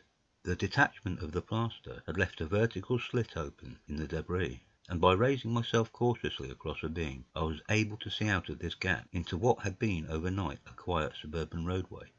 Vast, indeed, was the change that we beheld. The fifth cylinder must have fallen right into the midst of the house we had first visited. The building had vanished, completely smashed, pulverized, and dispersed by the blow. The cylinder lay now far beneath the original foundations, deep in a hole already vastly larger than the pit I had looked into at Woking. The earth all round it had splashed under that tremendous impact.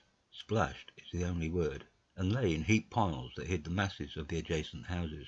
It had behaved exactly like mud under the violent blow of a hammer. Our house had collapsed backward. The front portion, even on the ground floor, had been destroyed completely. By a chance the kitchen and scullery had escaped, and stood buried now under soil and ruins, closed in by tons of earth on every side, save towards the cylinder. Over that aspect we hung now on the very edge of the great circular pit the Martians were engaged in making. The heavy beating sound was evidently just behind us, and ever and again a bright green vapour drove up like a veil across our peephole.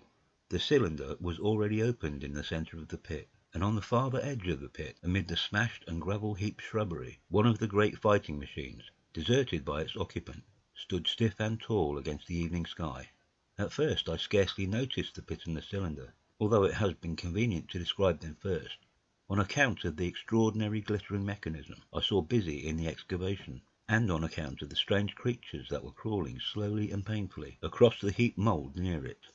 The mechanism it certainly was that held my attention first.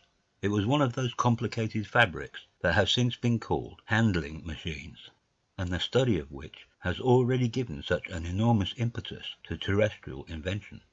As it dawned upon me first, it presented a sort of metallic spider with 5 jointed, agile legs, and with an extraordinary number of jointed levers, bars, and reaching and clutching tentacles about its body. Most of its arms were retracted, but with 3 long tentacles it was fishing out a number of rods, plates, and bars, which lined the covering, and apparently strengthened the walls of the cylinder. These, as it extracted them, were lifted out and deposited upon a level surface of earth behind it. Its motion was so swift, complex, and perfect that at first I did not see it as a machine, in spite of its metallic glitter. The fighting machines were coordinated and animated to an extraordinary pitch, but nothing to compare with this. People who have never seen these structures, and have only the ill-imagined efforts of artists or the imperfect descriptions of such eyewitnesses as myself to go upon, scarcely realize that living quality. I recall particularly the illustration of one of the first pamphlets to give a consecutive account of the war. The artist had evidently made a hasty study of one of the fighting machines, and there his knowledge ended. He presented them as tilted, stiff tripods, without either flexibility or subtlety, and with an altogether misleading monotony of effect. The pamphlet containing these renderings had a considerable vogue, and I mention them here simply to warn the reader against the impression they may have created. They were no more like the Martians I saw in action than a Dutch doll is like a human being. To my mind, the pamphlet would have been much better without them. At first, I say, the handling machine did not impress me as a machine, but as a crab-like creature with a glittering integument. The controlling Martian whose delicate tentacles actuated its movements seemed to be simply the equivalent of the crab's cerebral portion. But then I perceived the resemblance of its grey-brown, shiny, leathery integument to that of the other sprawling bodies beyond, and the true nature of this dexterous workman dawned upon me. With that realization, my interest shifted to those other creatures, the real Martians. Already I had had a transient impression of these, and the first nausea no longer obscured my observation. Moreover, I was concealed and motionless, and under no urgency of action. They were, I now saw, the most unearthly creatures it is possible to conceive. They were huge round bodies, or rather heads, about 4 feet in diameter, each body having in front of it a face. This face had no nostrils. Indeed, the Martians do not seem to have any sense of smell. But it had a pair of very large, dark-coloured eyes, and just beneath this a kind of fleshy beak. In the back of this head or body, I scarcely know how to speak of it, was the single tight tympanic surface, since known to be anatomically an ear, though it must have been almost useless in our dense air. In a group round the mouth were 16 slender, almost whip-like tentacles, arranged in 2 bunches of 8 each. These bunches have since been named rather aptly by that distinguished anatomist, Professor Howes, the hands. Even as I saw these Martians for the first time, they seemed to be endeavouring to raise themselves on these hands. But of course, with the increased weight of terrestrial conditions, this was impossible. There is reason to suppose that on Mars they may have progressed upon them with some facility. The internal anatomy, I may remark here, as dissection has since shown, was almost equally simple. The greater part of the structure was the brain, sending enormous nerves to the eyes, ear, and tactile tentacles. Besides this were the bulky lungs, into which the mouth opened, and the heart and its vessels. The pulmonary distress caused by the denser atmosphere and greater gravitational attraction was only too evident in the convulsive movements of the outer skin. And this was the sum of the Martian organs. Strange as it may seem to a human being, all the complex apparatus of digestion, which makes up the bulk of our bodies, did not exist in the Martians. They were heads, merely heads. Entrails they had none. They did not eat, much less digest. Instead, they took the fresh living blood of other creatures, and injected it into their own veins. I have myself seen this being done, as I shall mention in its place. But, squeamish as I may seem, I cannot bring myself to describe what I could not endure even to continue watching. Let it suffice to say, blood obtained from a still living animal, in most cases from a human being, was run directly by means of a little pipette into the recipient canal. The bare idea of this is no doubt horribly repulsive to us, but at the same time I think that we should remember how repulsive our carnivorous habits would seem to an intelligent rabbit. The physiological advantages of the practice of injection are undeniable, if one thinks of the tremendous waste of human time and energy occasioned by eating and the digestive process. Our bodies are half made up of glands and tubes and organs, occupied in turning heterogeneous food into blood. The digestive processes and their reaction upon the nervous system sap our strength and colour our minds. Men go happy or miserable as they have healthy or unhealthy livers, or sound gastric glands. But the Martians were lifted above all these organic fluctuations of mood and emotion. Their undeniable preference for men as their source of nourishment is partly explained by the nature of the remains of the victims they had brought with them as provisions from Mars. These creatures, to judge from the shriveled remains that have fallen into human hands, were bipeds with flimsy, silicious skeletons, almost like those of the silicious sponges, and feeble musculature, standing about 6 feet high and having round, erect heads, and large eyes in flinty sockets. 2 or 3 of these seemed to have been brought in each cylinder, and all were killed before Earth was reached. It was just as well for them, for the mere attempt to stand upright upon our planet would have broken every bone in their bodies. And while I am engaged in this description, I may add in this place certain further details which, although they were not at all evident to us at the time, will enable the reader who is unacquainted with them to form a clearer picture of these offensive creatures. In 3 other points their physiology differed strangely from ours. Their organisms did not sleep, any more than the heart of man sleeps, since they had no extensive muscular mechanism to recuperate. That periodical extinction was unknown to them. They had little or no sense of fatigue, it would seem. On Earth they could never have moved without effort, yet even to the last they kept in action. In 24 hours they did 24 hours of work, as even on Earth is perhaps the case with the ants. In the next place, wonderful as it seems in a sexual world, the Martians were absolutely without sex, and therefore without any of the tumultuous emotions that arise from that difference among men. A young Martian, there can now be no dispute, was really born upon the Earth during the war, and it was found attached to its parent, partially budded off, just as young lily-bulbs bud off, or like the young animals in the freshwater polyp. In man, in all the higher terrestrial animals, such a method of increase has disappeared. But even on this earth it was certainly the primitive method. Among the lower animals, up even to those first cousins of the vertebrated animals, the tunicates, the 2 processes occur side by side. But finally the sexual method superseded its competitor altogether.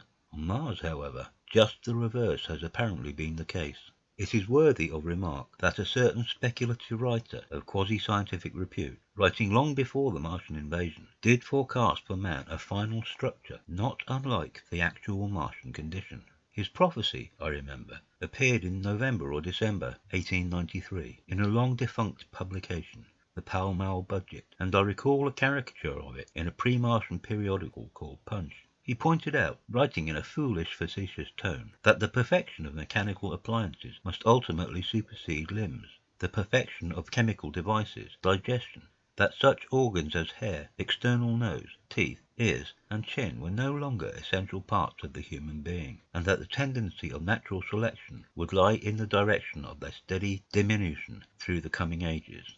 The brain alone remained the cardinal necessity. Only one other part of the body had a strong case for survival, and that was the hand, teacher and agent of the brain. While the rest of the body dwindled, the hands would grow larger. There is many a true word written in jest, and here in the Martians we have beyond dispute the actual accomplishment of such a suppression of the animal side of the organism by the intelligence. To me it is quite credible that the Martians may be descended from beings not unlike ourselves, by a gradual development of brain and hands, the latter giving rise to the 2 bunches of delicate tentacles at last, at the expense of the rest of the body. Without the body the brain would, of course, become a mere selfish intelligence, without any of the emotional substratum of the human being. The last salient point in which the systems of these creatures differed from ours was in what one might have thought a very trivial particular. Microorganisms, which cause so much disease and pain on Earth, have either never appeared upon Mars, or Martian sanitary science eliminated them ages ago. 100 diseases, all the fevers and contagions of human life, consumption, cancers, tumours, and such morbidities, never enter the scheme of their life. And speaking of the differences between life on Mars and terrestrial life, I may allude here to the curious suggestions of the red weed. Apparently the vegetable kingdom in Mars, instead of having green for a dominant colour, is of a vivid blood-red tint. At any rate, the seeds with which the Martians, intentionally or accidentally, brought with them gave rise, in all cases, to red-coloured growths. Only that known popularly as the red weed, however, gained any footing in competition with terrestrial forms. The red creeper was quite a transitory growth, and few people have seen it growing. For a time, however, the red weed grew with astonishing vigour and luxuriance. It spread up the sides of the pit by the third or fourth day of our imprisonment, and its cactus-like branches formed a carmine fringe to the edges of our triangular window. And afterwards I found it broadcast throughout the country, and especially wherever there was a stream of water.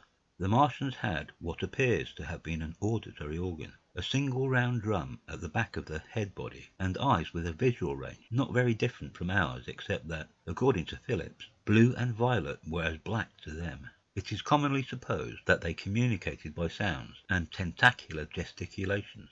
This is asserted, for instance, in the able but hastily compiled pamphlet, written evidently by someone not an eyewitness of Martian actions, to which I have already alluded, and which, so far, has been the chief source of information concerning them.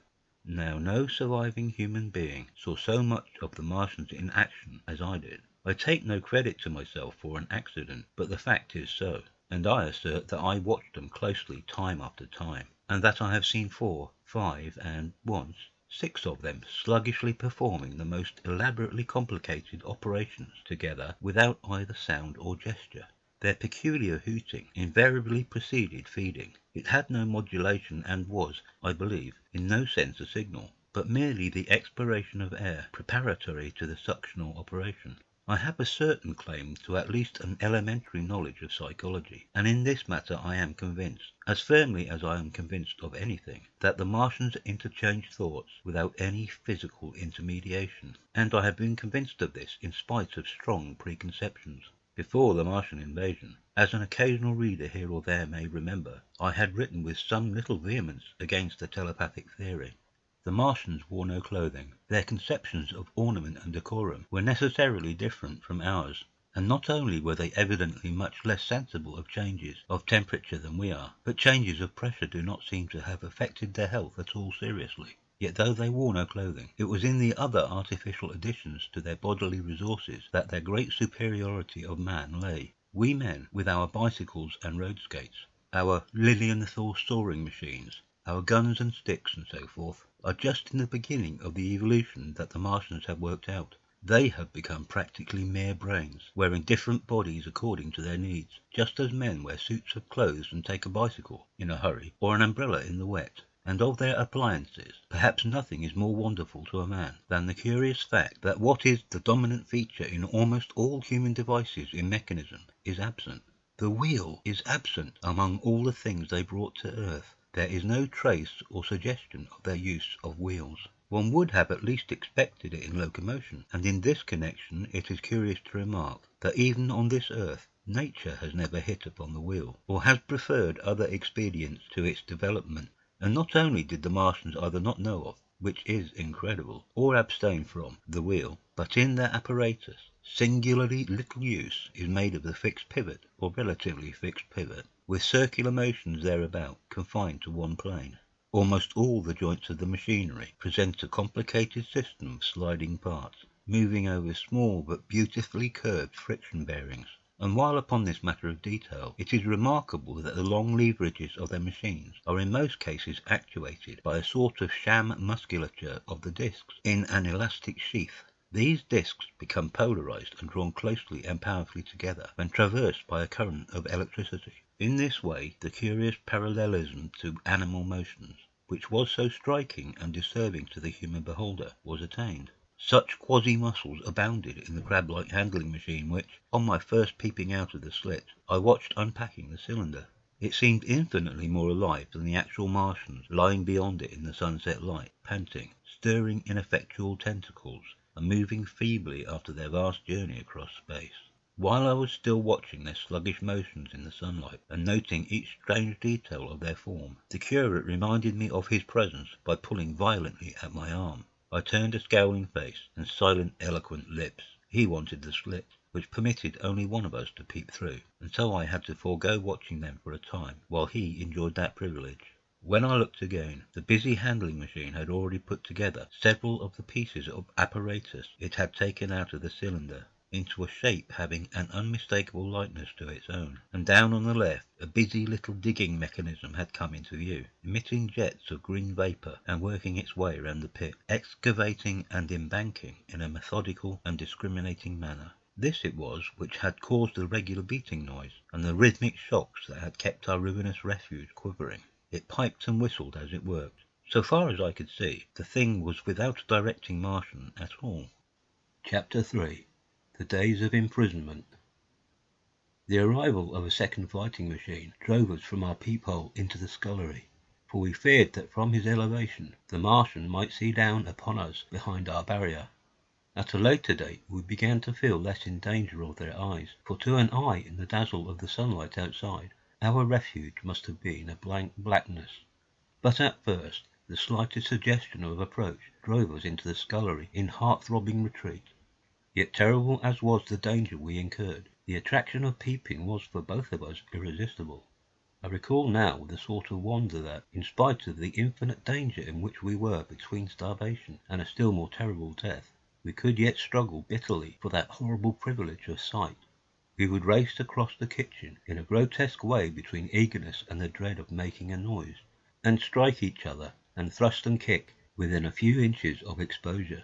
The fact is that we had absolutely incompatible dispositions and habits of thought and action, and our danger and isolation only accentuated the incompatibility. At Halliford I had already come to hate the curate's trick of helpless exclamation, his stupid rigidity of mind.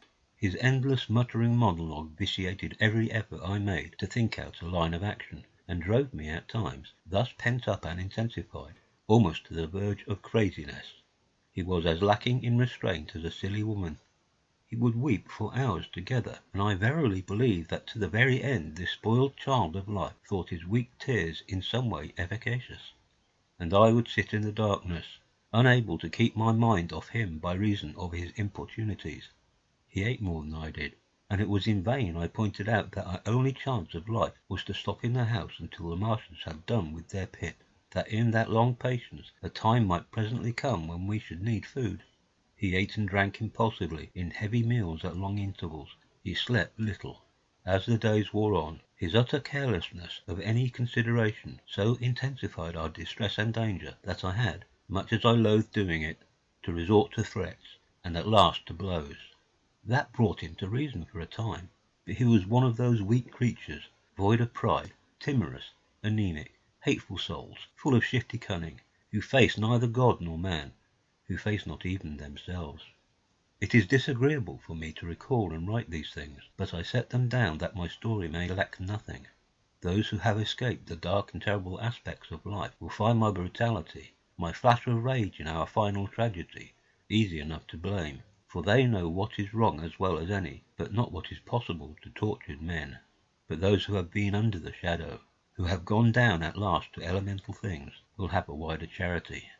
And while within we fought out our dark, dim contest of whispers, snatched food and drink, and gripping hands and blows, without, in the pitiless sunlight of that terrible June, was the strange wonder, the unfamiliar routine of the Martians in the pit.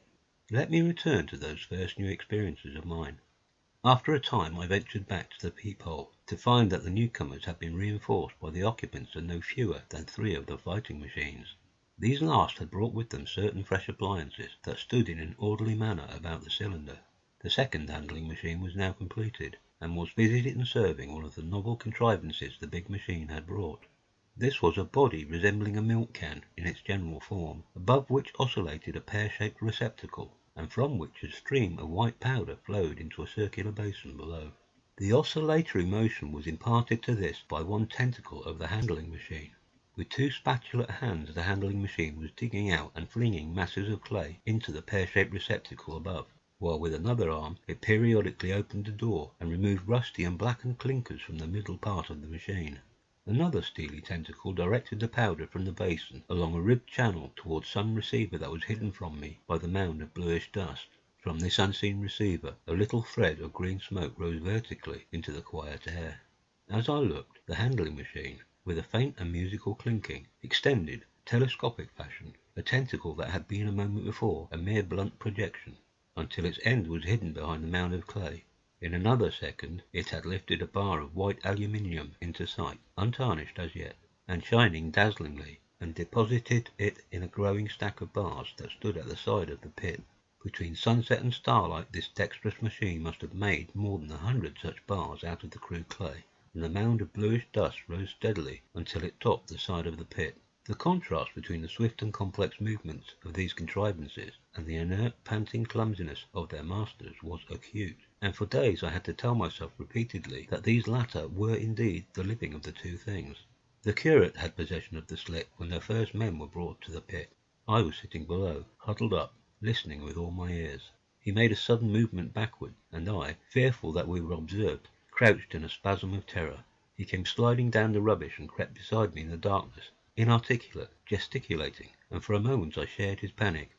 His gesture suggested a resignation of the slip, and after a little while my curiosity gave me courage, and I rose up, stepped across him, and clambered up to it. At first I could see no reason for his frantic behaviour. The twilight had now come, the stars were little and faint, but the pit was illuminated by the flickering green fire that came from the aluminium making. The whole picture was a flickering scheme of green gleams and shifting rusty black shadows, strangely trying to the eyes. Over and through it all went the bats, heeding it not at all. The sprawling Martians were no longer to be seen. The mound of blue-green powder had risen to cover them from sight, and a fighting machine, with its legs retracted, crumpled, and abbreviated, stood across the corner of the pit. And then, amid the clangor of the machinery, came a drifting suspicion of human voices that I entertained at first only to dismiss. I crouched, watching this fighting machine closely, satisfying myself now for the first time that the hood did indeed contain a Martian. As the green flames lifted, I could see the oily gleam of his integument and the brightness of his eyes, and suddenly I heard a yell, and saw a long tentacle reaching over the shoulder of the machine into the little cage that hunched upon its back. Then something struggling violently, was lifted high against the sky, a black, vague enigma against the starlight, and as this black object came down again, I saw by the green brightness that it was a man. For an instant he was clearly visible. He was a stout, ruddy, middle-aged man, well-dressed. 3 days before he must have been walking the world, a man of considerable consequence. I could see his staring eyes and gleams of light on his studs and watch-chain. He vanished behind the mound, and for a moment there was silence, and then began a shrieking and a sustained and cheerful hooting from the Martians. I slid down the rubbish, struggled to my feet, clapped my hands over my ears and bolted into the scullery. The curate, who had been crouching silently with his arms over his head, looked up as I passed, cried out quite loudly at my desertion of him, and came running after me. That night, as we lurked in the scullery, balanced between our horror and the terrible fascination this peeping had, although I felt an urgent need of action, I tried in vain to conceive some plan of escape. But afterwards, during the second day, I was able to consider our position with great clearness. The curate, I found, was quite incapable of discussion. This new and culminating atrocity had robbed him of all vestiges of reason or forethought. Practically, he had already sunk to the level of an animal. But as the saying goes, I gripped myself with both hands. It grew upon my mind, once I could face the facts, that terrible as our position was, there was as yet no justification for absolute despair. Our chief chance lay in the possibility of the Martians making the pit nothing more than a temporary encampment, or even if they kept it permanently, they might not consider it necessary to guard it, and a chance of escape might be afforded to us. I also weighed very carefully the possibility of our digging a way out in a direction away from the pit, but the chances of our emerging within sight of some sentinel fighting machine seemed at first too great, and I should have had to do all the digging myself. The curate would certainly have failed me.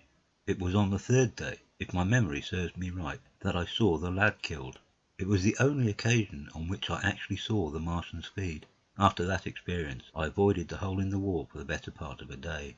I went into the scullery, removed the door, and spent some hours digging with my hatchet as silently as possible. But when I had made a hole about a couple of feet deep, the loose earth collapsed noisily, and I did not dare continue. I lost heart, and lay down on the scullery floor for a long time, having no spirit even to move, and after that I abandoned altogether the idea of escaping by excavation. It says much for the impression the Martians had made upon me, that at first I entertained little or no hope of our escape being brought about by their overthrow through any human effort. But on the 4th or 5th night I heard a sound like heavy guns. It was very late in the night, and the moon was shining brightly. The Martians had taken away the excavating machine, and save for a fighting machine that stood in the remoter bank of the pit, and a handling machine that was buried out of my sight in a corner of the pit immediately beneath my peephole, the place was deserted by them. Except for the pale glow from the handling machine and the bars and patches of white moonlight, the pit was in darkness, and, except for the clinking of the handling machine, quite still. That night was a beautiful serenity. Save for one planet, the moon seemed to have the sky to herself. I heard a dog howling, and that familiar sound it was that made me listen. Then I heard, quite distinctly, a booming exactly like the sound of great guns. 6 distinct reports I counted, and after a long interval 6 again, and that was all. Chapter 4. The Death of the Curate. It was on the 6th day of our imprisonment that I peeped for the last time, and presently found myself alone. Instead of keeping close to me and trying to oust me from the slit, the curate had gone back into the scullery. I was struck by a sudden thought. I went back quickly and quietly into the scullery. In the darkness I heard the curate drinking. I snatched in the darkness, and my fingers caught a bottle of Burgundy. For a few minutes there was a tussle. The bottle struck the floor and broke, and I desisted and rose. We stood panting and threatening each other. In the end I planted myself between him and the food, and told him of my determination to begin a discipline. I divided the food in the pantry into rations to last us 10 days. I would not let him eat any more that day. In the afternoon he made a feeble effort to get at the food. I had been dozing, but in an instant I was awake. All day and all night we sat face to face, I weary but resolute, and he weeping and complaining of his immediate hunger. It was, I know, a night and a day, but to me it seems now, an interminable length of time, and so our widened incompatibility ended at last in open conflict. For 2 vast days we struggled in undertones and wrestling contests. There were times when I beat and kicked him madly, times when I cajoled and persuaded him, and once I tried to bribe him with the last bottle of Burgundy, for there was a rainwater pump from which I could get water. But neither force nor kindness availed. He was indeed beyond reason. He would neither desist from his attacks on the food, nor from his noisy babbling to himself. The rudimentary precautions to keep our imprisonment endurable he would not observe. Slowly I began to realize the complete overthrow of his intelligence, to perceive that my sole companion in this close and sickly darkness was a man insane. From certain vague memories, I am inclined to think my own mind wandered at times. I had strange and hideous dreams whenever I slept. It sounds paradoxical, but I am inclined to think that the weakness and insanity of the curate warned me, braced me, and kept me a sane man.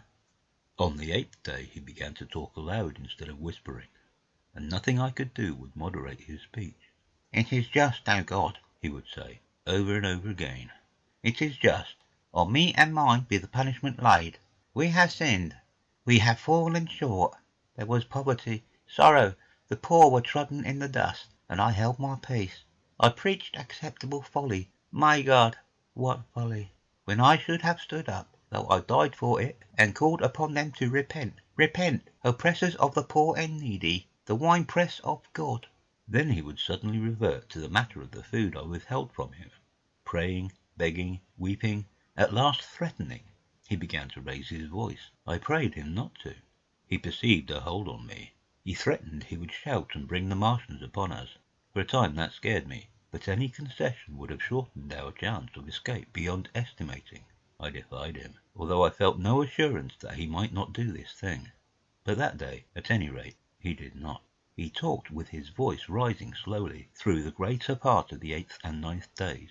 Threats, entreaties, mingled with a torrent of half-sane and always frothy repentance for his vacant sham of God's service, such as made me pity him. Then he slept a while, and began again with renewed strength, so loudly that I must needs make him desist. "Be still," I implored. He rose to his knees, for he had been sitting in the darkness near the copper. "I have been still too long," he said, in a tone that must have reached the pit, "and now I must bear my witness. Woe unto this unfaithful city! Woe, woe, woe, woe, woe to the inhabitants of the earth by reason of the other voices of the trumpet." "Shut up," I said, rising to my feet, and in a terror lest the Martians should hear us. "For God's sake!" "Nay!" shouted the curate at the top of his voice, standing likewise and extending his arms. "Speak! The word of the Lord is upon me." In 3 strides he was at the door leading into the kitchen. "I must bear witness. I go. It has already been too long delayed." I put out my hand and felt the meat chopper hanging to the wall. In a flash I was after him. I was fierce with fear. Before he was halfway across the kitchen, I had overtaken him. With one last touch of humanity, I turned the blade back and struck him with the butt. He went headlong forward and lay stretched on the ground. I stumbled over him and stood panting. He lay still. Suddenly I heard a noise without, the run and smash of slipping plaster, and the triangular aperture in the wall was darkened. I looked up and saw the lower surface of a handling machine coming slowly across the hole. One of its gripping limbs curled amid the debris. Another limb appeared, feeling its way over the fallen beams. I stood petrified, staring. Then I saw through a sort of glass plate near the edge of the body the face, as we may call it, and the large dark eyes of a Martian, peering, and then a long metallic snake of tentacle came feeling slowly through the hole. I turned by an effort, stumbled over the curate, and stopped to the scullery door. The tentacle was now some way, 2 yards or more, in the room, and twisting and turning, with queer sudden movements, this way and that. For a while I stood fascinated by that slow, fitful advance. Then, with a faint hoarse cry, I forced myself across the scullery. I trembled violently. I could scarcely stand upright. I opened the door of the coal cellar, and stood there in the darkness, staring at the faintly lit doorway into the kitchen, and listening. Had the Martian seen me? What was it doing now? Something was moving to and fro there, very quietly. Every now and then it tapped against the wall, or started on its movements with a faint metallic ringing, like the movements of keys on a split ring. Then a heavy body, I knew too well what, was dragged across the floor of the kitchen towards the opening. Irresistibly attracted, I crept to the door and peeped into the kitchen. In the triangle of bright outer sunlight I saw the Martian, in its Briareus of a handling machine, scrutinizing the curate's head. I thought at once that it would infer my presence from the mark of the blow I had given him. I crept back to the coal cellar, shut the door, and began to cover myself up as much as I could, and as noiselessly as possible in the darkness, among the firewood and coal therein. Every now and then I paused, rigid, to hear if the Martian had thrust its tentacles through the opening again. Then the faint metallic jingle returned. I traced it slowly, feeling over the kitchen. Presently I heard it nearer, in the scullery as I judged. I thought that its length might be insufficient to reach me. I prayed copiously. It passed, scraping faintly across the cellar door. An age of almost intolerable suspense intervened. Then I heard it fumbling at the latch. It had found the door. The Martians understood doors. It worried at the catch for a minute perhaps, and then the door opened.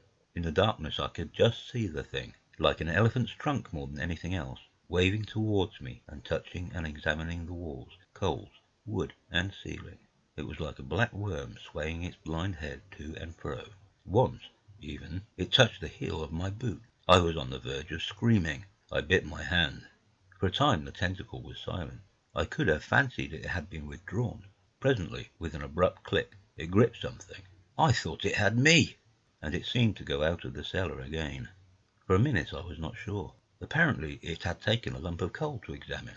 I seized the opportunity of slightly shifting my position, which had become cramped, and then listened.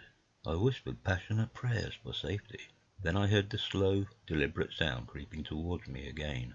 Slowly it drew near, scratching against the walls and tapping the furniture. While I was still doubtful, it rapped smartly against the cellar door and closed it. I heard it go into the pantry. The biscuit tins rattled and a bottle smashed, and then a heavy bump against the cellar door. Then silence that passed into an infinity of suspense. Had it gone? At last I decided that it had. It came into the scullery no more, but I lay all the 10th day in the close darkness, buried among the coals and firewood, not daring even to crawl out for the drink for which I craved. It was the 11th day before I ventured so far from my security. Chapter 5. The Stillness. My first act, before I went into the pantry, was to fasten the door between the kitchen and the scullery. But the pantry was empty. Every scrap of food had gone. Apparently, the Martian had taken it all on the previous day. At that discovery I despaired for the first time. I took no food, or no drink either, on the 11th of the 12th day. At first my mouth and throat were parched, and my strength ebbed sensibly. I sat about in the darkness of the scullery, in a state of despondent wretchedness. My mind ran on eating. I thought I had become deaf, for the noises of movement I had been accustomed to hear from the pit had ceased absolutely. I did not feel strong enough to crawl noiselessly to the peephole, or I would have gone there. On the 12th day my throat was so painful that, taking the chance of alarming the Martians, I attacked the creaking rainwater pump that stood by the sink, and got a couple of glassfuls of blackened and tainted rainwater. I was greatly refreshed by this, and emboldened by the fact that no inquiring tentacle followed the noise of my pumping. During these days, in a rambling, inconclusive way, I thought much of the curate and of the manner of his death. On the 13th day I drank some more water, and dozed and thought disjointedly of eating and of vague, impossible plans of escape.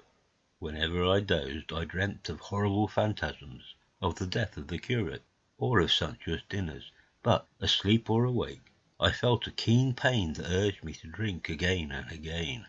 The light that came into the scullery was no longer grey, but red. To my disordered imagination it seemed the colour of blood. On the 14th day I went into the kitchen, and I was surprised to find that the fronds of the red weed had grown right across the hole in the wall, turning the half-light of the place into a crimson-coloured obscurity. It was early on the 15th day that I heard a curious, familiar sequence of sounds in the kitchen, and, listening, identified it as the snuffling and scratching of a dog. Going into the kitchen, I saw a dog's nose peeping in through a break among the ruddy fronds. This greatly surprised me. At the scent of me he barked shortly.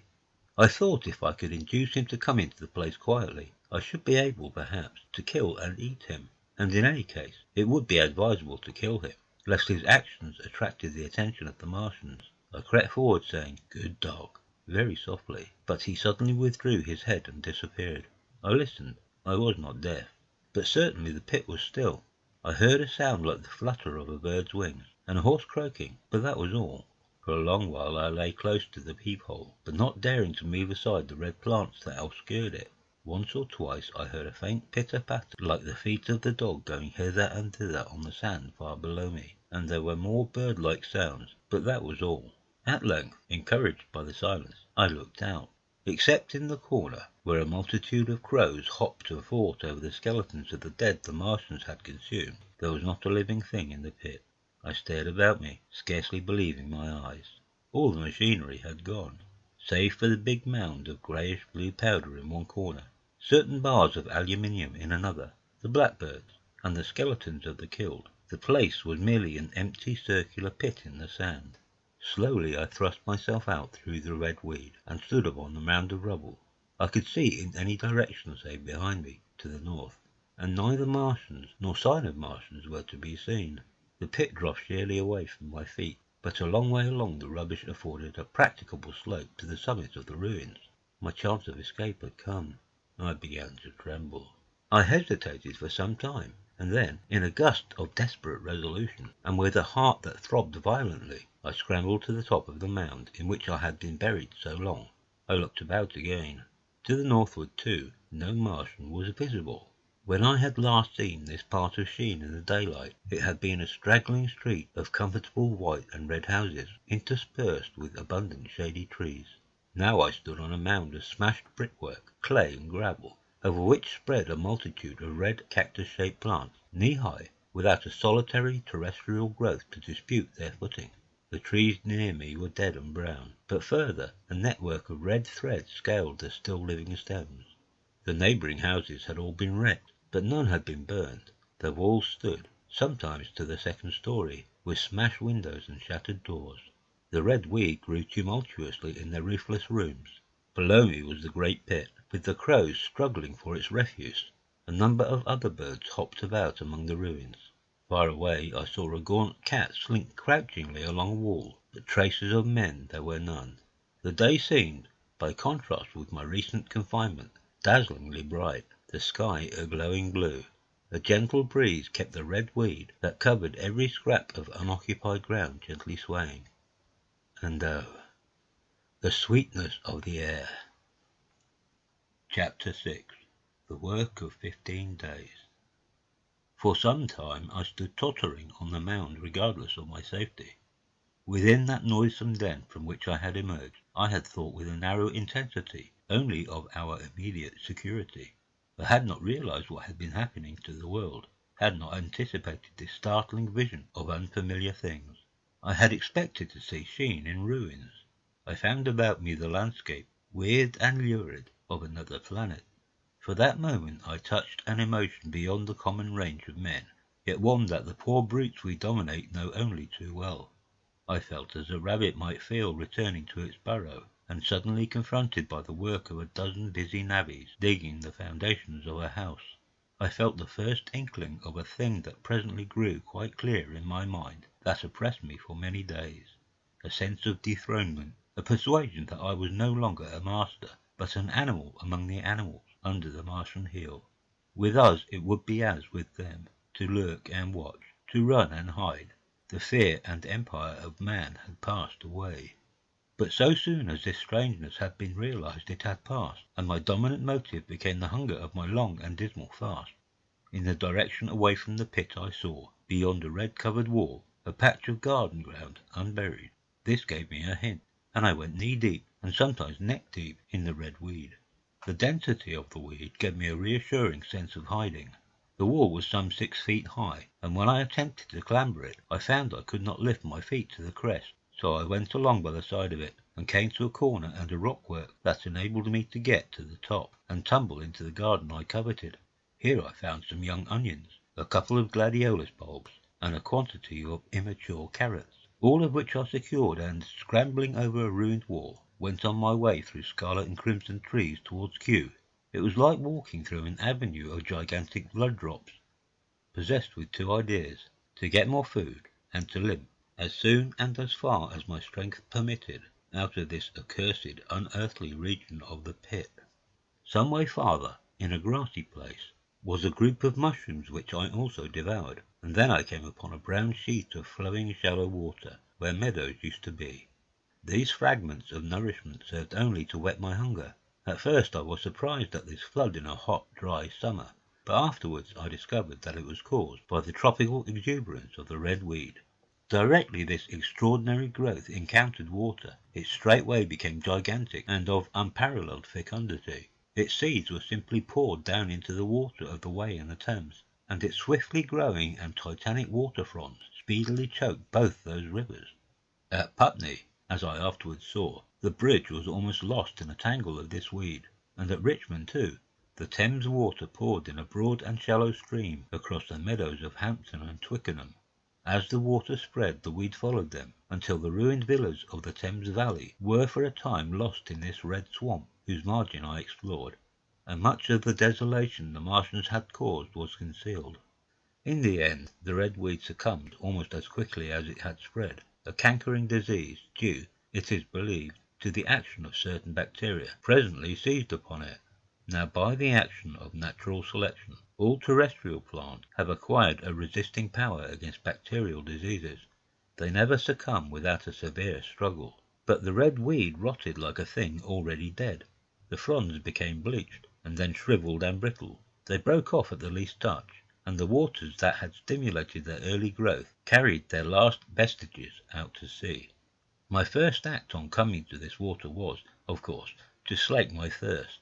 I drank a great deal of it and, moved by an impulse, gnawed some fronds of the red weed, but they were watery and had a sickly, metallic taste. I found the water was sufficiently shallow for me to wade securely, although the red weed impeded my feet a little, but the flood evidently got deeper towards the river, and I turned back to Mortlake. I managed to make out the road by means of occasional ruins of its villas and fences and lamps. And so presently I got out of this space, and made my way to the hill going up towards Roehampton, and came out on Putney Common. Here the scenery changed from the strange and unfamiliar to the wreckage of the familiar. Patches of ground exhibited the devastation of a cyclone, and in a few score yards I would come upon perfectly undisturbed spaces, houses with their blinds trimly drawn and doors closed, as if they had been left for a day by the owners, or as if their inhabitants slept within. The red weed was less abundant. The tall trees along the lane were free from the red creeper.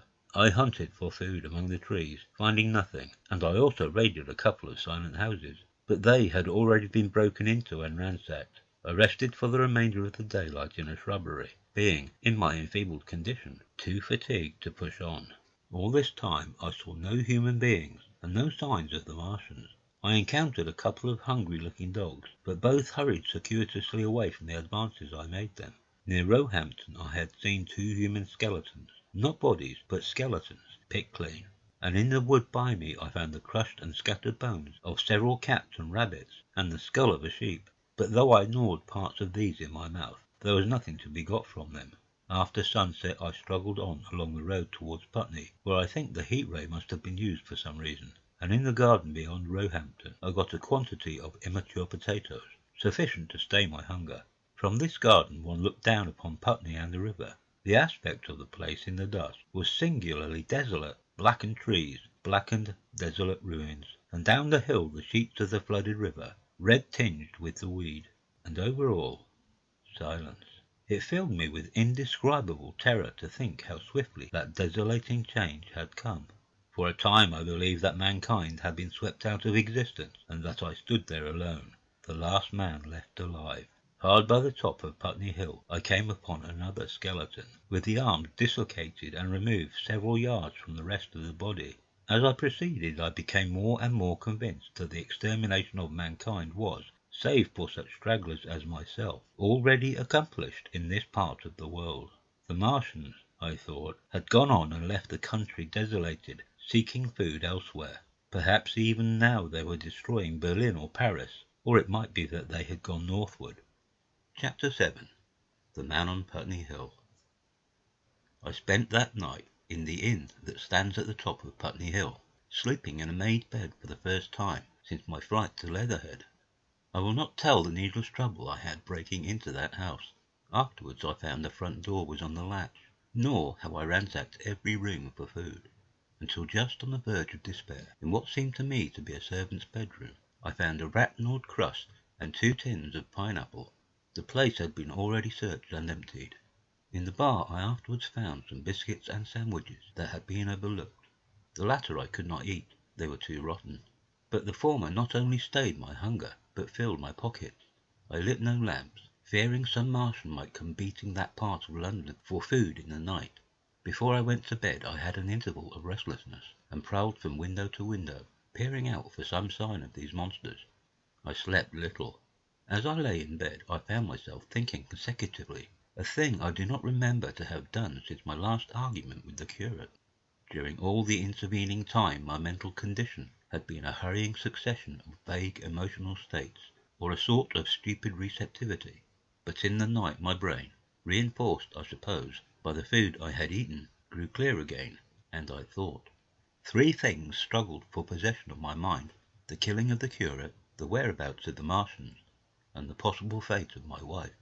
The former gave me no sensation of horror or remorse to recall.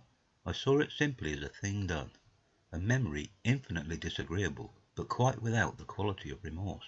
I saw myself then as I see myself now, driven step by step towards that hasty blow, the creature of a sequence of accidents leading inevitably to that. I felt no condemnation, yet the memory, static, unprogressive, haunted me in the silence of the night, with that sense of the nearness of God that sometimes comes into the stillness and the darkness. I stood my trial, my only trial, for that moment of wrath and fear. I retraced every step of our conversation, from the moment when I had found him, crouching beside me, heedless of my thirst, and pointing to the fire and smoke that streamed up from the ruins of Weybridge. We had been incapable of cooperation. Grim chance had taken no heed of that. Had I foreseen, I should have left him at Halliford, but I did not foresee, and crime is to foresee and do. And I set this down as I have set all this story down, as it was. There were no witnesses. All these things I might have concealed, but I set it down, and the reader must form his judgment as he will. And when, by an effort, I had set aside that picture of a prostrate body, I faced the problem of the Martians and the fate of my wife. For the former I had no data. I could imagine 100 things, and so, unhappily, I could for the latter. And suddenly that night became terrible. I found myself sitting up in bed, staring at the dark. I found myself praying that the heat ray might have suddenly and painlessly struck her out of being. Since the night of my return from Leatherhead I had not prayed. I had uttered prayers, fetish prayers, had prayed as heathens mutter charms when I was in extremity, but now I prayed indeed, pleading steadfastly and sanely, face to face with the darkness of God. Strange night! Strangest in this, that so soon as dawn had come, I, who had talked with God, crept out of the house like a rat leaving its hiding-place, a creature scarcely larger, an inferior animal, a thing that for any passing whim of our masters might be hunted and killed. Perhaps they also prayed confidently to God. Surely, if we have learned nothing else, this war has taught us pity, pity for those witless souls that suffer our dominion. The morning was bright and fine, and the eastern sky glowed pink, and was fretted with little golden clouds. In the road that runs from the top of Putney Hill to Wimbledon was a number of poor vestiges of the panic torrent that must have poured Londonward on the Sunday night after the fighting began. There was a little two-wheeled cart, inscribed with the name of Thomas Lobb, greengrocer, New Malden, with a smashed wheel and an abandoned tin trunk. There was a straw hat trampled into the now hardened mud, and at the top of West Hill a lot of blood-stained glass about the overturned water trough. My movements were languid, my plans of the vaguest.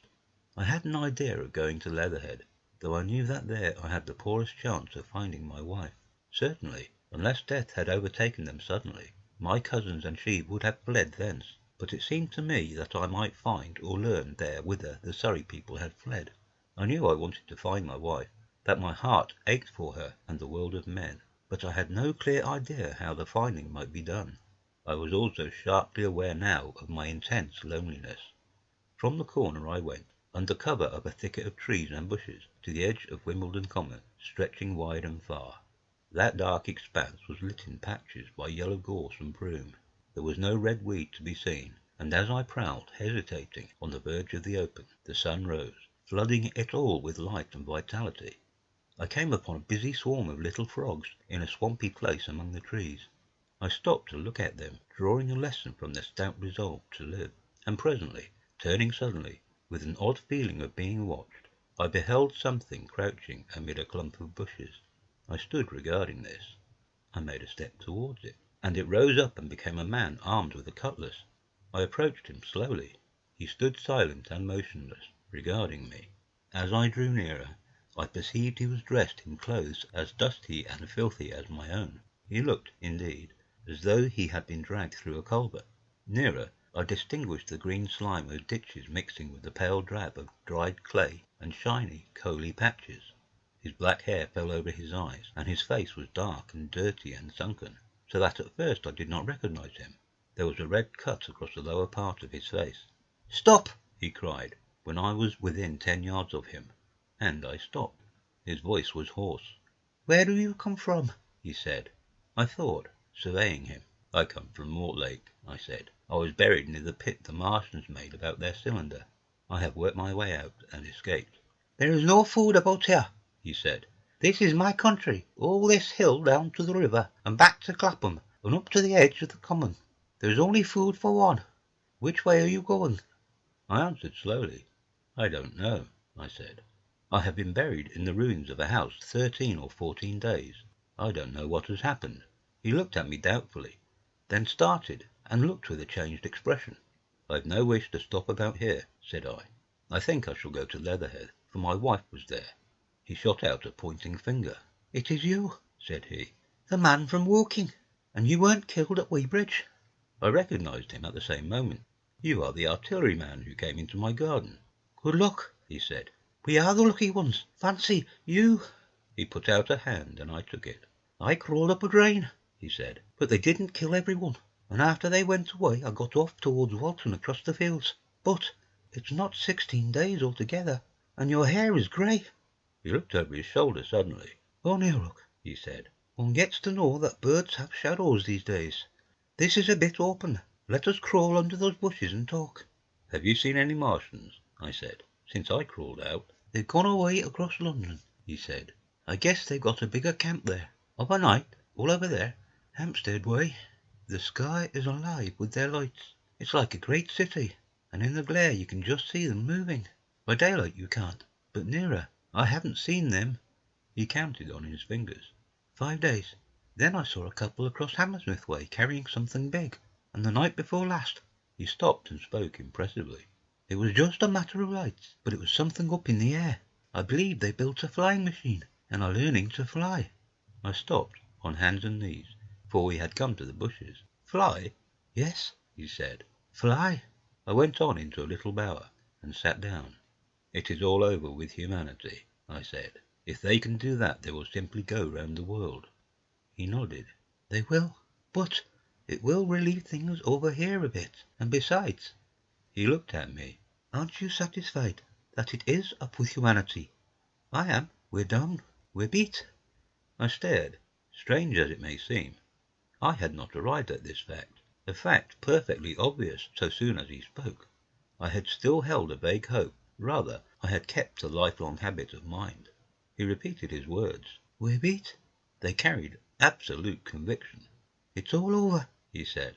"They've lost one, just one, and they've made their footing good and crippled the greatest power in the world. They've walked over us.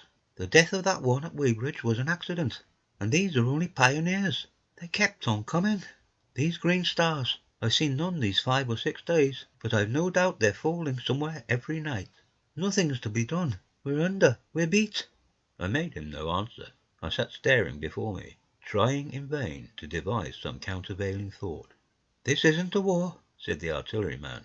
"It never was a war, any more than there's a war between man and ants." Suddenly I recalled the night in the observatory. After the 10th shot they fired no more, at least until the first cylinder came. "How do you know?" said the artilleryman. I explained. He thought.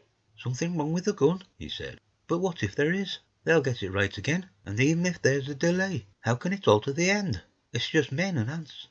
There's the ants build their cities, live their lives, have wars, revolutions, until the men want them out of the way, and then they go out of the way. That's what we are now, just ants. Only—" "Yes," I said. "we're eatable ants." We sat looking at each other. "And what will they do with us?" I said. "That's what I've been thinking," he said. "That's what I've been thinking. After Weybridge I went south, thinking. I saw what was up. Most of the people were hard at it, squealing and exciting themselves. But I'm not so fond of squealing.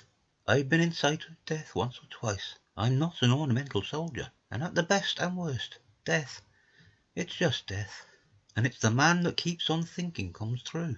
I saw everyone tracking away south. Says I, food won't last that way, and I turned right back. I went for the Martians like a sparrow goes for a man, all round." He waved a hand to the horizon. "They're starving in heaps, bolting, treading on each other." He saw my face and halted awkwardly. "No doubt lots who had money have gone away to France," he said. He seemed to hesitate whether to apologize, met my eyes, and went on. "There's food all about here, canned things in shops, wines, spirits, mineral waters, and the water mains and drains are empty. Well, I was telling you what I was thinking. Here's intelligent things, I said, and it seems they want us for food. First they'll smash us up, ships, machines, guns, cities, all the order and organization, all that will go. If we were the size of ants, we might pull through, but we're not.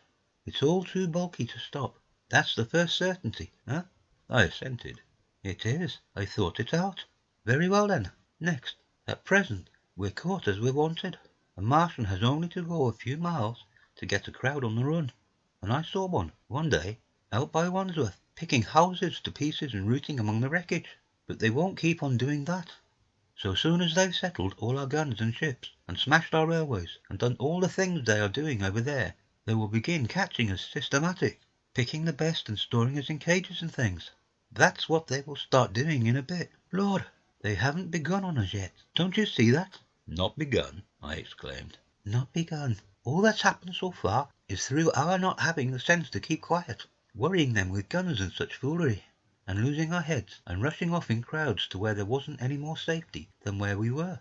They don't want to bother us yet. They're making their things, making all the things they couldn't bring with them, getting things ready for the rest of their people. Very likely that's why the cylinders have stopped for a bit, for fear of hitting those who are here. And instead of our rushing about blind, on the howl, or getting dynamite on the chance of busting them up, we've got to fix ourselves up according to the new state of affairs. That's how I figure it. It isn't quite according to what man wants for his species, but it's about what the facts point to. And that's the principle I acted upon. Cities, nations, civilization, progress. It's all over. That game's up. We're beat. But if that is so, what is there to live for? The artilleryman looked at me for a moment. There won't be any more blessed concerts for 1,000,000 years or so.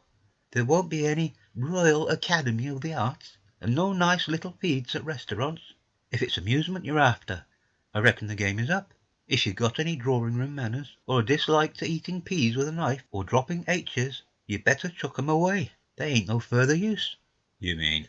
I mean that men like me are going on living, for the sake of the breed. I tell you, I'm grim set on living, and if I'm not mistaken, you'll show what inside you've got too, before long. We aren't going to be exterminated, and I don't mean to be caught either, and tamed and fattened and bred like a thundering ox. Ugh, fancy those brown creepers. You don't mean to say? I do. I'm going on. Under their feet. I've got it planned. I've thought it out. We men are beat. We don't know enough. We've got to learn before we've got a chance, and we've got to live and keep independent while we learn. See? That's what has to be done. I stared, astonished, and stirred profoundly by the man's resolution. Great God! cried I. But you are a man indeed. And suddenly I gripped his hands. Eh? He said, with his eyes shining. I thought it out, eh? Go on, I said. Well, those who mean to escape their catching must get ready. I'm getting ready, mind you. It isn't all of us that are made for wild beasts, and that's what it's got to be. That's why I watched you. I had my doubts. You're slender. I didn't know that it was you see, or just how you'd been buried. All these, the sort of people that lived in these houses, and all those damn little clerks who used to live down that way. They be no good. They haven't any spirit in them. No proud dreams and no proud lusts. And the man who hasn't one or the other, Lord, what is he but funk and precautions? They just used to skedaddle off to work. I've seen hundreds of 'em, bit of breakfast in hand, running wild and shouting to catch their little season ticket train, for fear they'd get dismissed if they didn't. Working at businesses they were afraid to take the trouble to understand. Skedaddling back for fear they wouldn't be in time for dinner. Keeping indoors after dinner for fear of the back streets, and sleeping with the wives they married, not because they wanted them, but because they had a bit of money that would make for safety in their one little miserable skedaddle through the world. Lives insured and a bit invested for fear of accidents, and on Sundays fear of the hereafter, as if hell was built for rabbits. Well, the Martians will just be a godsend to these. Nice roomy cages, fattening food, careful breeding, no worry. After a week or so of chasing about the fields and lands on empty stomachs, they'll come and be caught cheerful. They'll be quite glad after a bit. They'll wonder what people did before there were Martians to take care of them. And the bar loafers and mashers and singers, I can imagine them, he said, with a sort of sombre gratification. There'll be any amount of sentiment and religion loose among them. There's hundreds of things I saw with my eyes that I've only begun to see clearly these last few days. There's lots will take things as they are, fat and stupid, and lots will be worried by a sort of feeling that it's all wrong, and that they ought to be doing something. Now, whenever things are so that a lot of people feel they ought to be doing something, the weak, and those who go weak with a lot of complicated thinking, always make for a sort of do-nothing religion, very pious and superior, and submit to persecution and the will of the Lord. Very likely you've seen the same thing. It's energy in a gale of funk, and turned clean inside out. These cages will be full of psalms and hymns and piety, and those of a less simple sort will work in a bit of, eroticism. He paused. Very likely these Martians will make pets of some of them, train them to do tricks, who knows? Get sentimental over the pet boy who grew up and had to be killed. And some, maybe, they will train to hunters. No, I cried. That's impossible. No human being. What's the good of going on with such lies? Said the artilleryman. There's men who do it cheerful. What nonsense to pretend there isn't. And I succumbed to his conviction. If they come after me, he said, Lord, if they come after me, and subsided into a grim meditation. I sat contemplating these things. I could find nothing to bring against this man's reasoning. In the days before the invasion, no one would have questioned my intellectual superiority to his. I, as a professed and recognized writer on philosophical themes, and he, the common soldier, and yet he had already formulated a situation that I had scarcely realized. "What are you doing?" I said presently. "What plans have you made?" He hesitated. Well, it's like this, he said. What have we to do? We have to invent a sort of life where men can live and breed, and be sufficiently secure to bring the children up. Yes, wait a bit, and I'll make it clearer what I think ought to be done. The tame ones will go like all tame beasts. In a few generations they'll be big, beautiful, rich-blooded, stupid, rubbish. The risk is that we who keep wild will go savage, degenerate into a sort of big, savage rat. You see, how I mean to live is underground. I've been thinking about the drains.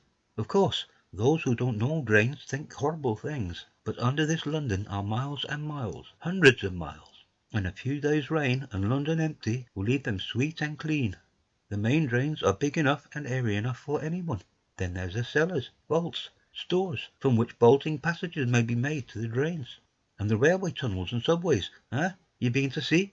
And we form a band, able-bodied, clean-minded men. We're not going to pick up any rubbish that drifts in. Weaklings go out again. As you meant me to go. Well, I parleyed, didn't I? We won't quarrel about that. Go on. Those who stop obey orders. Able-bodied, clean-minded women we want also. Mothers and teachers. No lackadaisical ladies. No blasted rolling eyes. We can't have any weak or silly. Life is real again, and the useless and cumbersome and mischievous have to die. They ought to die. They ought to be willing to die. It's a sort of disloyalty, after all, to live and taint the race. And they can't be happy. Moreover, dying's none so dreadful. It's the funking makes it bad. And in all those places we shall gather, our district will be London, and we may even be able to keep a watch and run about in the open when the Martians keep away. Play cricket, perhaps. That's how we shall save the race, It's a possible thing. But saving the race is nothing in itself. As I say, that's only being rats. It's saving our knowledge, and adding to it is the thing. There men like you come in. There's books. There's models. We must make great safe places down deep, and get all the books we can. Not novels and poetry swipes, but ideas, science books. That's where men like you come in. We must go to the British Museum and pick all those books through. Especially we must keep up our science, learn more. We must watch these Martians. Some of us must go as spies. When it's all working, perhaps I will. Get caught, I mean. And the great thing is, we must leave the Martians alone. We mustn't even steal. If we get in their way, we clear out. We must show them we mean no harm. Yes, I know. They're intelligent things, and they won't hunt us down if they have all they want and think we're just harmless vermin. The artilleryman paused and laid a brown hand upon my arm. After all, it may not be so much we may have to learn before. Just imagine this. 4 or 5 of their fighting machines suddenly starting off, heat rays left and right, and not a Martian in 'em. Not a Martian in 'em, but men. Men who have learned the way how. It may be in my time, even, those men. Fancy having one of them lovely things, with its heat ray wide and free. Fancy having it in control. What would it matter if you smashed to smithereens at the end of the run after a bust like that? I reckon the Martians will open their beautiful eyes. Can't you see them, man? Can't you see them hurrying, puffing and blowing and hooting to their other mechanical affairs, something out of gear in every case?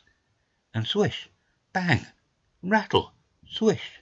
Just as they are fumbling over it, swish comes the heat ray, and behold, man has come back to his own. For a while, the imaginative daring of the artilleryman, and the tone of assurance and courage he assumed, completely dominated my mind. I believed unhesitatingly, both in his forecast of human destiny and in the practicability of his astonishing scheme. And the reader who thinks me susceptible and foolish must contrast his position, reading steadily with all his thoughts about his subject, and mine, crouching fearfully in the bushes and listening, distracted by apprehension. We talked in this manner through the early morning time, and later crept out of the bushes and, after scanning the sky for Martians, hurried precipitately to the house on Putney Hill, where he had made his lair. It was the coal cellar of the place, and when I saw the work he had spent a week upon, it was a burrow scarcely 10 yards long, which he designed to reach to the main drain on Putney Hill. I had my first inkling of the gulf between his dreams and his power. Such a hole I could have dug in a day, but I believed in him sufficiently to work with him all that morning until past midday at his digging. We had a garden barrow, and shot the earth we removed against the kitchen range. We refreshed ourselves with a tin of mock turtle soup and wine from the neighbouring pantry. I found a curious relief in the aching strangeness of the world in this steady labour.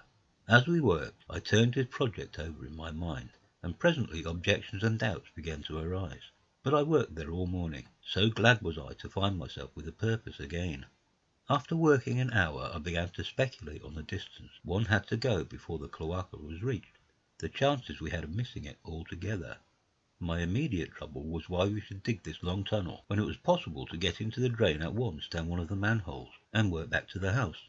It seemed to me, too, that the house was inconveniently chosen, and required a needless length of tunnel, and just as I was beginning to face these things, the artilleryman stopped digging, and looked at me. "We're working well," he said. He put down his spade. "Let us knock off for a bit," he said. "I think it's time we reconnoitred from the roof of the house." I was for going on, and after a little hesitation he resumed his spade, and then suddenly I was struck by a thought. I stopped, and so did he at once. "Why were you walking about the common," I said, "instead of being here?" "Taking the air," he said. "I was coming back. It's safer by night." "But the work?" "Well, one can't always work," he said, and in a flash I saw the man plain. He hesitated, holding his spade. "We ought to reconnoitre now," he said, "because if any come near, they may hear the spades and drop upon us unawares." I was no longer disposed to object. We went together to the roof and stood on a ladder peeping out of the roof door. No Martians were to be seen, and we ventured out on the tiles and slipped down under shelter of the parapet. From this position a shrubbery hid the greater portion of Putney, but we could see the river below, a bubbly mass of red weed, and the low parts of Lambeth flooded and red. The red creeper swarmed up the trees about the old palace, and their branches stretched gaunt and dead, and set with shriveled leaves from amid its clusters. It was strange how entirely dependent both these things were upon flowing water for their propagation. About us neither had gained a footing. Laburnums, pink maize, snowballs, and trees of arbor vitae rose out of laurels and hydrangeas, green and brilliant into the sunlight. Beyond Kensington dense smoke was rising, and that and a blue haze hid the northward hills. The artilleryman began to tell me of the sort of people who still remained in London. "One night last week," he said, "some fools got the electric light in order, and there was all Regent Street and the Circus ablaze, crowded with painted and ragged drunkards, men and women, dancing and shouting till dawn. A man who was there told me. And as the day came, they became aware of a fighting machine standing near by the Langham and looking down at them. Heaven knows how long he had been there. It must have given some of them a nasty turn. He came down the road towards them, and picked up nearly 100, too drunk or frightened to run away." Grotesque gleam of a time no history will ever fully describe. From that, in answer to my questions, he came round to his grandiose plans again. He grew enthusiastic. He talked so eloquently of the possibility of capturing a fighting machine that I more than half believed in him again. But now that I was beginning to understand something of his quality, I could divine the stress he laid on doing nothing precipitately, and I noted that now there was no question that he personally was to capture and fight the great machine. After a time we went down to the cellar. Neither of us seemed disposed to resume digging, and when he suggested a meal, I was nothing loath.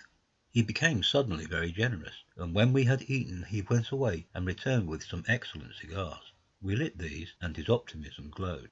He was inclined to regard my coming as a great occasion. "There's some champagne in the cellar," he said. "We can dig better on this Thameside Burgundy," said I. "No," said he, "I am host today. Champagne. Great God, we've a heavy enough task before us. Let us take a rest and gather strength while we may. Look at these blistered hands." And pursuant to this idea of a holiday, he insisted upon playing cards after we had eaten. He taught me ochre, and after dividing London between us, I taking the northern side and he the southern, we played for parish point. Grotesque and foolish as this will seem to the sober reader, it is absolutely true. And what is more remarkable, I found the card game and several others we played extremely interesting. Strange mind of man, that, with our species upon the edge of extermination or appalling degradation, with no clear prospect before us but the chance of a horrible death, we could sit following the chance of this painted pasteboard and playing the joker with vivid delight. Afterwards he taught me poker, and I beat him at 3 tough chess games. When dark came we decided to take the risk, and lit a lamp. After an interminable string of games, we supped, and the artilleryman finished the champagne. We went on smoking the cigars. He was no longer the energetic regenerator of his species I had encountered in the morning. He was still optimistic, but it was a less kinetic, a more thoughtful optimism. I remember he wound up with my health, proposed a speech of small variety and considerable intermittence. I took a cigar, and went upstairs to look at the lights of which he had spoken, that blazed so greenly upon the Highgate hills. At first I stared unintelligently across the London valley. The northern hills were shrouded in darkness. The fires near Kensington glowed redly, and now and then an orange-red tongue of flame flashed up and vanished in the deep blue night. All the rest of London was black. Then nearer I perceived a strange light, a pale, violet-purple fluorescent glow, quivering under the night breeze. For a space I could not understand it, and then I knew that it must be the red weed from which this faint irradiation proceeded. With that realization my dormant sense of wonder, my sense of proportion of things, awoke again. I glanced from that to Mars, red and clear, glowing high in the west, and then gazed long and earnestly at the darkness of Hampstead and Highgate. I remained a very long time upon the roof, wondering at the grotesque changes of the day. I recalled my mental states from the midnight prayer to the foolish card playing. I had a violent revulsion of feeling. I remember I flung away the cigar with a certain wasteful symbolism. My folly came to me with glaring exaggeration. I seemed a traitor to my wife and to my kind. I was filled with remorse. I resolved to leave this strange, undisciplined dreamer of great things to his drink and gluttony, and to go on into London. There, it seemed to me, I had the best chance of learning what the Martians and my fellow men were doing. I was still upon the roof when the late moon rose. Chapter 8. Dead London. After I had parted from the artilleryman, I went down the hill, and by the High Street across the bridge to Fulham. The red weed was tumultuous at that time, and nearly choked the bridge roadway, but its fronds were already whitened in patches by the spreading disease that presently removed it so swiftly. At the corner of the lane that runs to Putney Bridge Station, I found a man lying. He was as black as a sweep with the black dust, alive, but helplessly and speechlessly drunk. I could get nothing from him but curses and furious lunges at my head. I think I should have stayed by him but for the brutal expression of his face. There was black dust along the roadway from the bridge onwards, and it grew thicker in Fulham. The streets were horribly quiet. I got food, sour, hard and mouldy, but quite eatable, in a baker's shop here. Some way towards Walham Green the streets became clear of powder, and I passed a white terrace of houses on fire. The noise of the burning was an absolute relief. Going on towards Brompton, the streets were quiet again. Here I came once more upon the black powder in the streets and upon dead bodies. I saw altogether about a dozen in the length of the Fulham Road. They had been dead many days, so that I hurried quickly past them. The black powder covered them over and softened their outlines. One or two had been disturbed by dogs. Where there was no black powder, it was curiously like a Sunday in the city, with the closed shops, the houses locked up and the blinds drawn, the desertion and the stillness. In some places plunderers had been at work, but rarely at other than the provision and wine shops. A jeweller's window had been broken open in one place, but apparently the thief had been disturbed, and a number of gold chains and a watch lay scattered on the pavement. I did not trouble to touch them. Farther on was a tattered woman in a heap on a doorstep. The hand that hung over her knee was gashed, and bled down her rusty brown dress, and a smashed magnum of champagne formed a pool across the pavement. She seemed asleep, but she was dead. The farther I penetrated into London, the profounder grew the stillness. But it was not so much the stillness of death, it was the stillness of suspense, of expectation. At any time the destruction that had already singed the northwestern borders of the metropolis, and had annihilated Ealing and Kilburn, might strike among these houses and leave them smoking ruins. It was a city condemned and derelict. In South Kensington the streets were clear of dead and of black powder.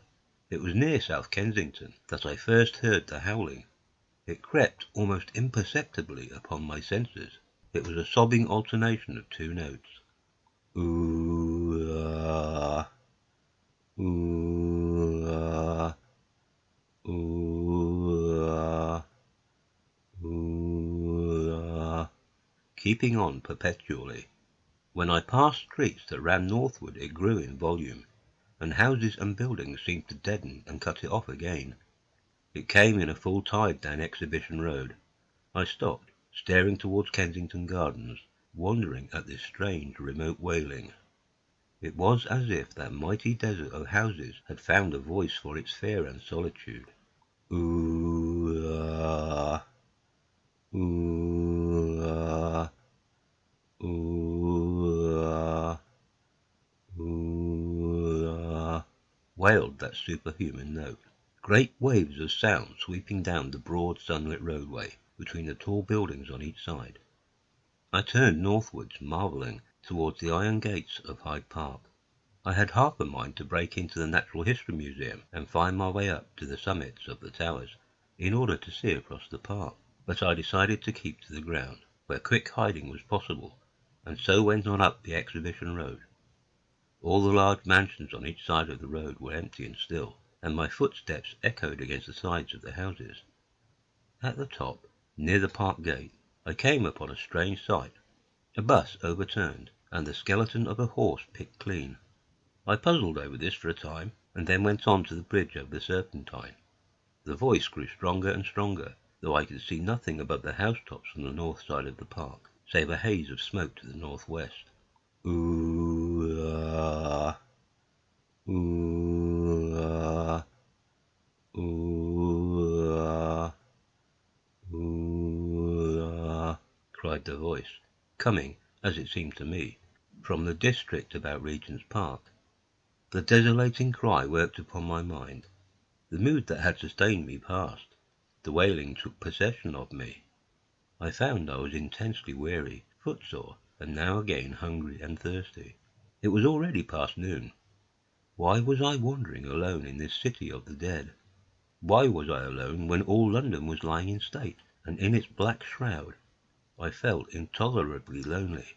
My mind ran on old friends that I had forgotten for years. I thought of the poisons in the chemist shops, of the liquors the wine merchants stored. I recalled the two sodden creatures of despair, who, so far as I knew, shared the city with myself.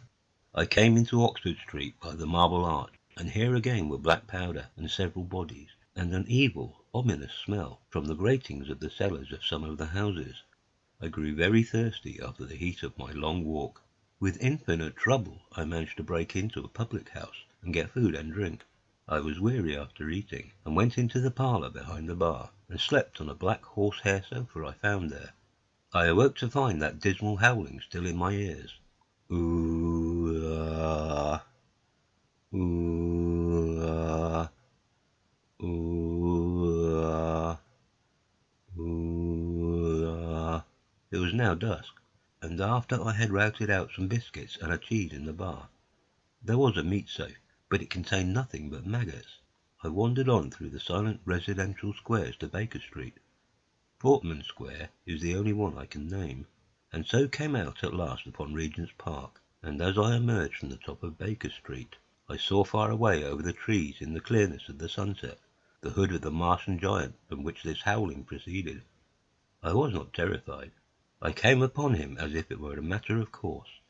I watched him for some time, but he did not move. He appeared to be standing and yelling, for no reason that I could discover. I tried to formulate a plan of action. That perpetual sound of ooh-ah, ooh-ah, ooh-ah, ooh-ah, confused my mind. Perhaps I was too tired to be very fearful. Certainly I was more curious to know the reason of this monotonous crying than afraid. I turned back away from the park and struck into Park Road, intending to skirt the park, went along under the shelter of the terraces, and got a view of this stationary, howling Martian from the direction of St. John's Wood. A couple of 100 yards out of Baker Street I heard a yelping chorus, and saw, first a dog with a piece of putrescent red meat in his jaws coming headlong towards me, and then a pack of starving mongrels in pursuit of him. He made a wide curve to avoid me, as though he feared I might prove a fresh competitor. As the yelping died away down the silent road, the wailing sound of ooh-ah, ooh-ah, ooh-ah, ooh-ah reasserted itself. I came upon a wrecked handling machine halfway to St. John's Wood Station.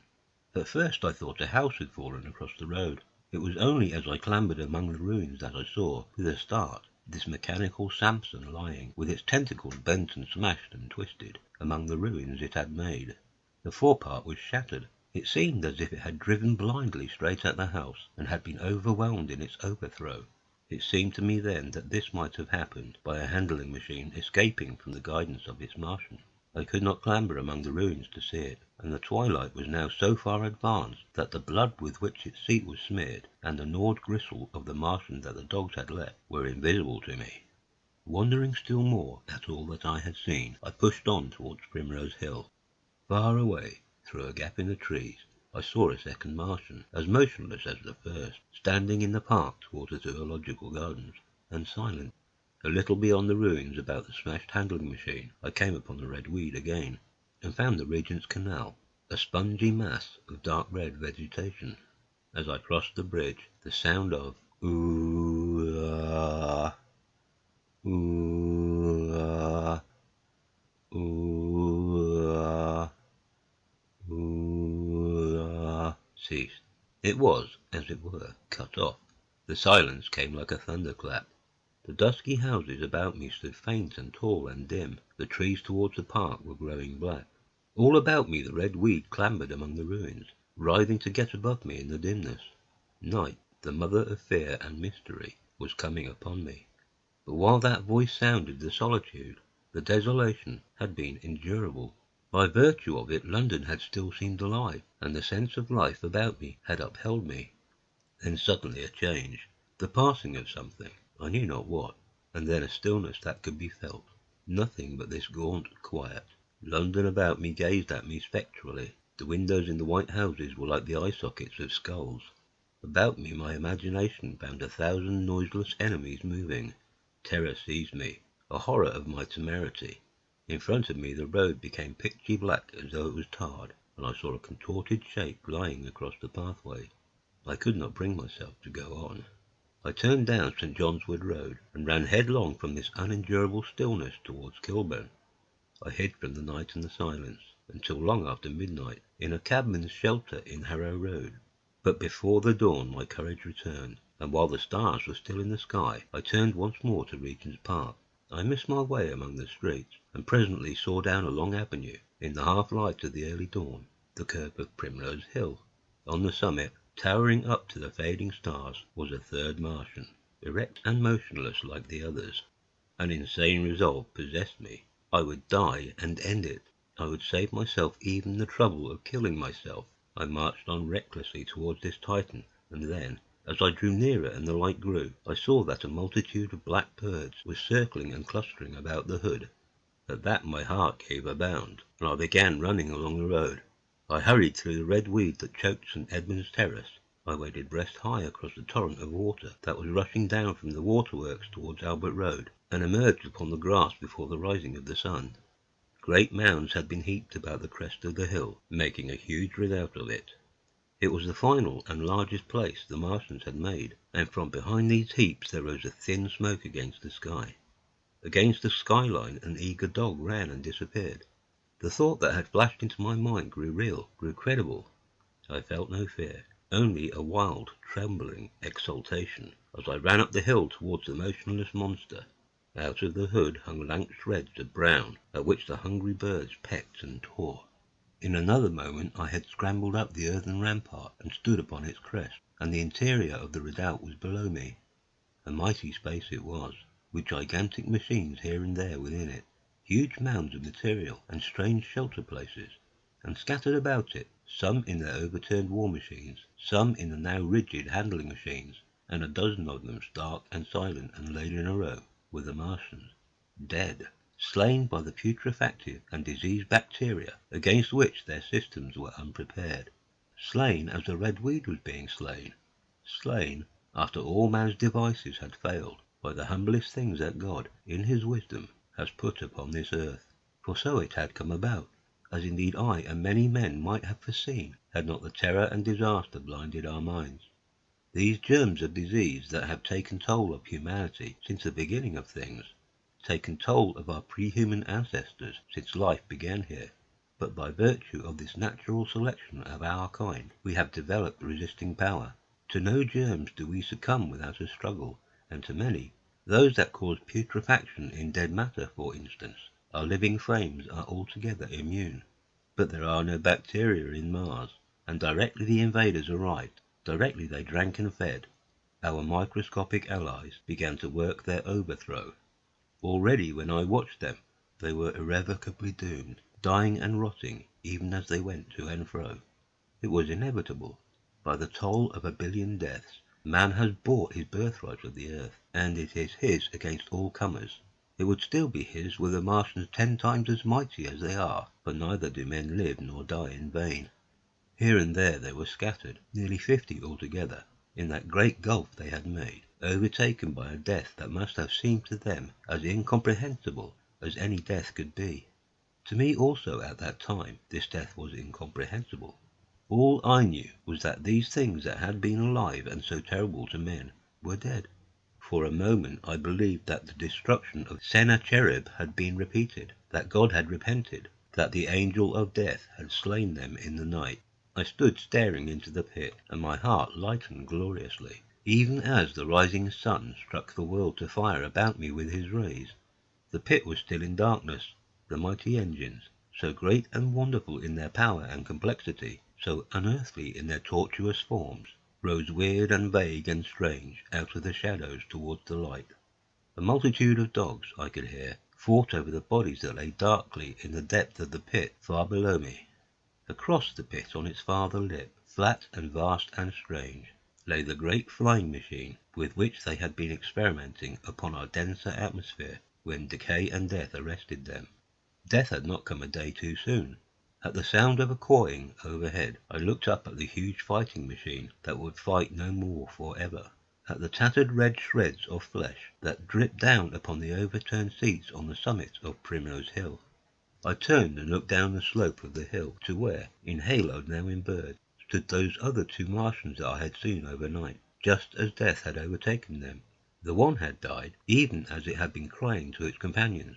Perhaps it was the last to die, and its voice had gone on perpetually until the force of its machinery was exhausted.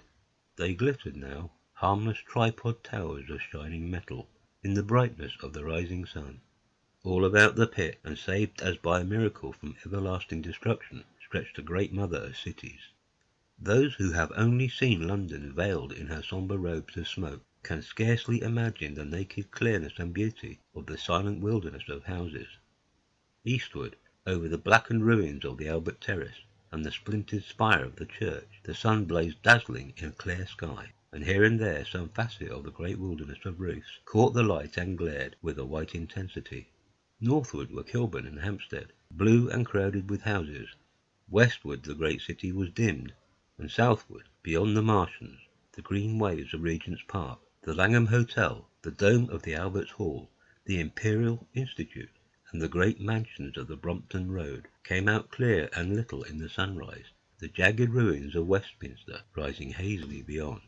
Far away in blue were the Surrey hills, and the towers of the Crystal Palace glittered like 2 silver rods. The dome of St. Paul's was dark against the sunrise, and injured, I saw for the first time, by a huge gaping cavity on its western side. And as I looked at this wide expanse of houses and factories and churches, silent and abandoned, as I thought of the multitudinous hopes and efforts, the innumerable hosts of lives that had gone to build this human reef, and of the swift and ruthless destruction that had hung over it all, when I realized that the shadow had been rolled back, and that men might still live in the streets, and this dear, vast, dead city of mine be once more alive and powerful, I felt a wave of emotion that was near akin to tears. The torment was over. Even that day the healing would begin. The survivors of the people scattered over the country, leaderless, lawless, foodless, like sheep without a shepherd, the thousands who had fled by sea, would begin to return. The pulse of life, growing stronger and stronger, would beat again in the empty streets and pour across the vacant squares. Whatever destruction was done, the hand of the destroyer was stayed.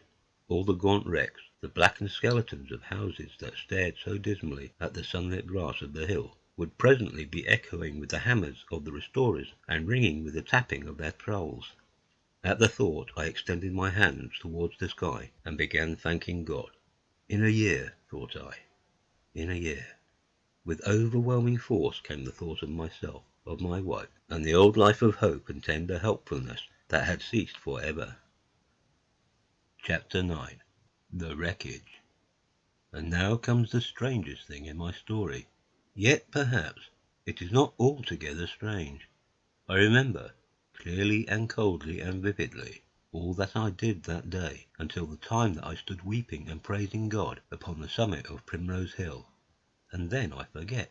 Of the next 3 days I know nothing. I have learned since that, so far from my being the first discoverer of the Martian overthrow, several such wanderers as myself had already discovered this on the previous night. One man, the first, had gone to St. Martin's-le-Grand, and, while I sheltered in the cabman's hut, had contrived to telegraph to Paris. Thence the joyful news had flashed all over the world. 1,000 cities, chilled by ghastly apprehensions, suddenly flashed into frantic illuminations. They knew of it in Dublin, Edinburgh, Manchester, Birmingham, at the time when I stood upon the verge of the pit.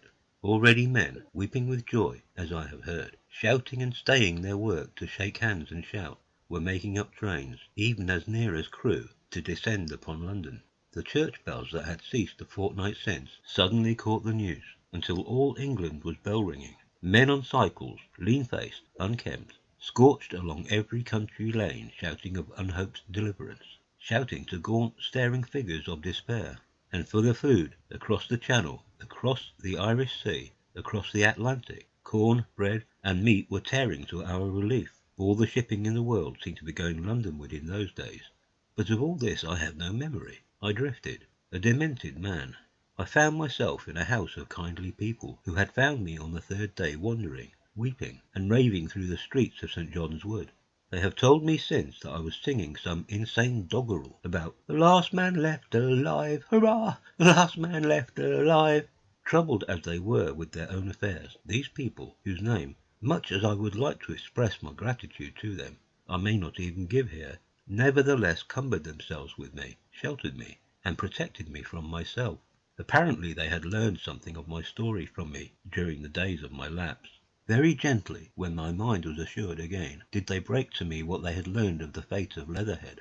2 days after I was imprisoned it had been destroyed, with every soul in it, by a Martian. He had swept it out of existence, as it seemed, without any provocation, as a boy might crush an ant-hill in the mere wantonness of power. I was a lonely man, and they were very kind to me. I was a lonely man and a sad one, and they bore with me. I remained with them 4 days after my recovery. All that time I felt a growing craving to look once more on whatever remained of the little life that had seemed so happy and bright in my past.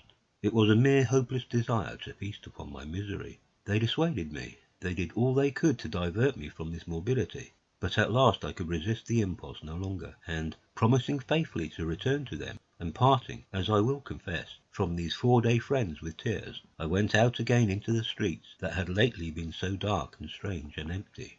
Already they were busy with returning people. In places even there were shops open, and I saw a drinking fountain running water. I remember how mockingly bright the day seemed as I went back on my melancholy pilgrimage to the little house at Woking. How busy the streets and vivid the moving life about me. So many people were abroad everywhere, busied in 1,000 activities, that it seemed incredible that any great proportion of the population could have been slain. But then I noticed how yellow were the skins of the people I met, how shaggy the hair of the men, how large and bright their eyes, and that every other man still wore his dirty rags.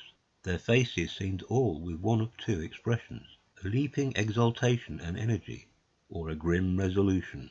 Save for the expression of the faces, London seemed a city of tramps. The vestries were indiscriminately distributing bread sent us by the French government. The ribs of the few horses showed dismally. Haggard special constables with white badges stood at the corners of every street.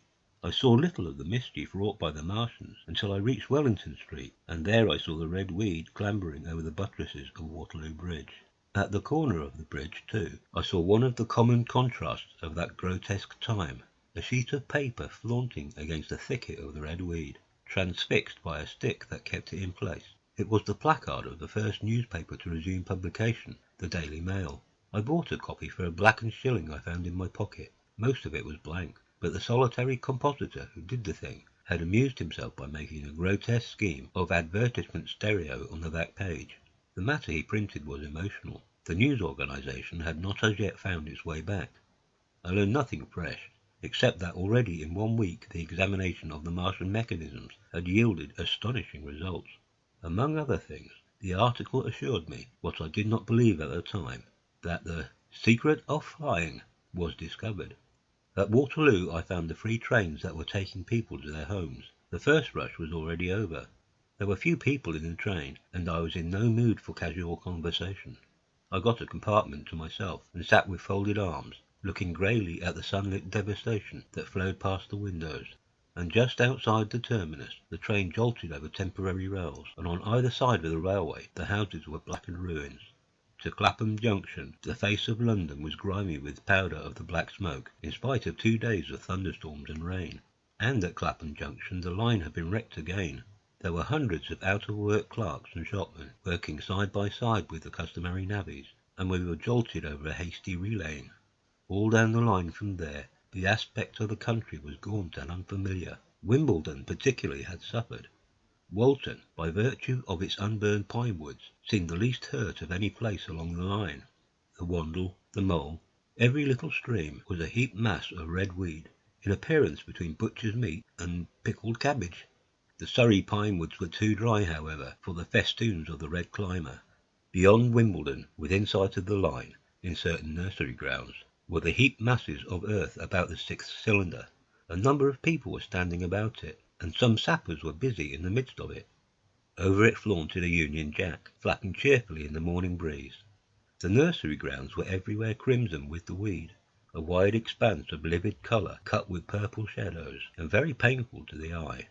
One's gaze went with infinite relief from the scorched greys and sullen reds of the foreground to the blue-green softness of the eastward hills. The line on the London side of Woking Station was still undergoing repair, so I descended at Byfleet Station and took the road to Maybury, past the place where I and the artilleryman had talked to the hussars, and on by the spot where the Martian had appeared to me in the thunderstorm. Here, moved by curiosity, I turned aside to find, among a tangle of red fronds, the warped and broken dog-cart with the whitened bones of the horse, scattered and gnawed. For a time I stood regarding these vestiges. Then I returned through the pine wood, neck high with red weed here and there, to find the landlord of the spotted dog had already found burial, and so came home past the College Arms. A man standing at an open cottage door greeted me by name as I passed. I looked at my house with a quick flash of hope that faded immediately. The door had been forced. It was unfast and was opening slowly as I approached. It slammed again. The curtains of my study fluttered out of the open window, from which I and the artilleryman had watched the dawn. No one had closed it since. The smashed bushes were just as I had left them nearly 4 weeks ago. I stumbled into the hall, and the house felt empty.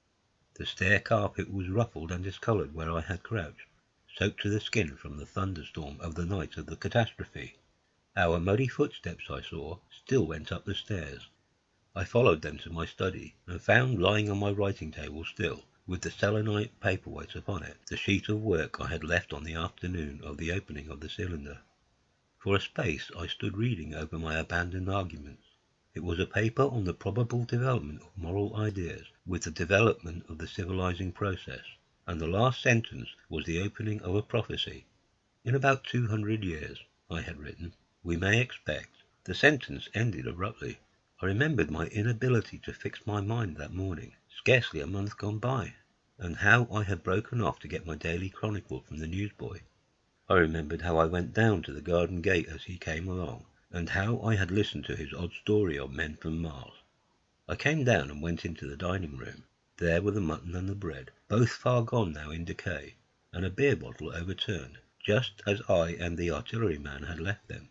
My home was desolate. I perceived the folly of the faint hope I had cherished so long, and then a strange thing occurred. "It is no use," said a voice. "The house is deserted. No one has been here these 10 days. Do not stay here to torment yourself. No one escaped but you." I was startled. Had I spoken my thoughts aloud? I turned, and the French window was open behind me. I made the step to it, and stood looking out. And there, amazed and afraid, even as I stood amazed and afraid, were my cousin and my wife. My wife, white and tearless. She gave me a faint cry. "I came," she said. "I knew." She put her hand to her throat, swayed. I made a step forward, and caught her in my arms. Chapter 10. The Epilogue. I cannot but regret, now that I am concluding my story, how little I am able to contribute to the discussion of the many debatable questions which are still unsettled. In one respect I shall certainly provoke criticism. My particular province is speculative philosophy. My knowledge of comparative physiology is confined to a book or two. But it seems to me that Carver's suggestions as to the reason of the rapid death of the Martians is so probable as to be regarded almost a proven conclusion. I have assumed that in the body of my narrative. At any rate, in all the bodies of the Martians that were examined after the war, no bacteria except those already known as terrestrial species were found. That they did not bury any of their dead, and the reckless slaughter they perpetrated, point also to an entire ignorance of the putrefactive process. But probable as this seems, it is by no means a proven conclusion. Neither is the composition of the black smoke known, which the Martians used with such deadly effect, and the generator of the heat rays remains a puzzle. The terrible disasters at the Ealing and South Kensington laboratories have disinclined analysts for further investigations upon the latter. Spectrum analysis of the black powder points unmistakably to the presence of an unknown element with a brilliant group of 3 lines in the green, and it is possible that it combines with argon to form a compound which acts at once with deadly effect upon some constituent in the blood. But such unproven speculations will scarcely be of interest to the general reader to whom this story is addressed. None of the brown scum that drifted down the Thames after the destruction of Shepperton was examined at the time, and now none is forthcoming. The results of an anatomical examination of the Martians, so far as the prowling dogs had left such an examination possible, I have already given, but everyone is familiar with the magnificent and almost complete specimen in spirits at the Natural History Museum, and the countless drawings that have been made from it, and beyond that the interest of their physiology and structure is purely scientific. A question of graver and universal interest is the possibility of another attack from the Martians. I do not think that nearly enough attention is being given to this aspect of the matter. At present the planet Mars is in conjunction, but with every return to opposition I, for one, anticipate a renewal of their adventure. In any case, we should be prepared. It seems to me that it should be possible to define the position of the gun from which the shots are discharged, to keep a sustained watch upon this part of the planet, and to anticipate the arrival of the next attack. In that case the cylinder might be destroyed with dynamite or artillery before it was sufficiently cool for the Martians to emerge, or they might be butchered by means of guns so soon as the screw opened. It seems to me that they have lost a vast advantage in the failure of their first surprise. Possibly they see it in the same light. Lessing has advanced excellent reasons for supposing that the Martians have actually succeeded in effecting a landing on the planet Venus. 7 months ago now, Venus and Mars were in alignment with the Sun. That is to say, Mars was in opposition from the point of view of an observer on Venus. Subsequently, a peculiar luminous and sinuous marking appeared on the unillumined half of the inner planet, and almost simultaneously a faint dark mark of a similar sinuous character was detected upon a photograph of the Martian disk. One needs to see the drawings of these appearances in order to appreciate fully their remarkable resemblance in character. At any rate, whether we expect another invasion or not, our views of the human future must be greatly modified by these events. We have learned now that we cannot regard this planet as being fenced in and a secure abiding place for man. We can never anticipate the unseen good or evil that may come upon us suddenly out of space. It may be that in the larger design of the universe, this invasion from Mars is not without its ultimate benefit for men. It has robbed us of that serene confidence in the future which is the most fruitful source of decadence. The gifts to human science it has brought are enormous, and it has done much to promote the conception of the commonweal of mankind. It may be that across the immensity of space, the Martians have watched the fate of these pioneers of theirs and learned their lesson, and that on the planet Venus they have found a secure settlement. Be that as it may, for many years yet there will certainly be no relaxation of the eager scrutiny of the Martian disk, and those fiery darts of the sky, the shooting stars, will bring with them as they fall an unavoidable apprehension to all the sons of men.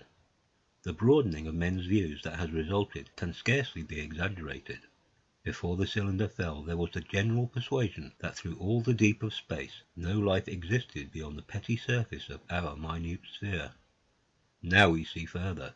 If the Martians can reach Venus, there is no reason to suppose that the thing is impossible for men. And when the slow cooling of the sun makes this earth uninhabitable, as at last it must do, it may be that the thread of life that has begun here will have streamed out and caught our sister planet within its toils.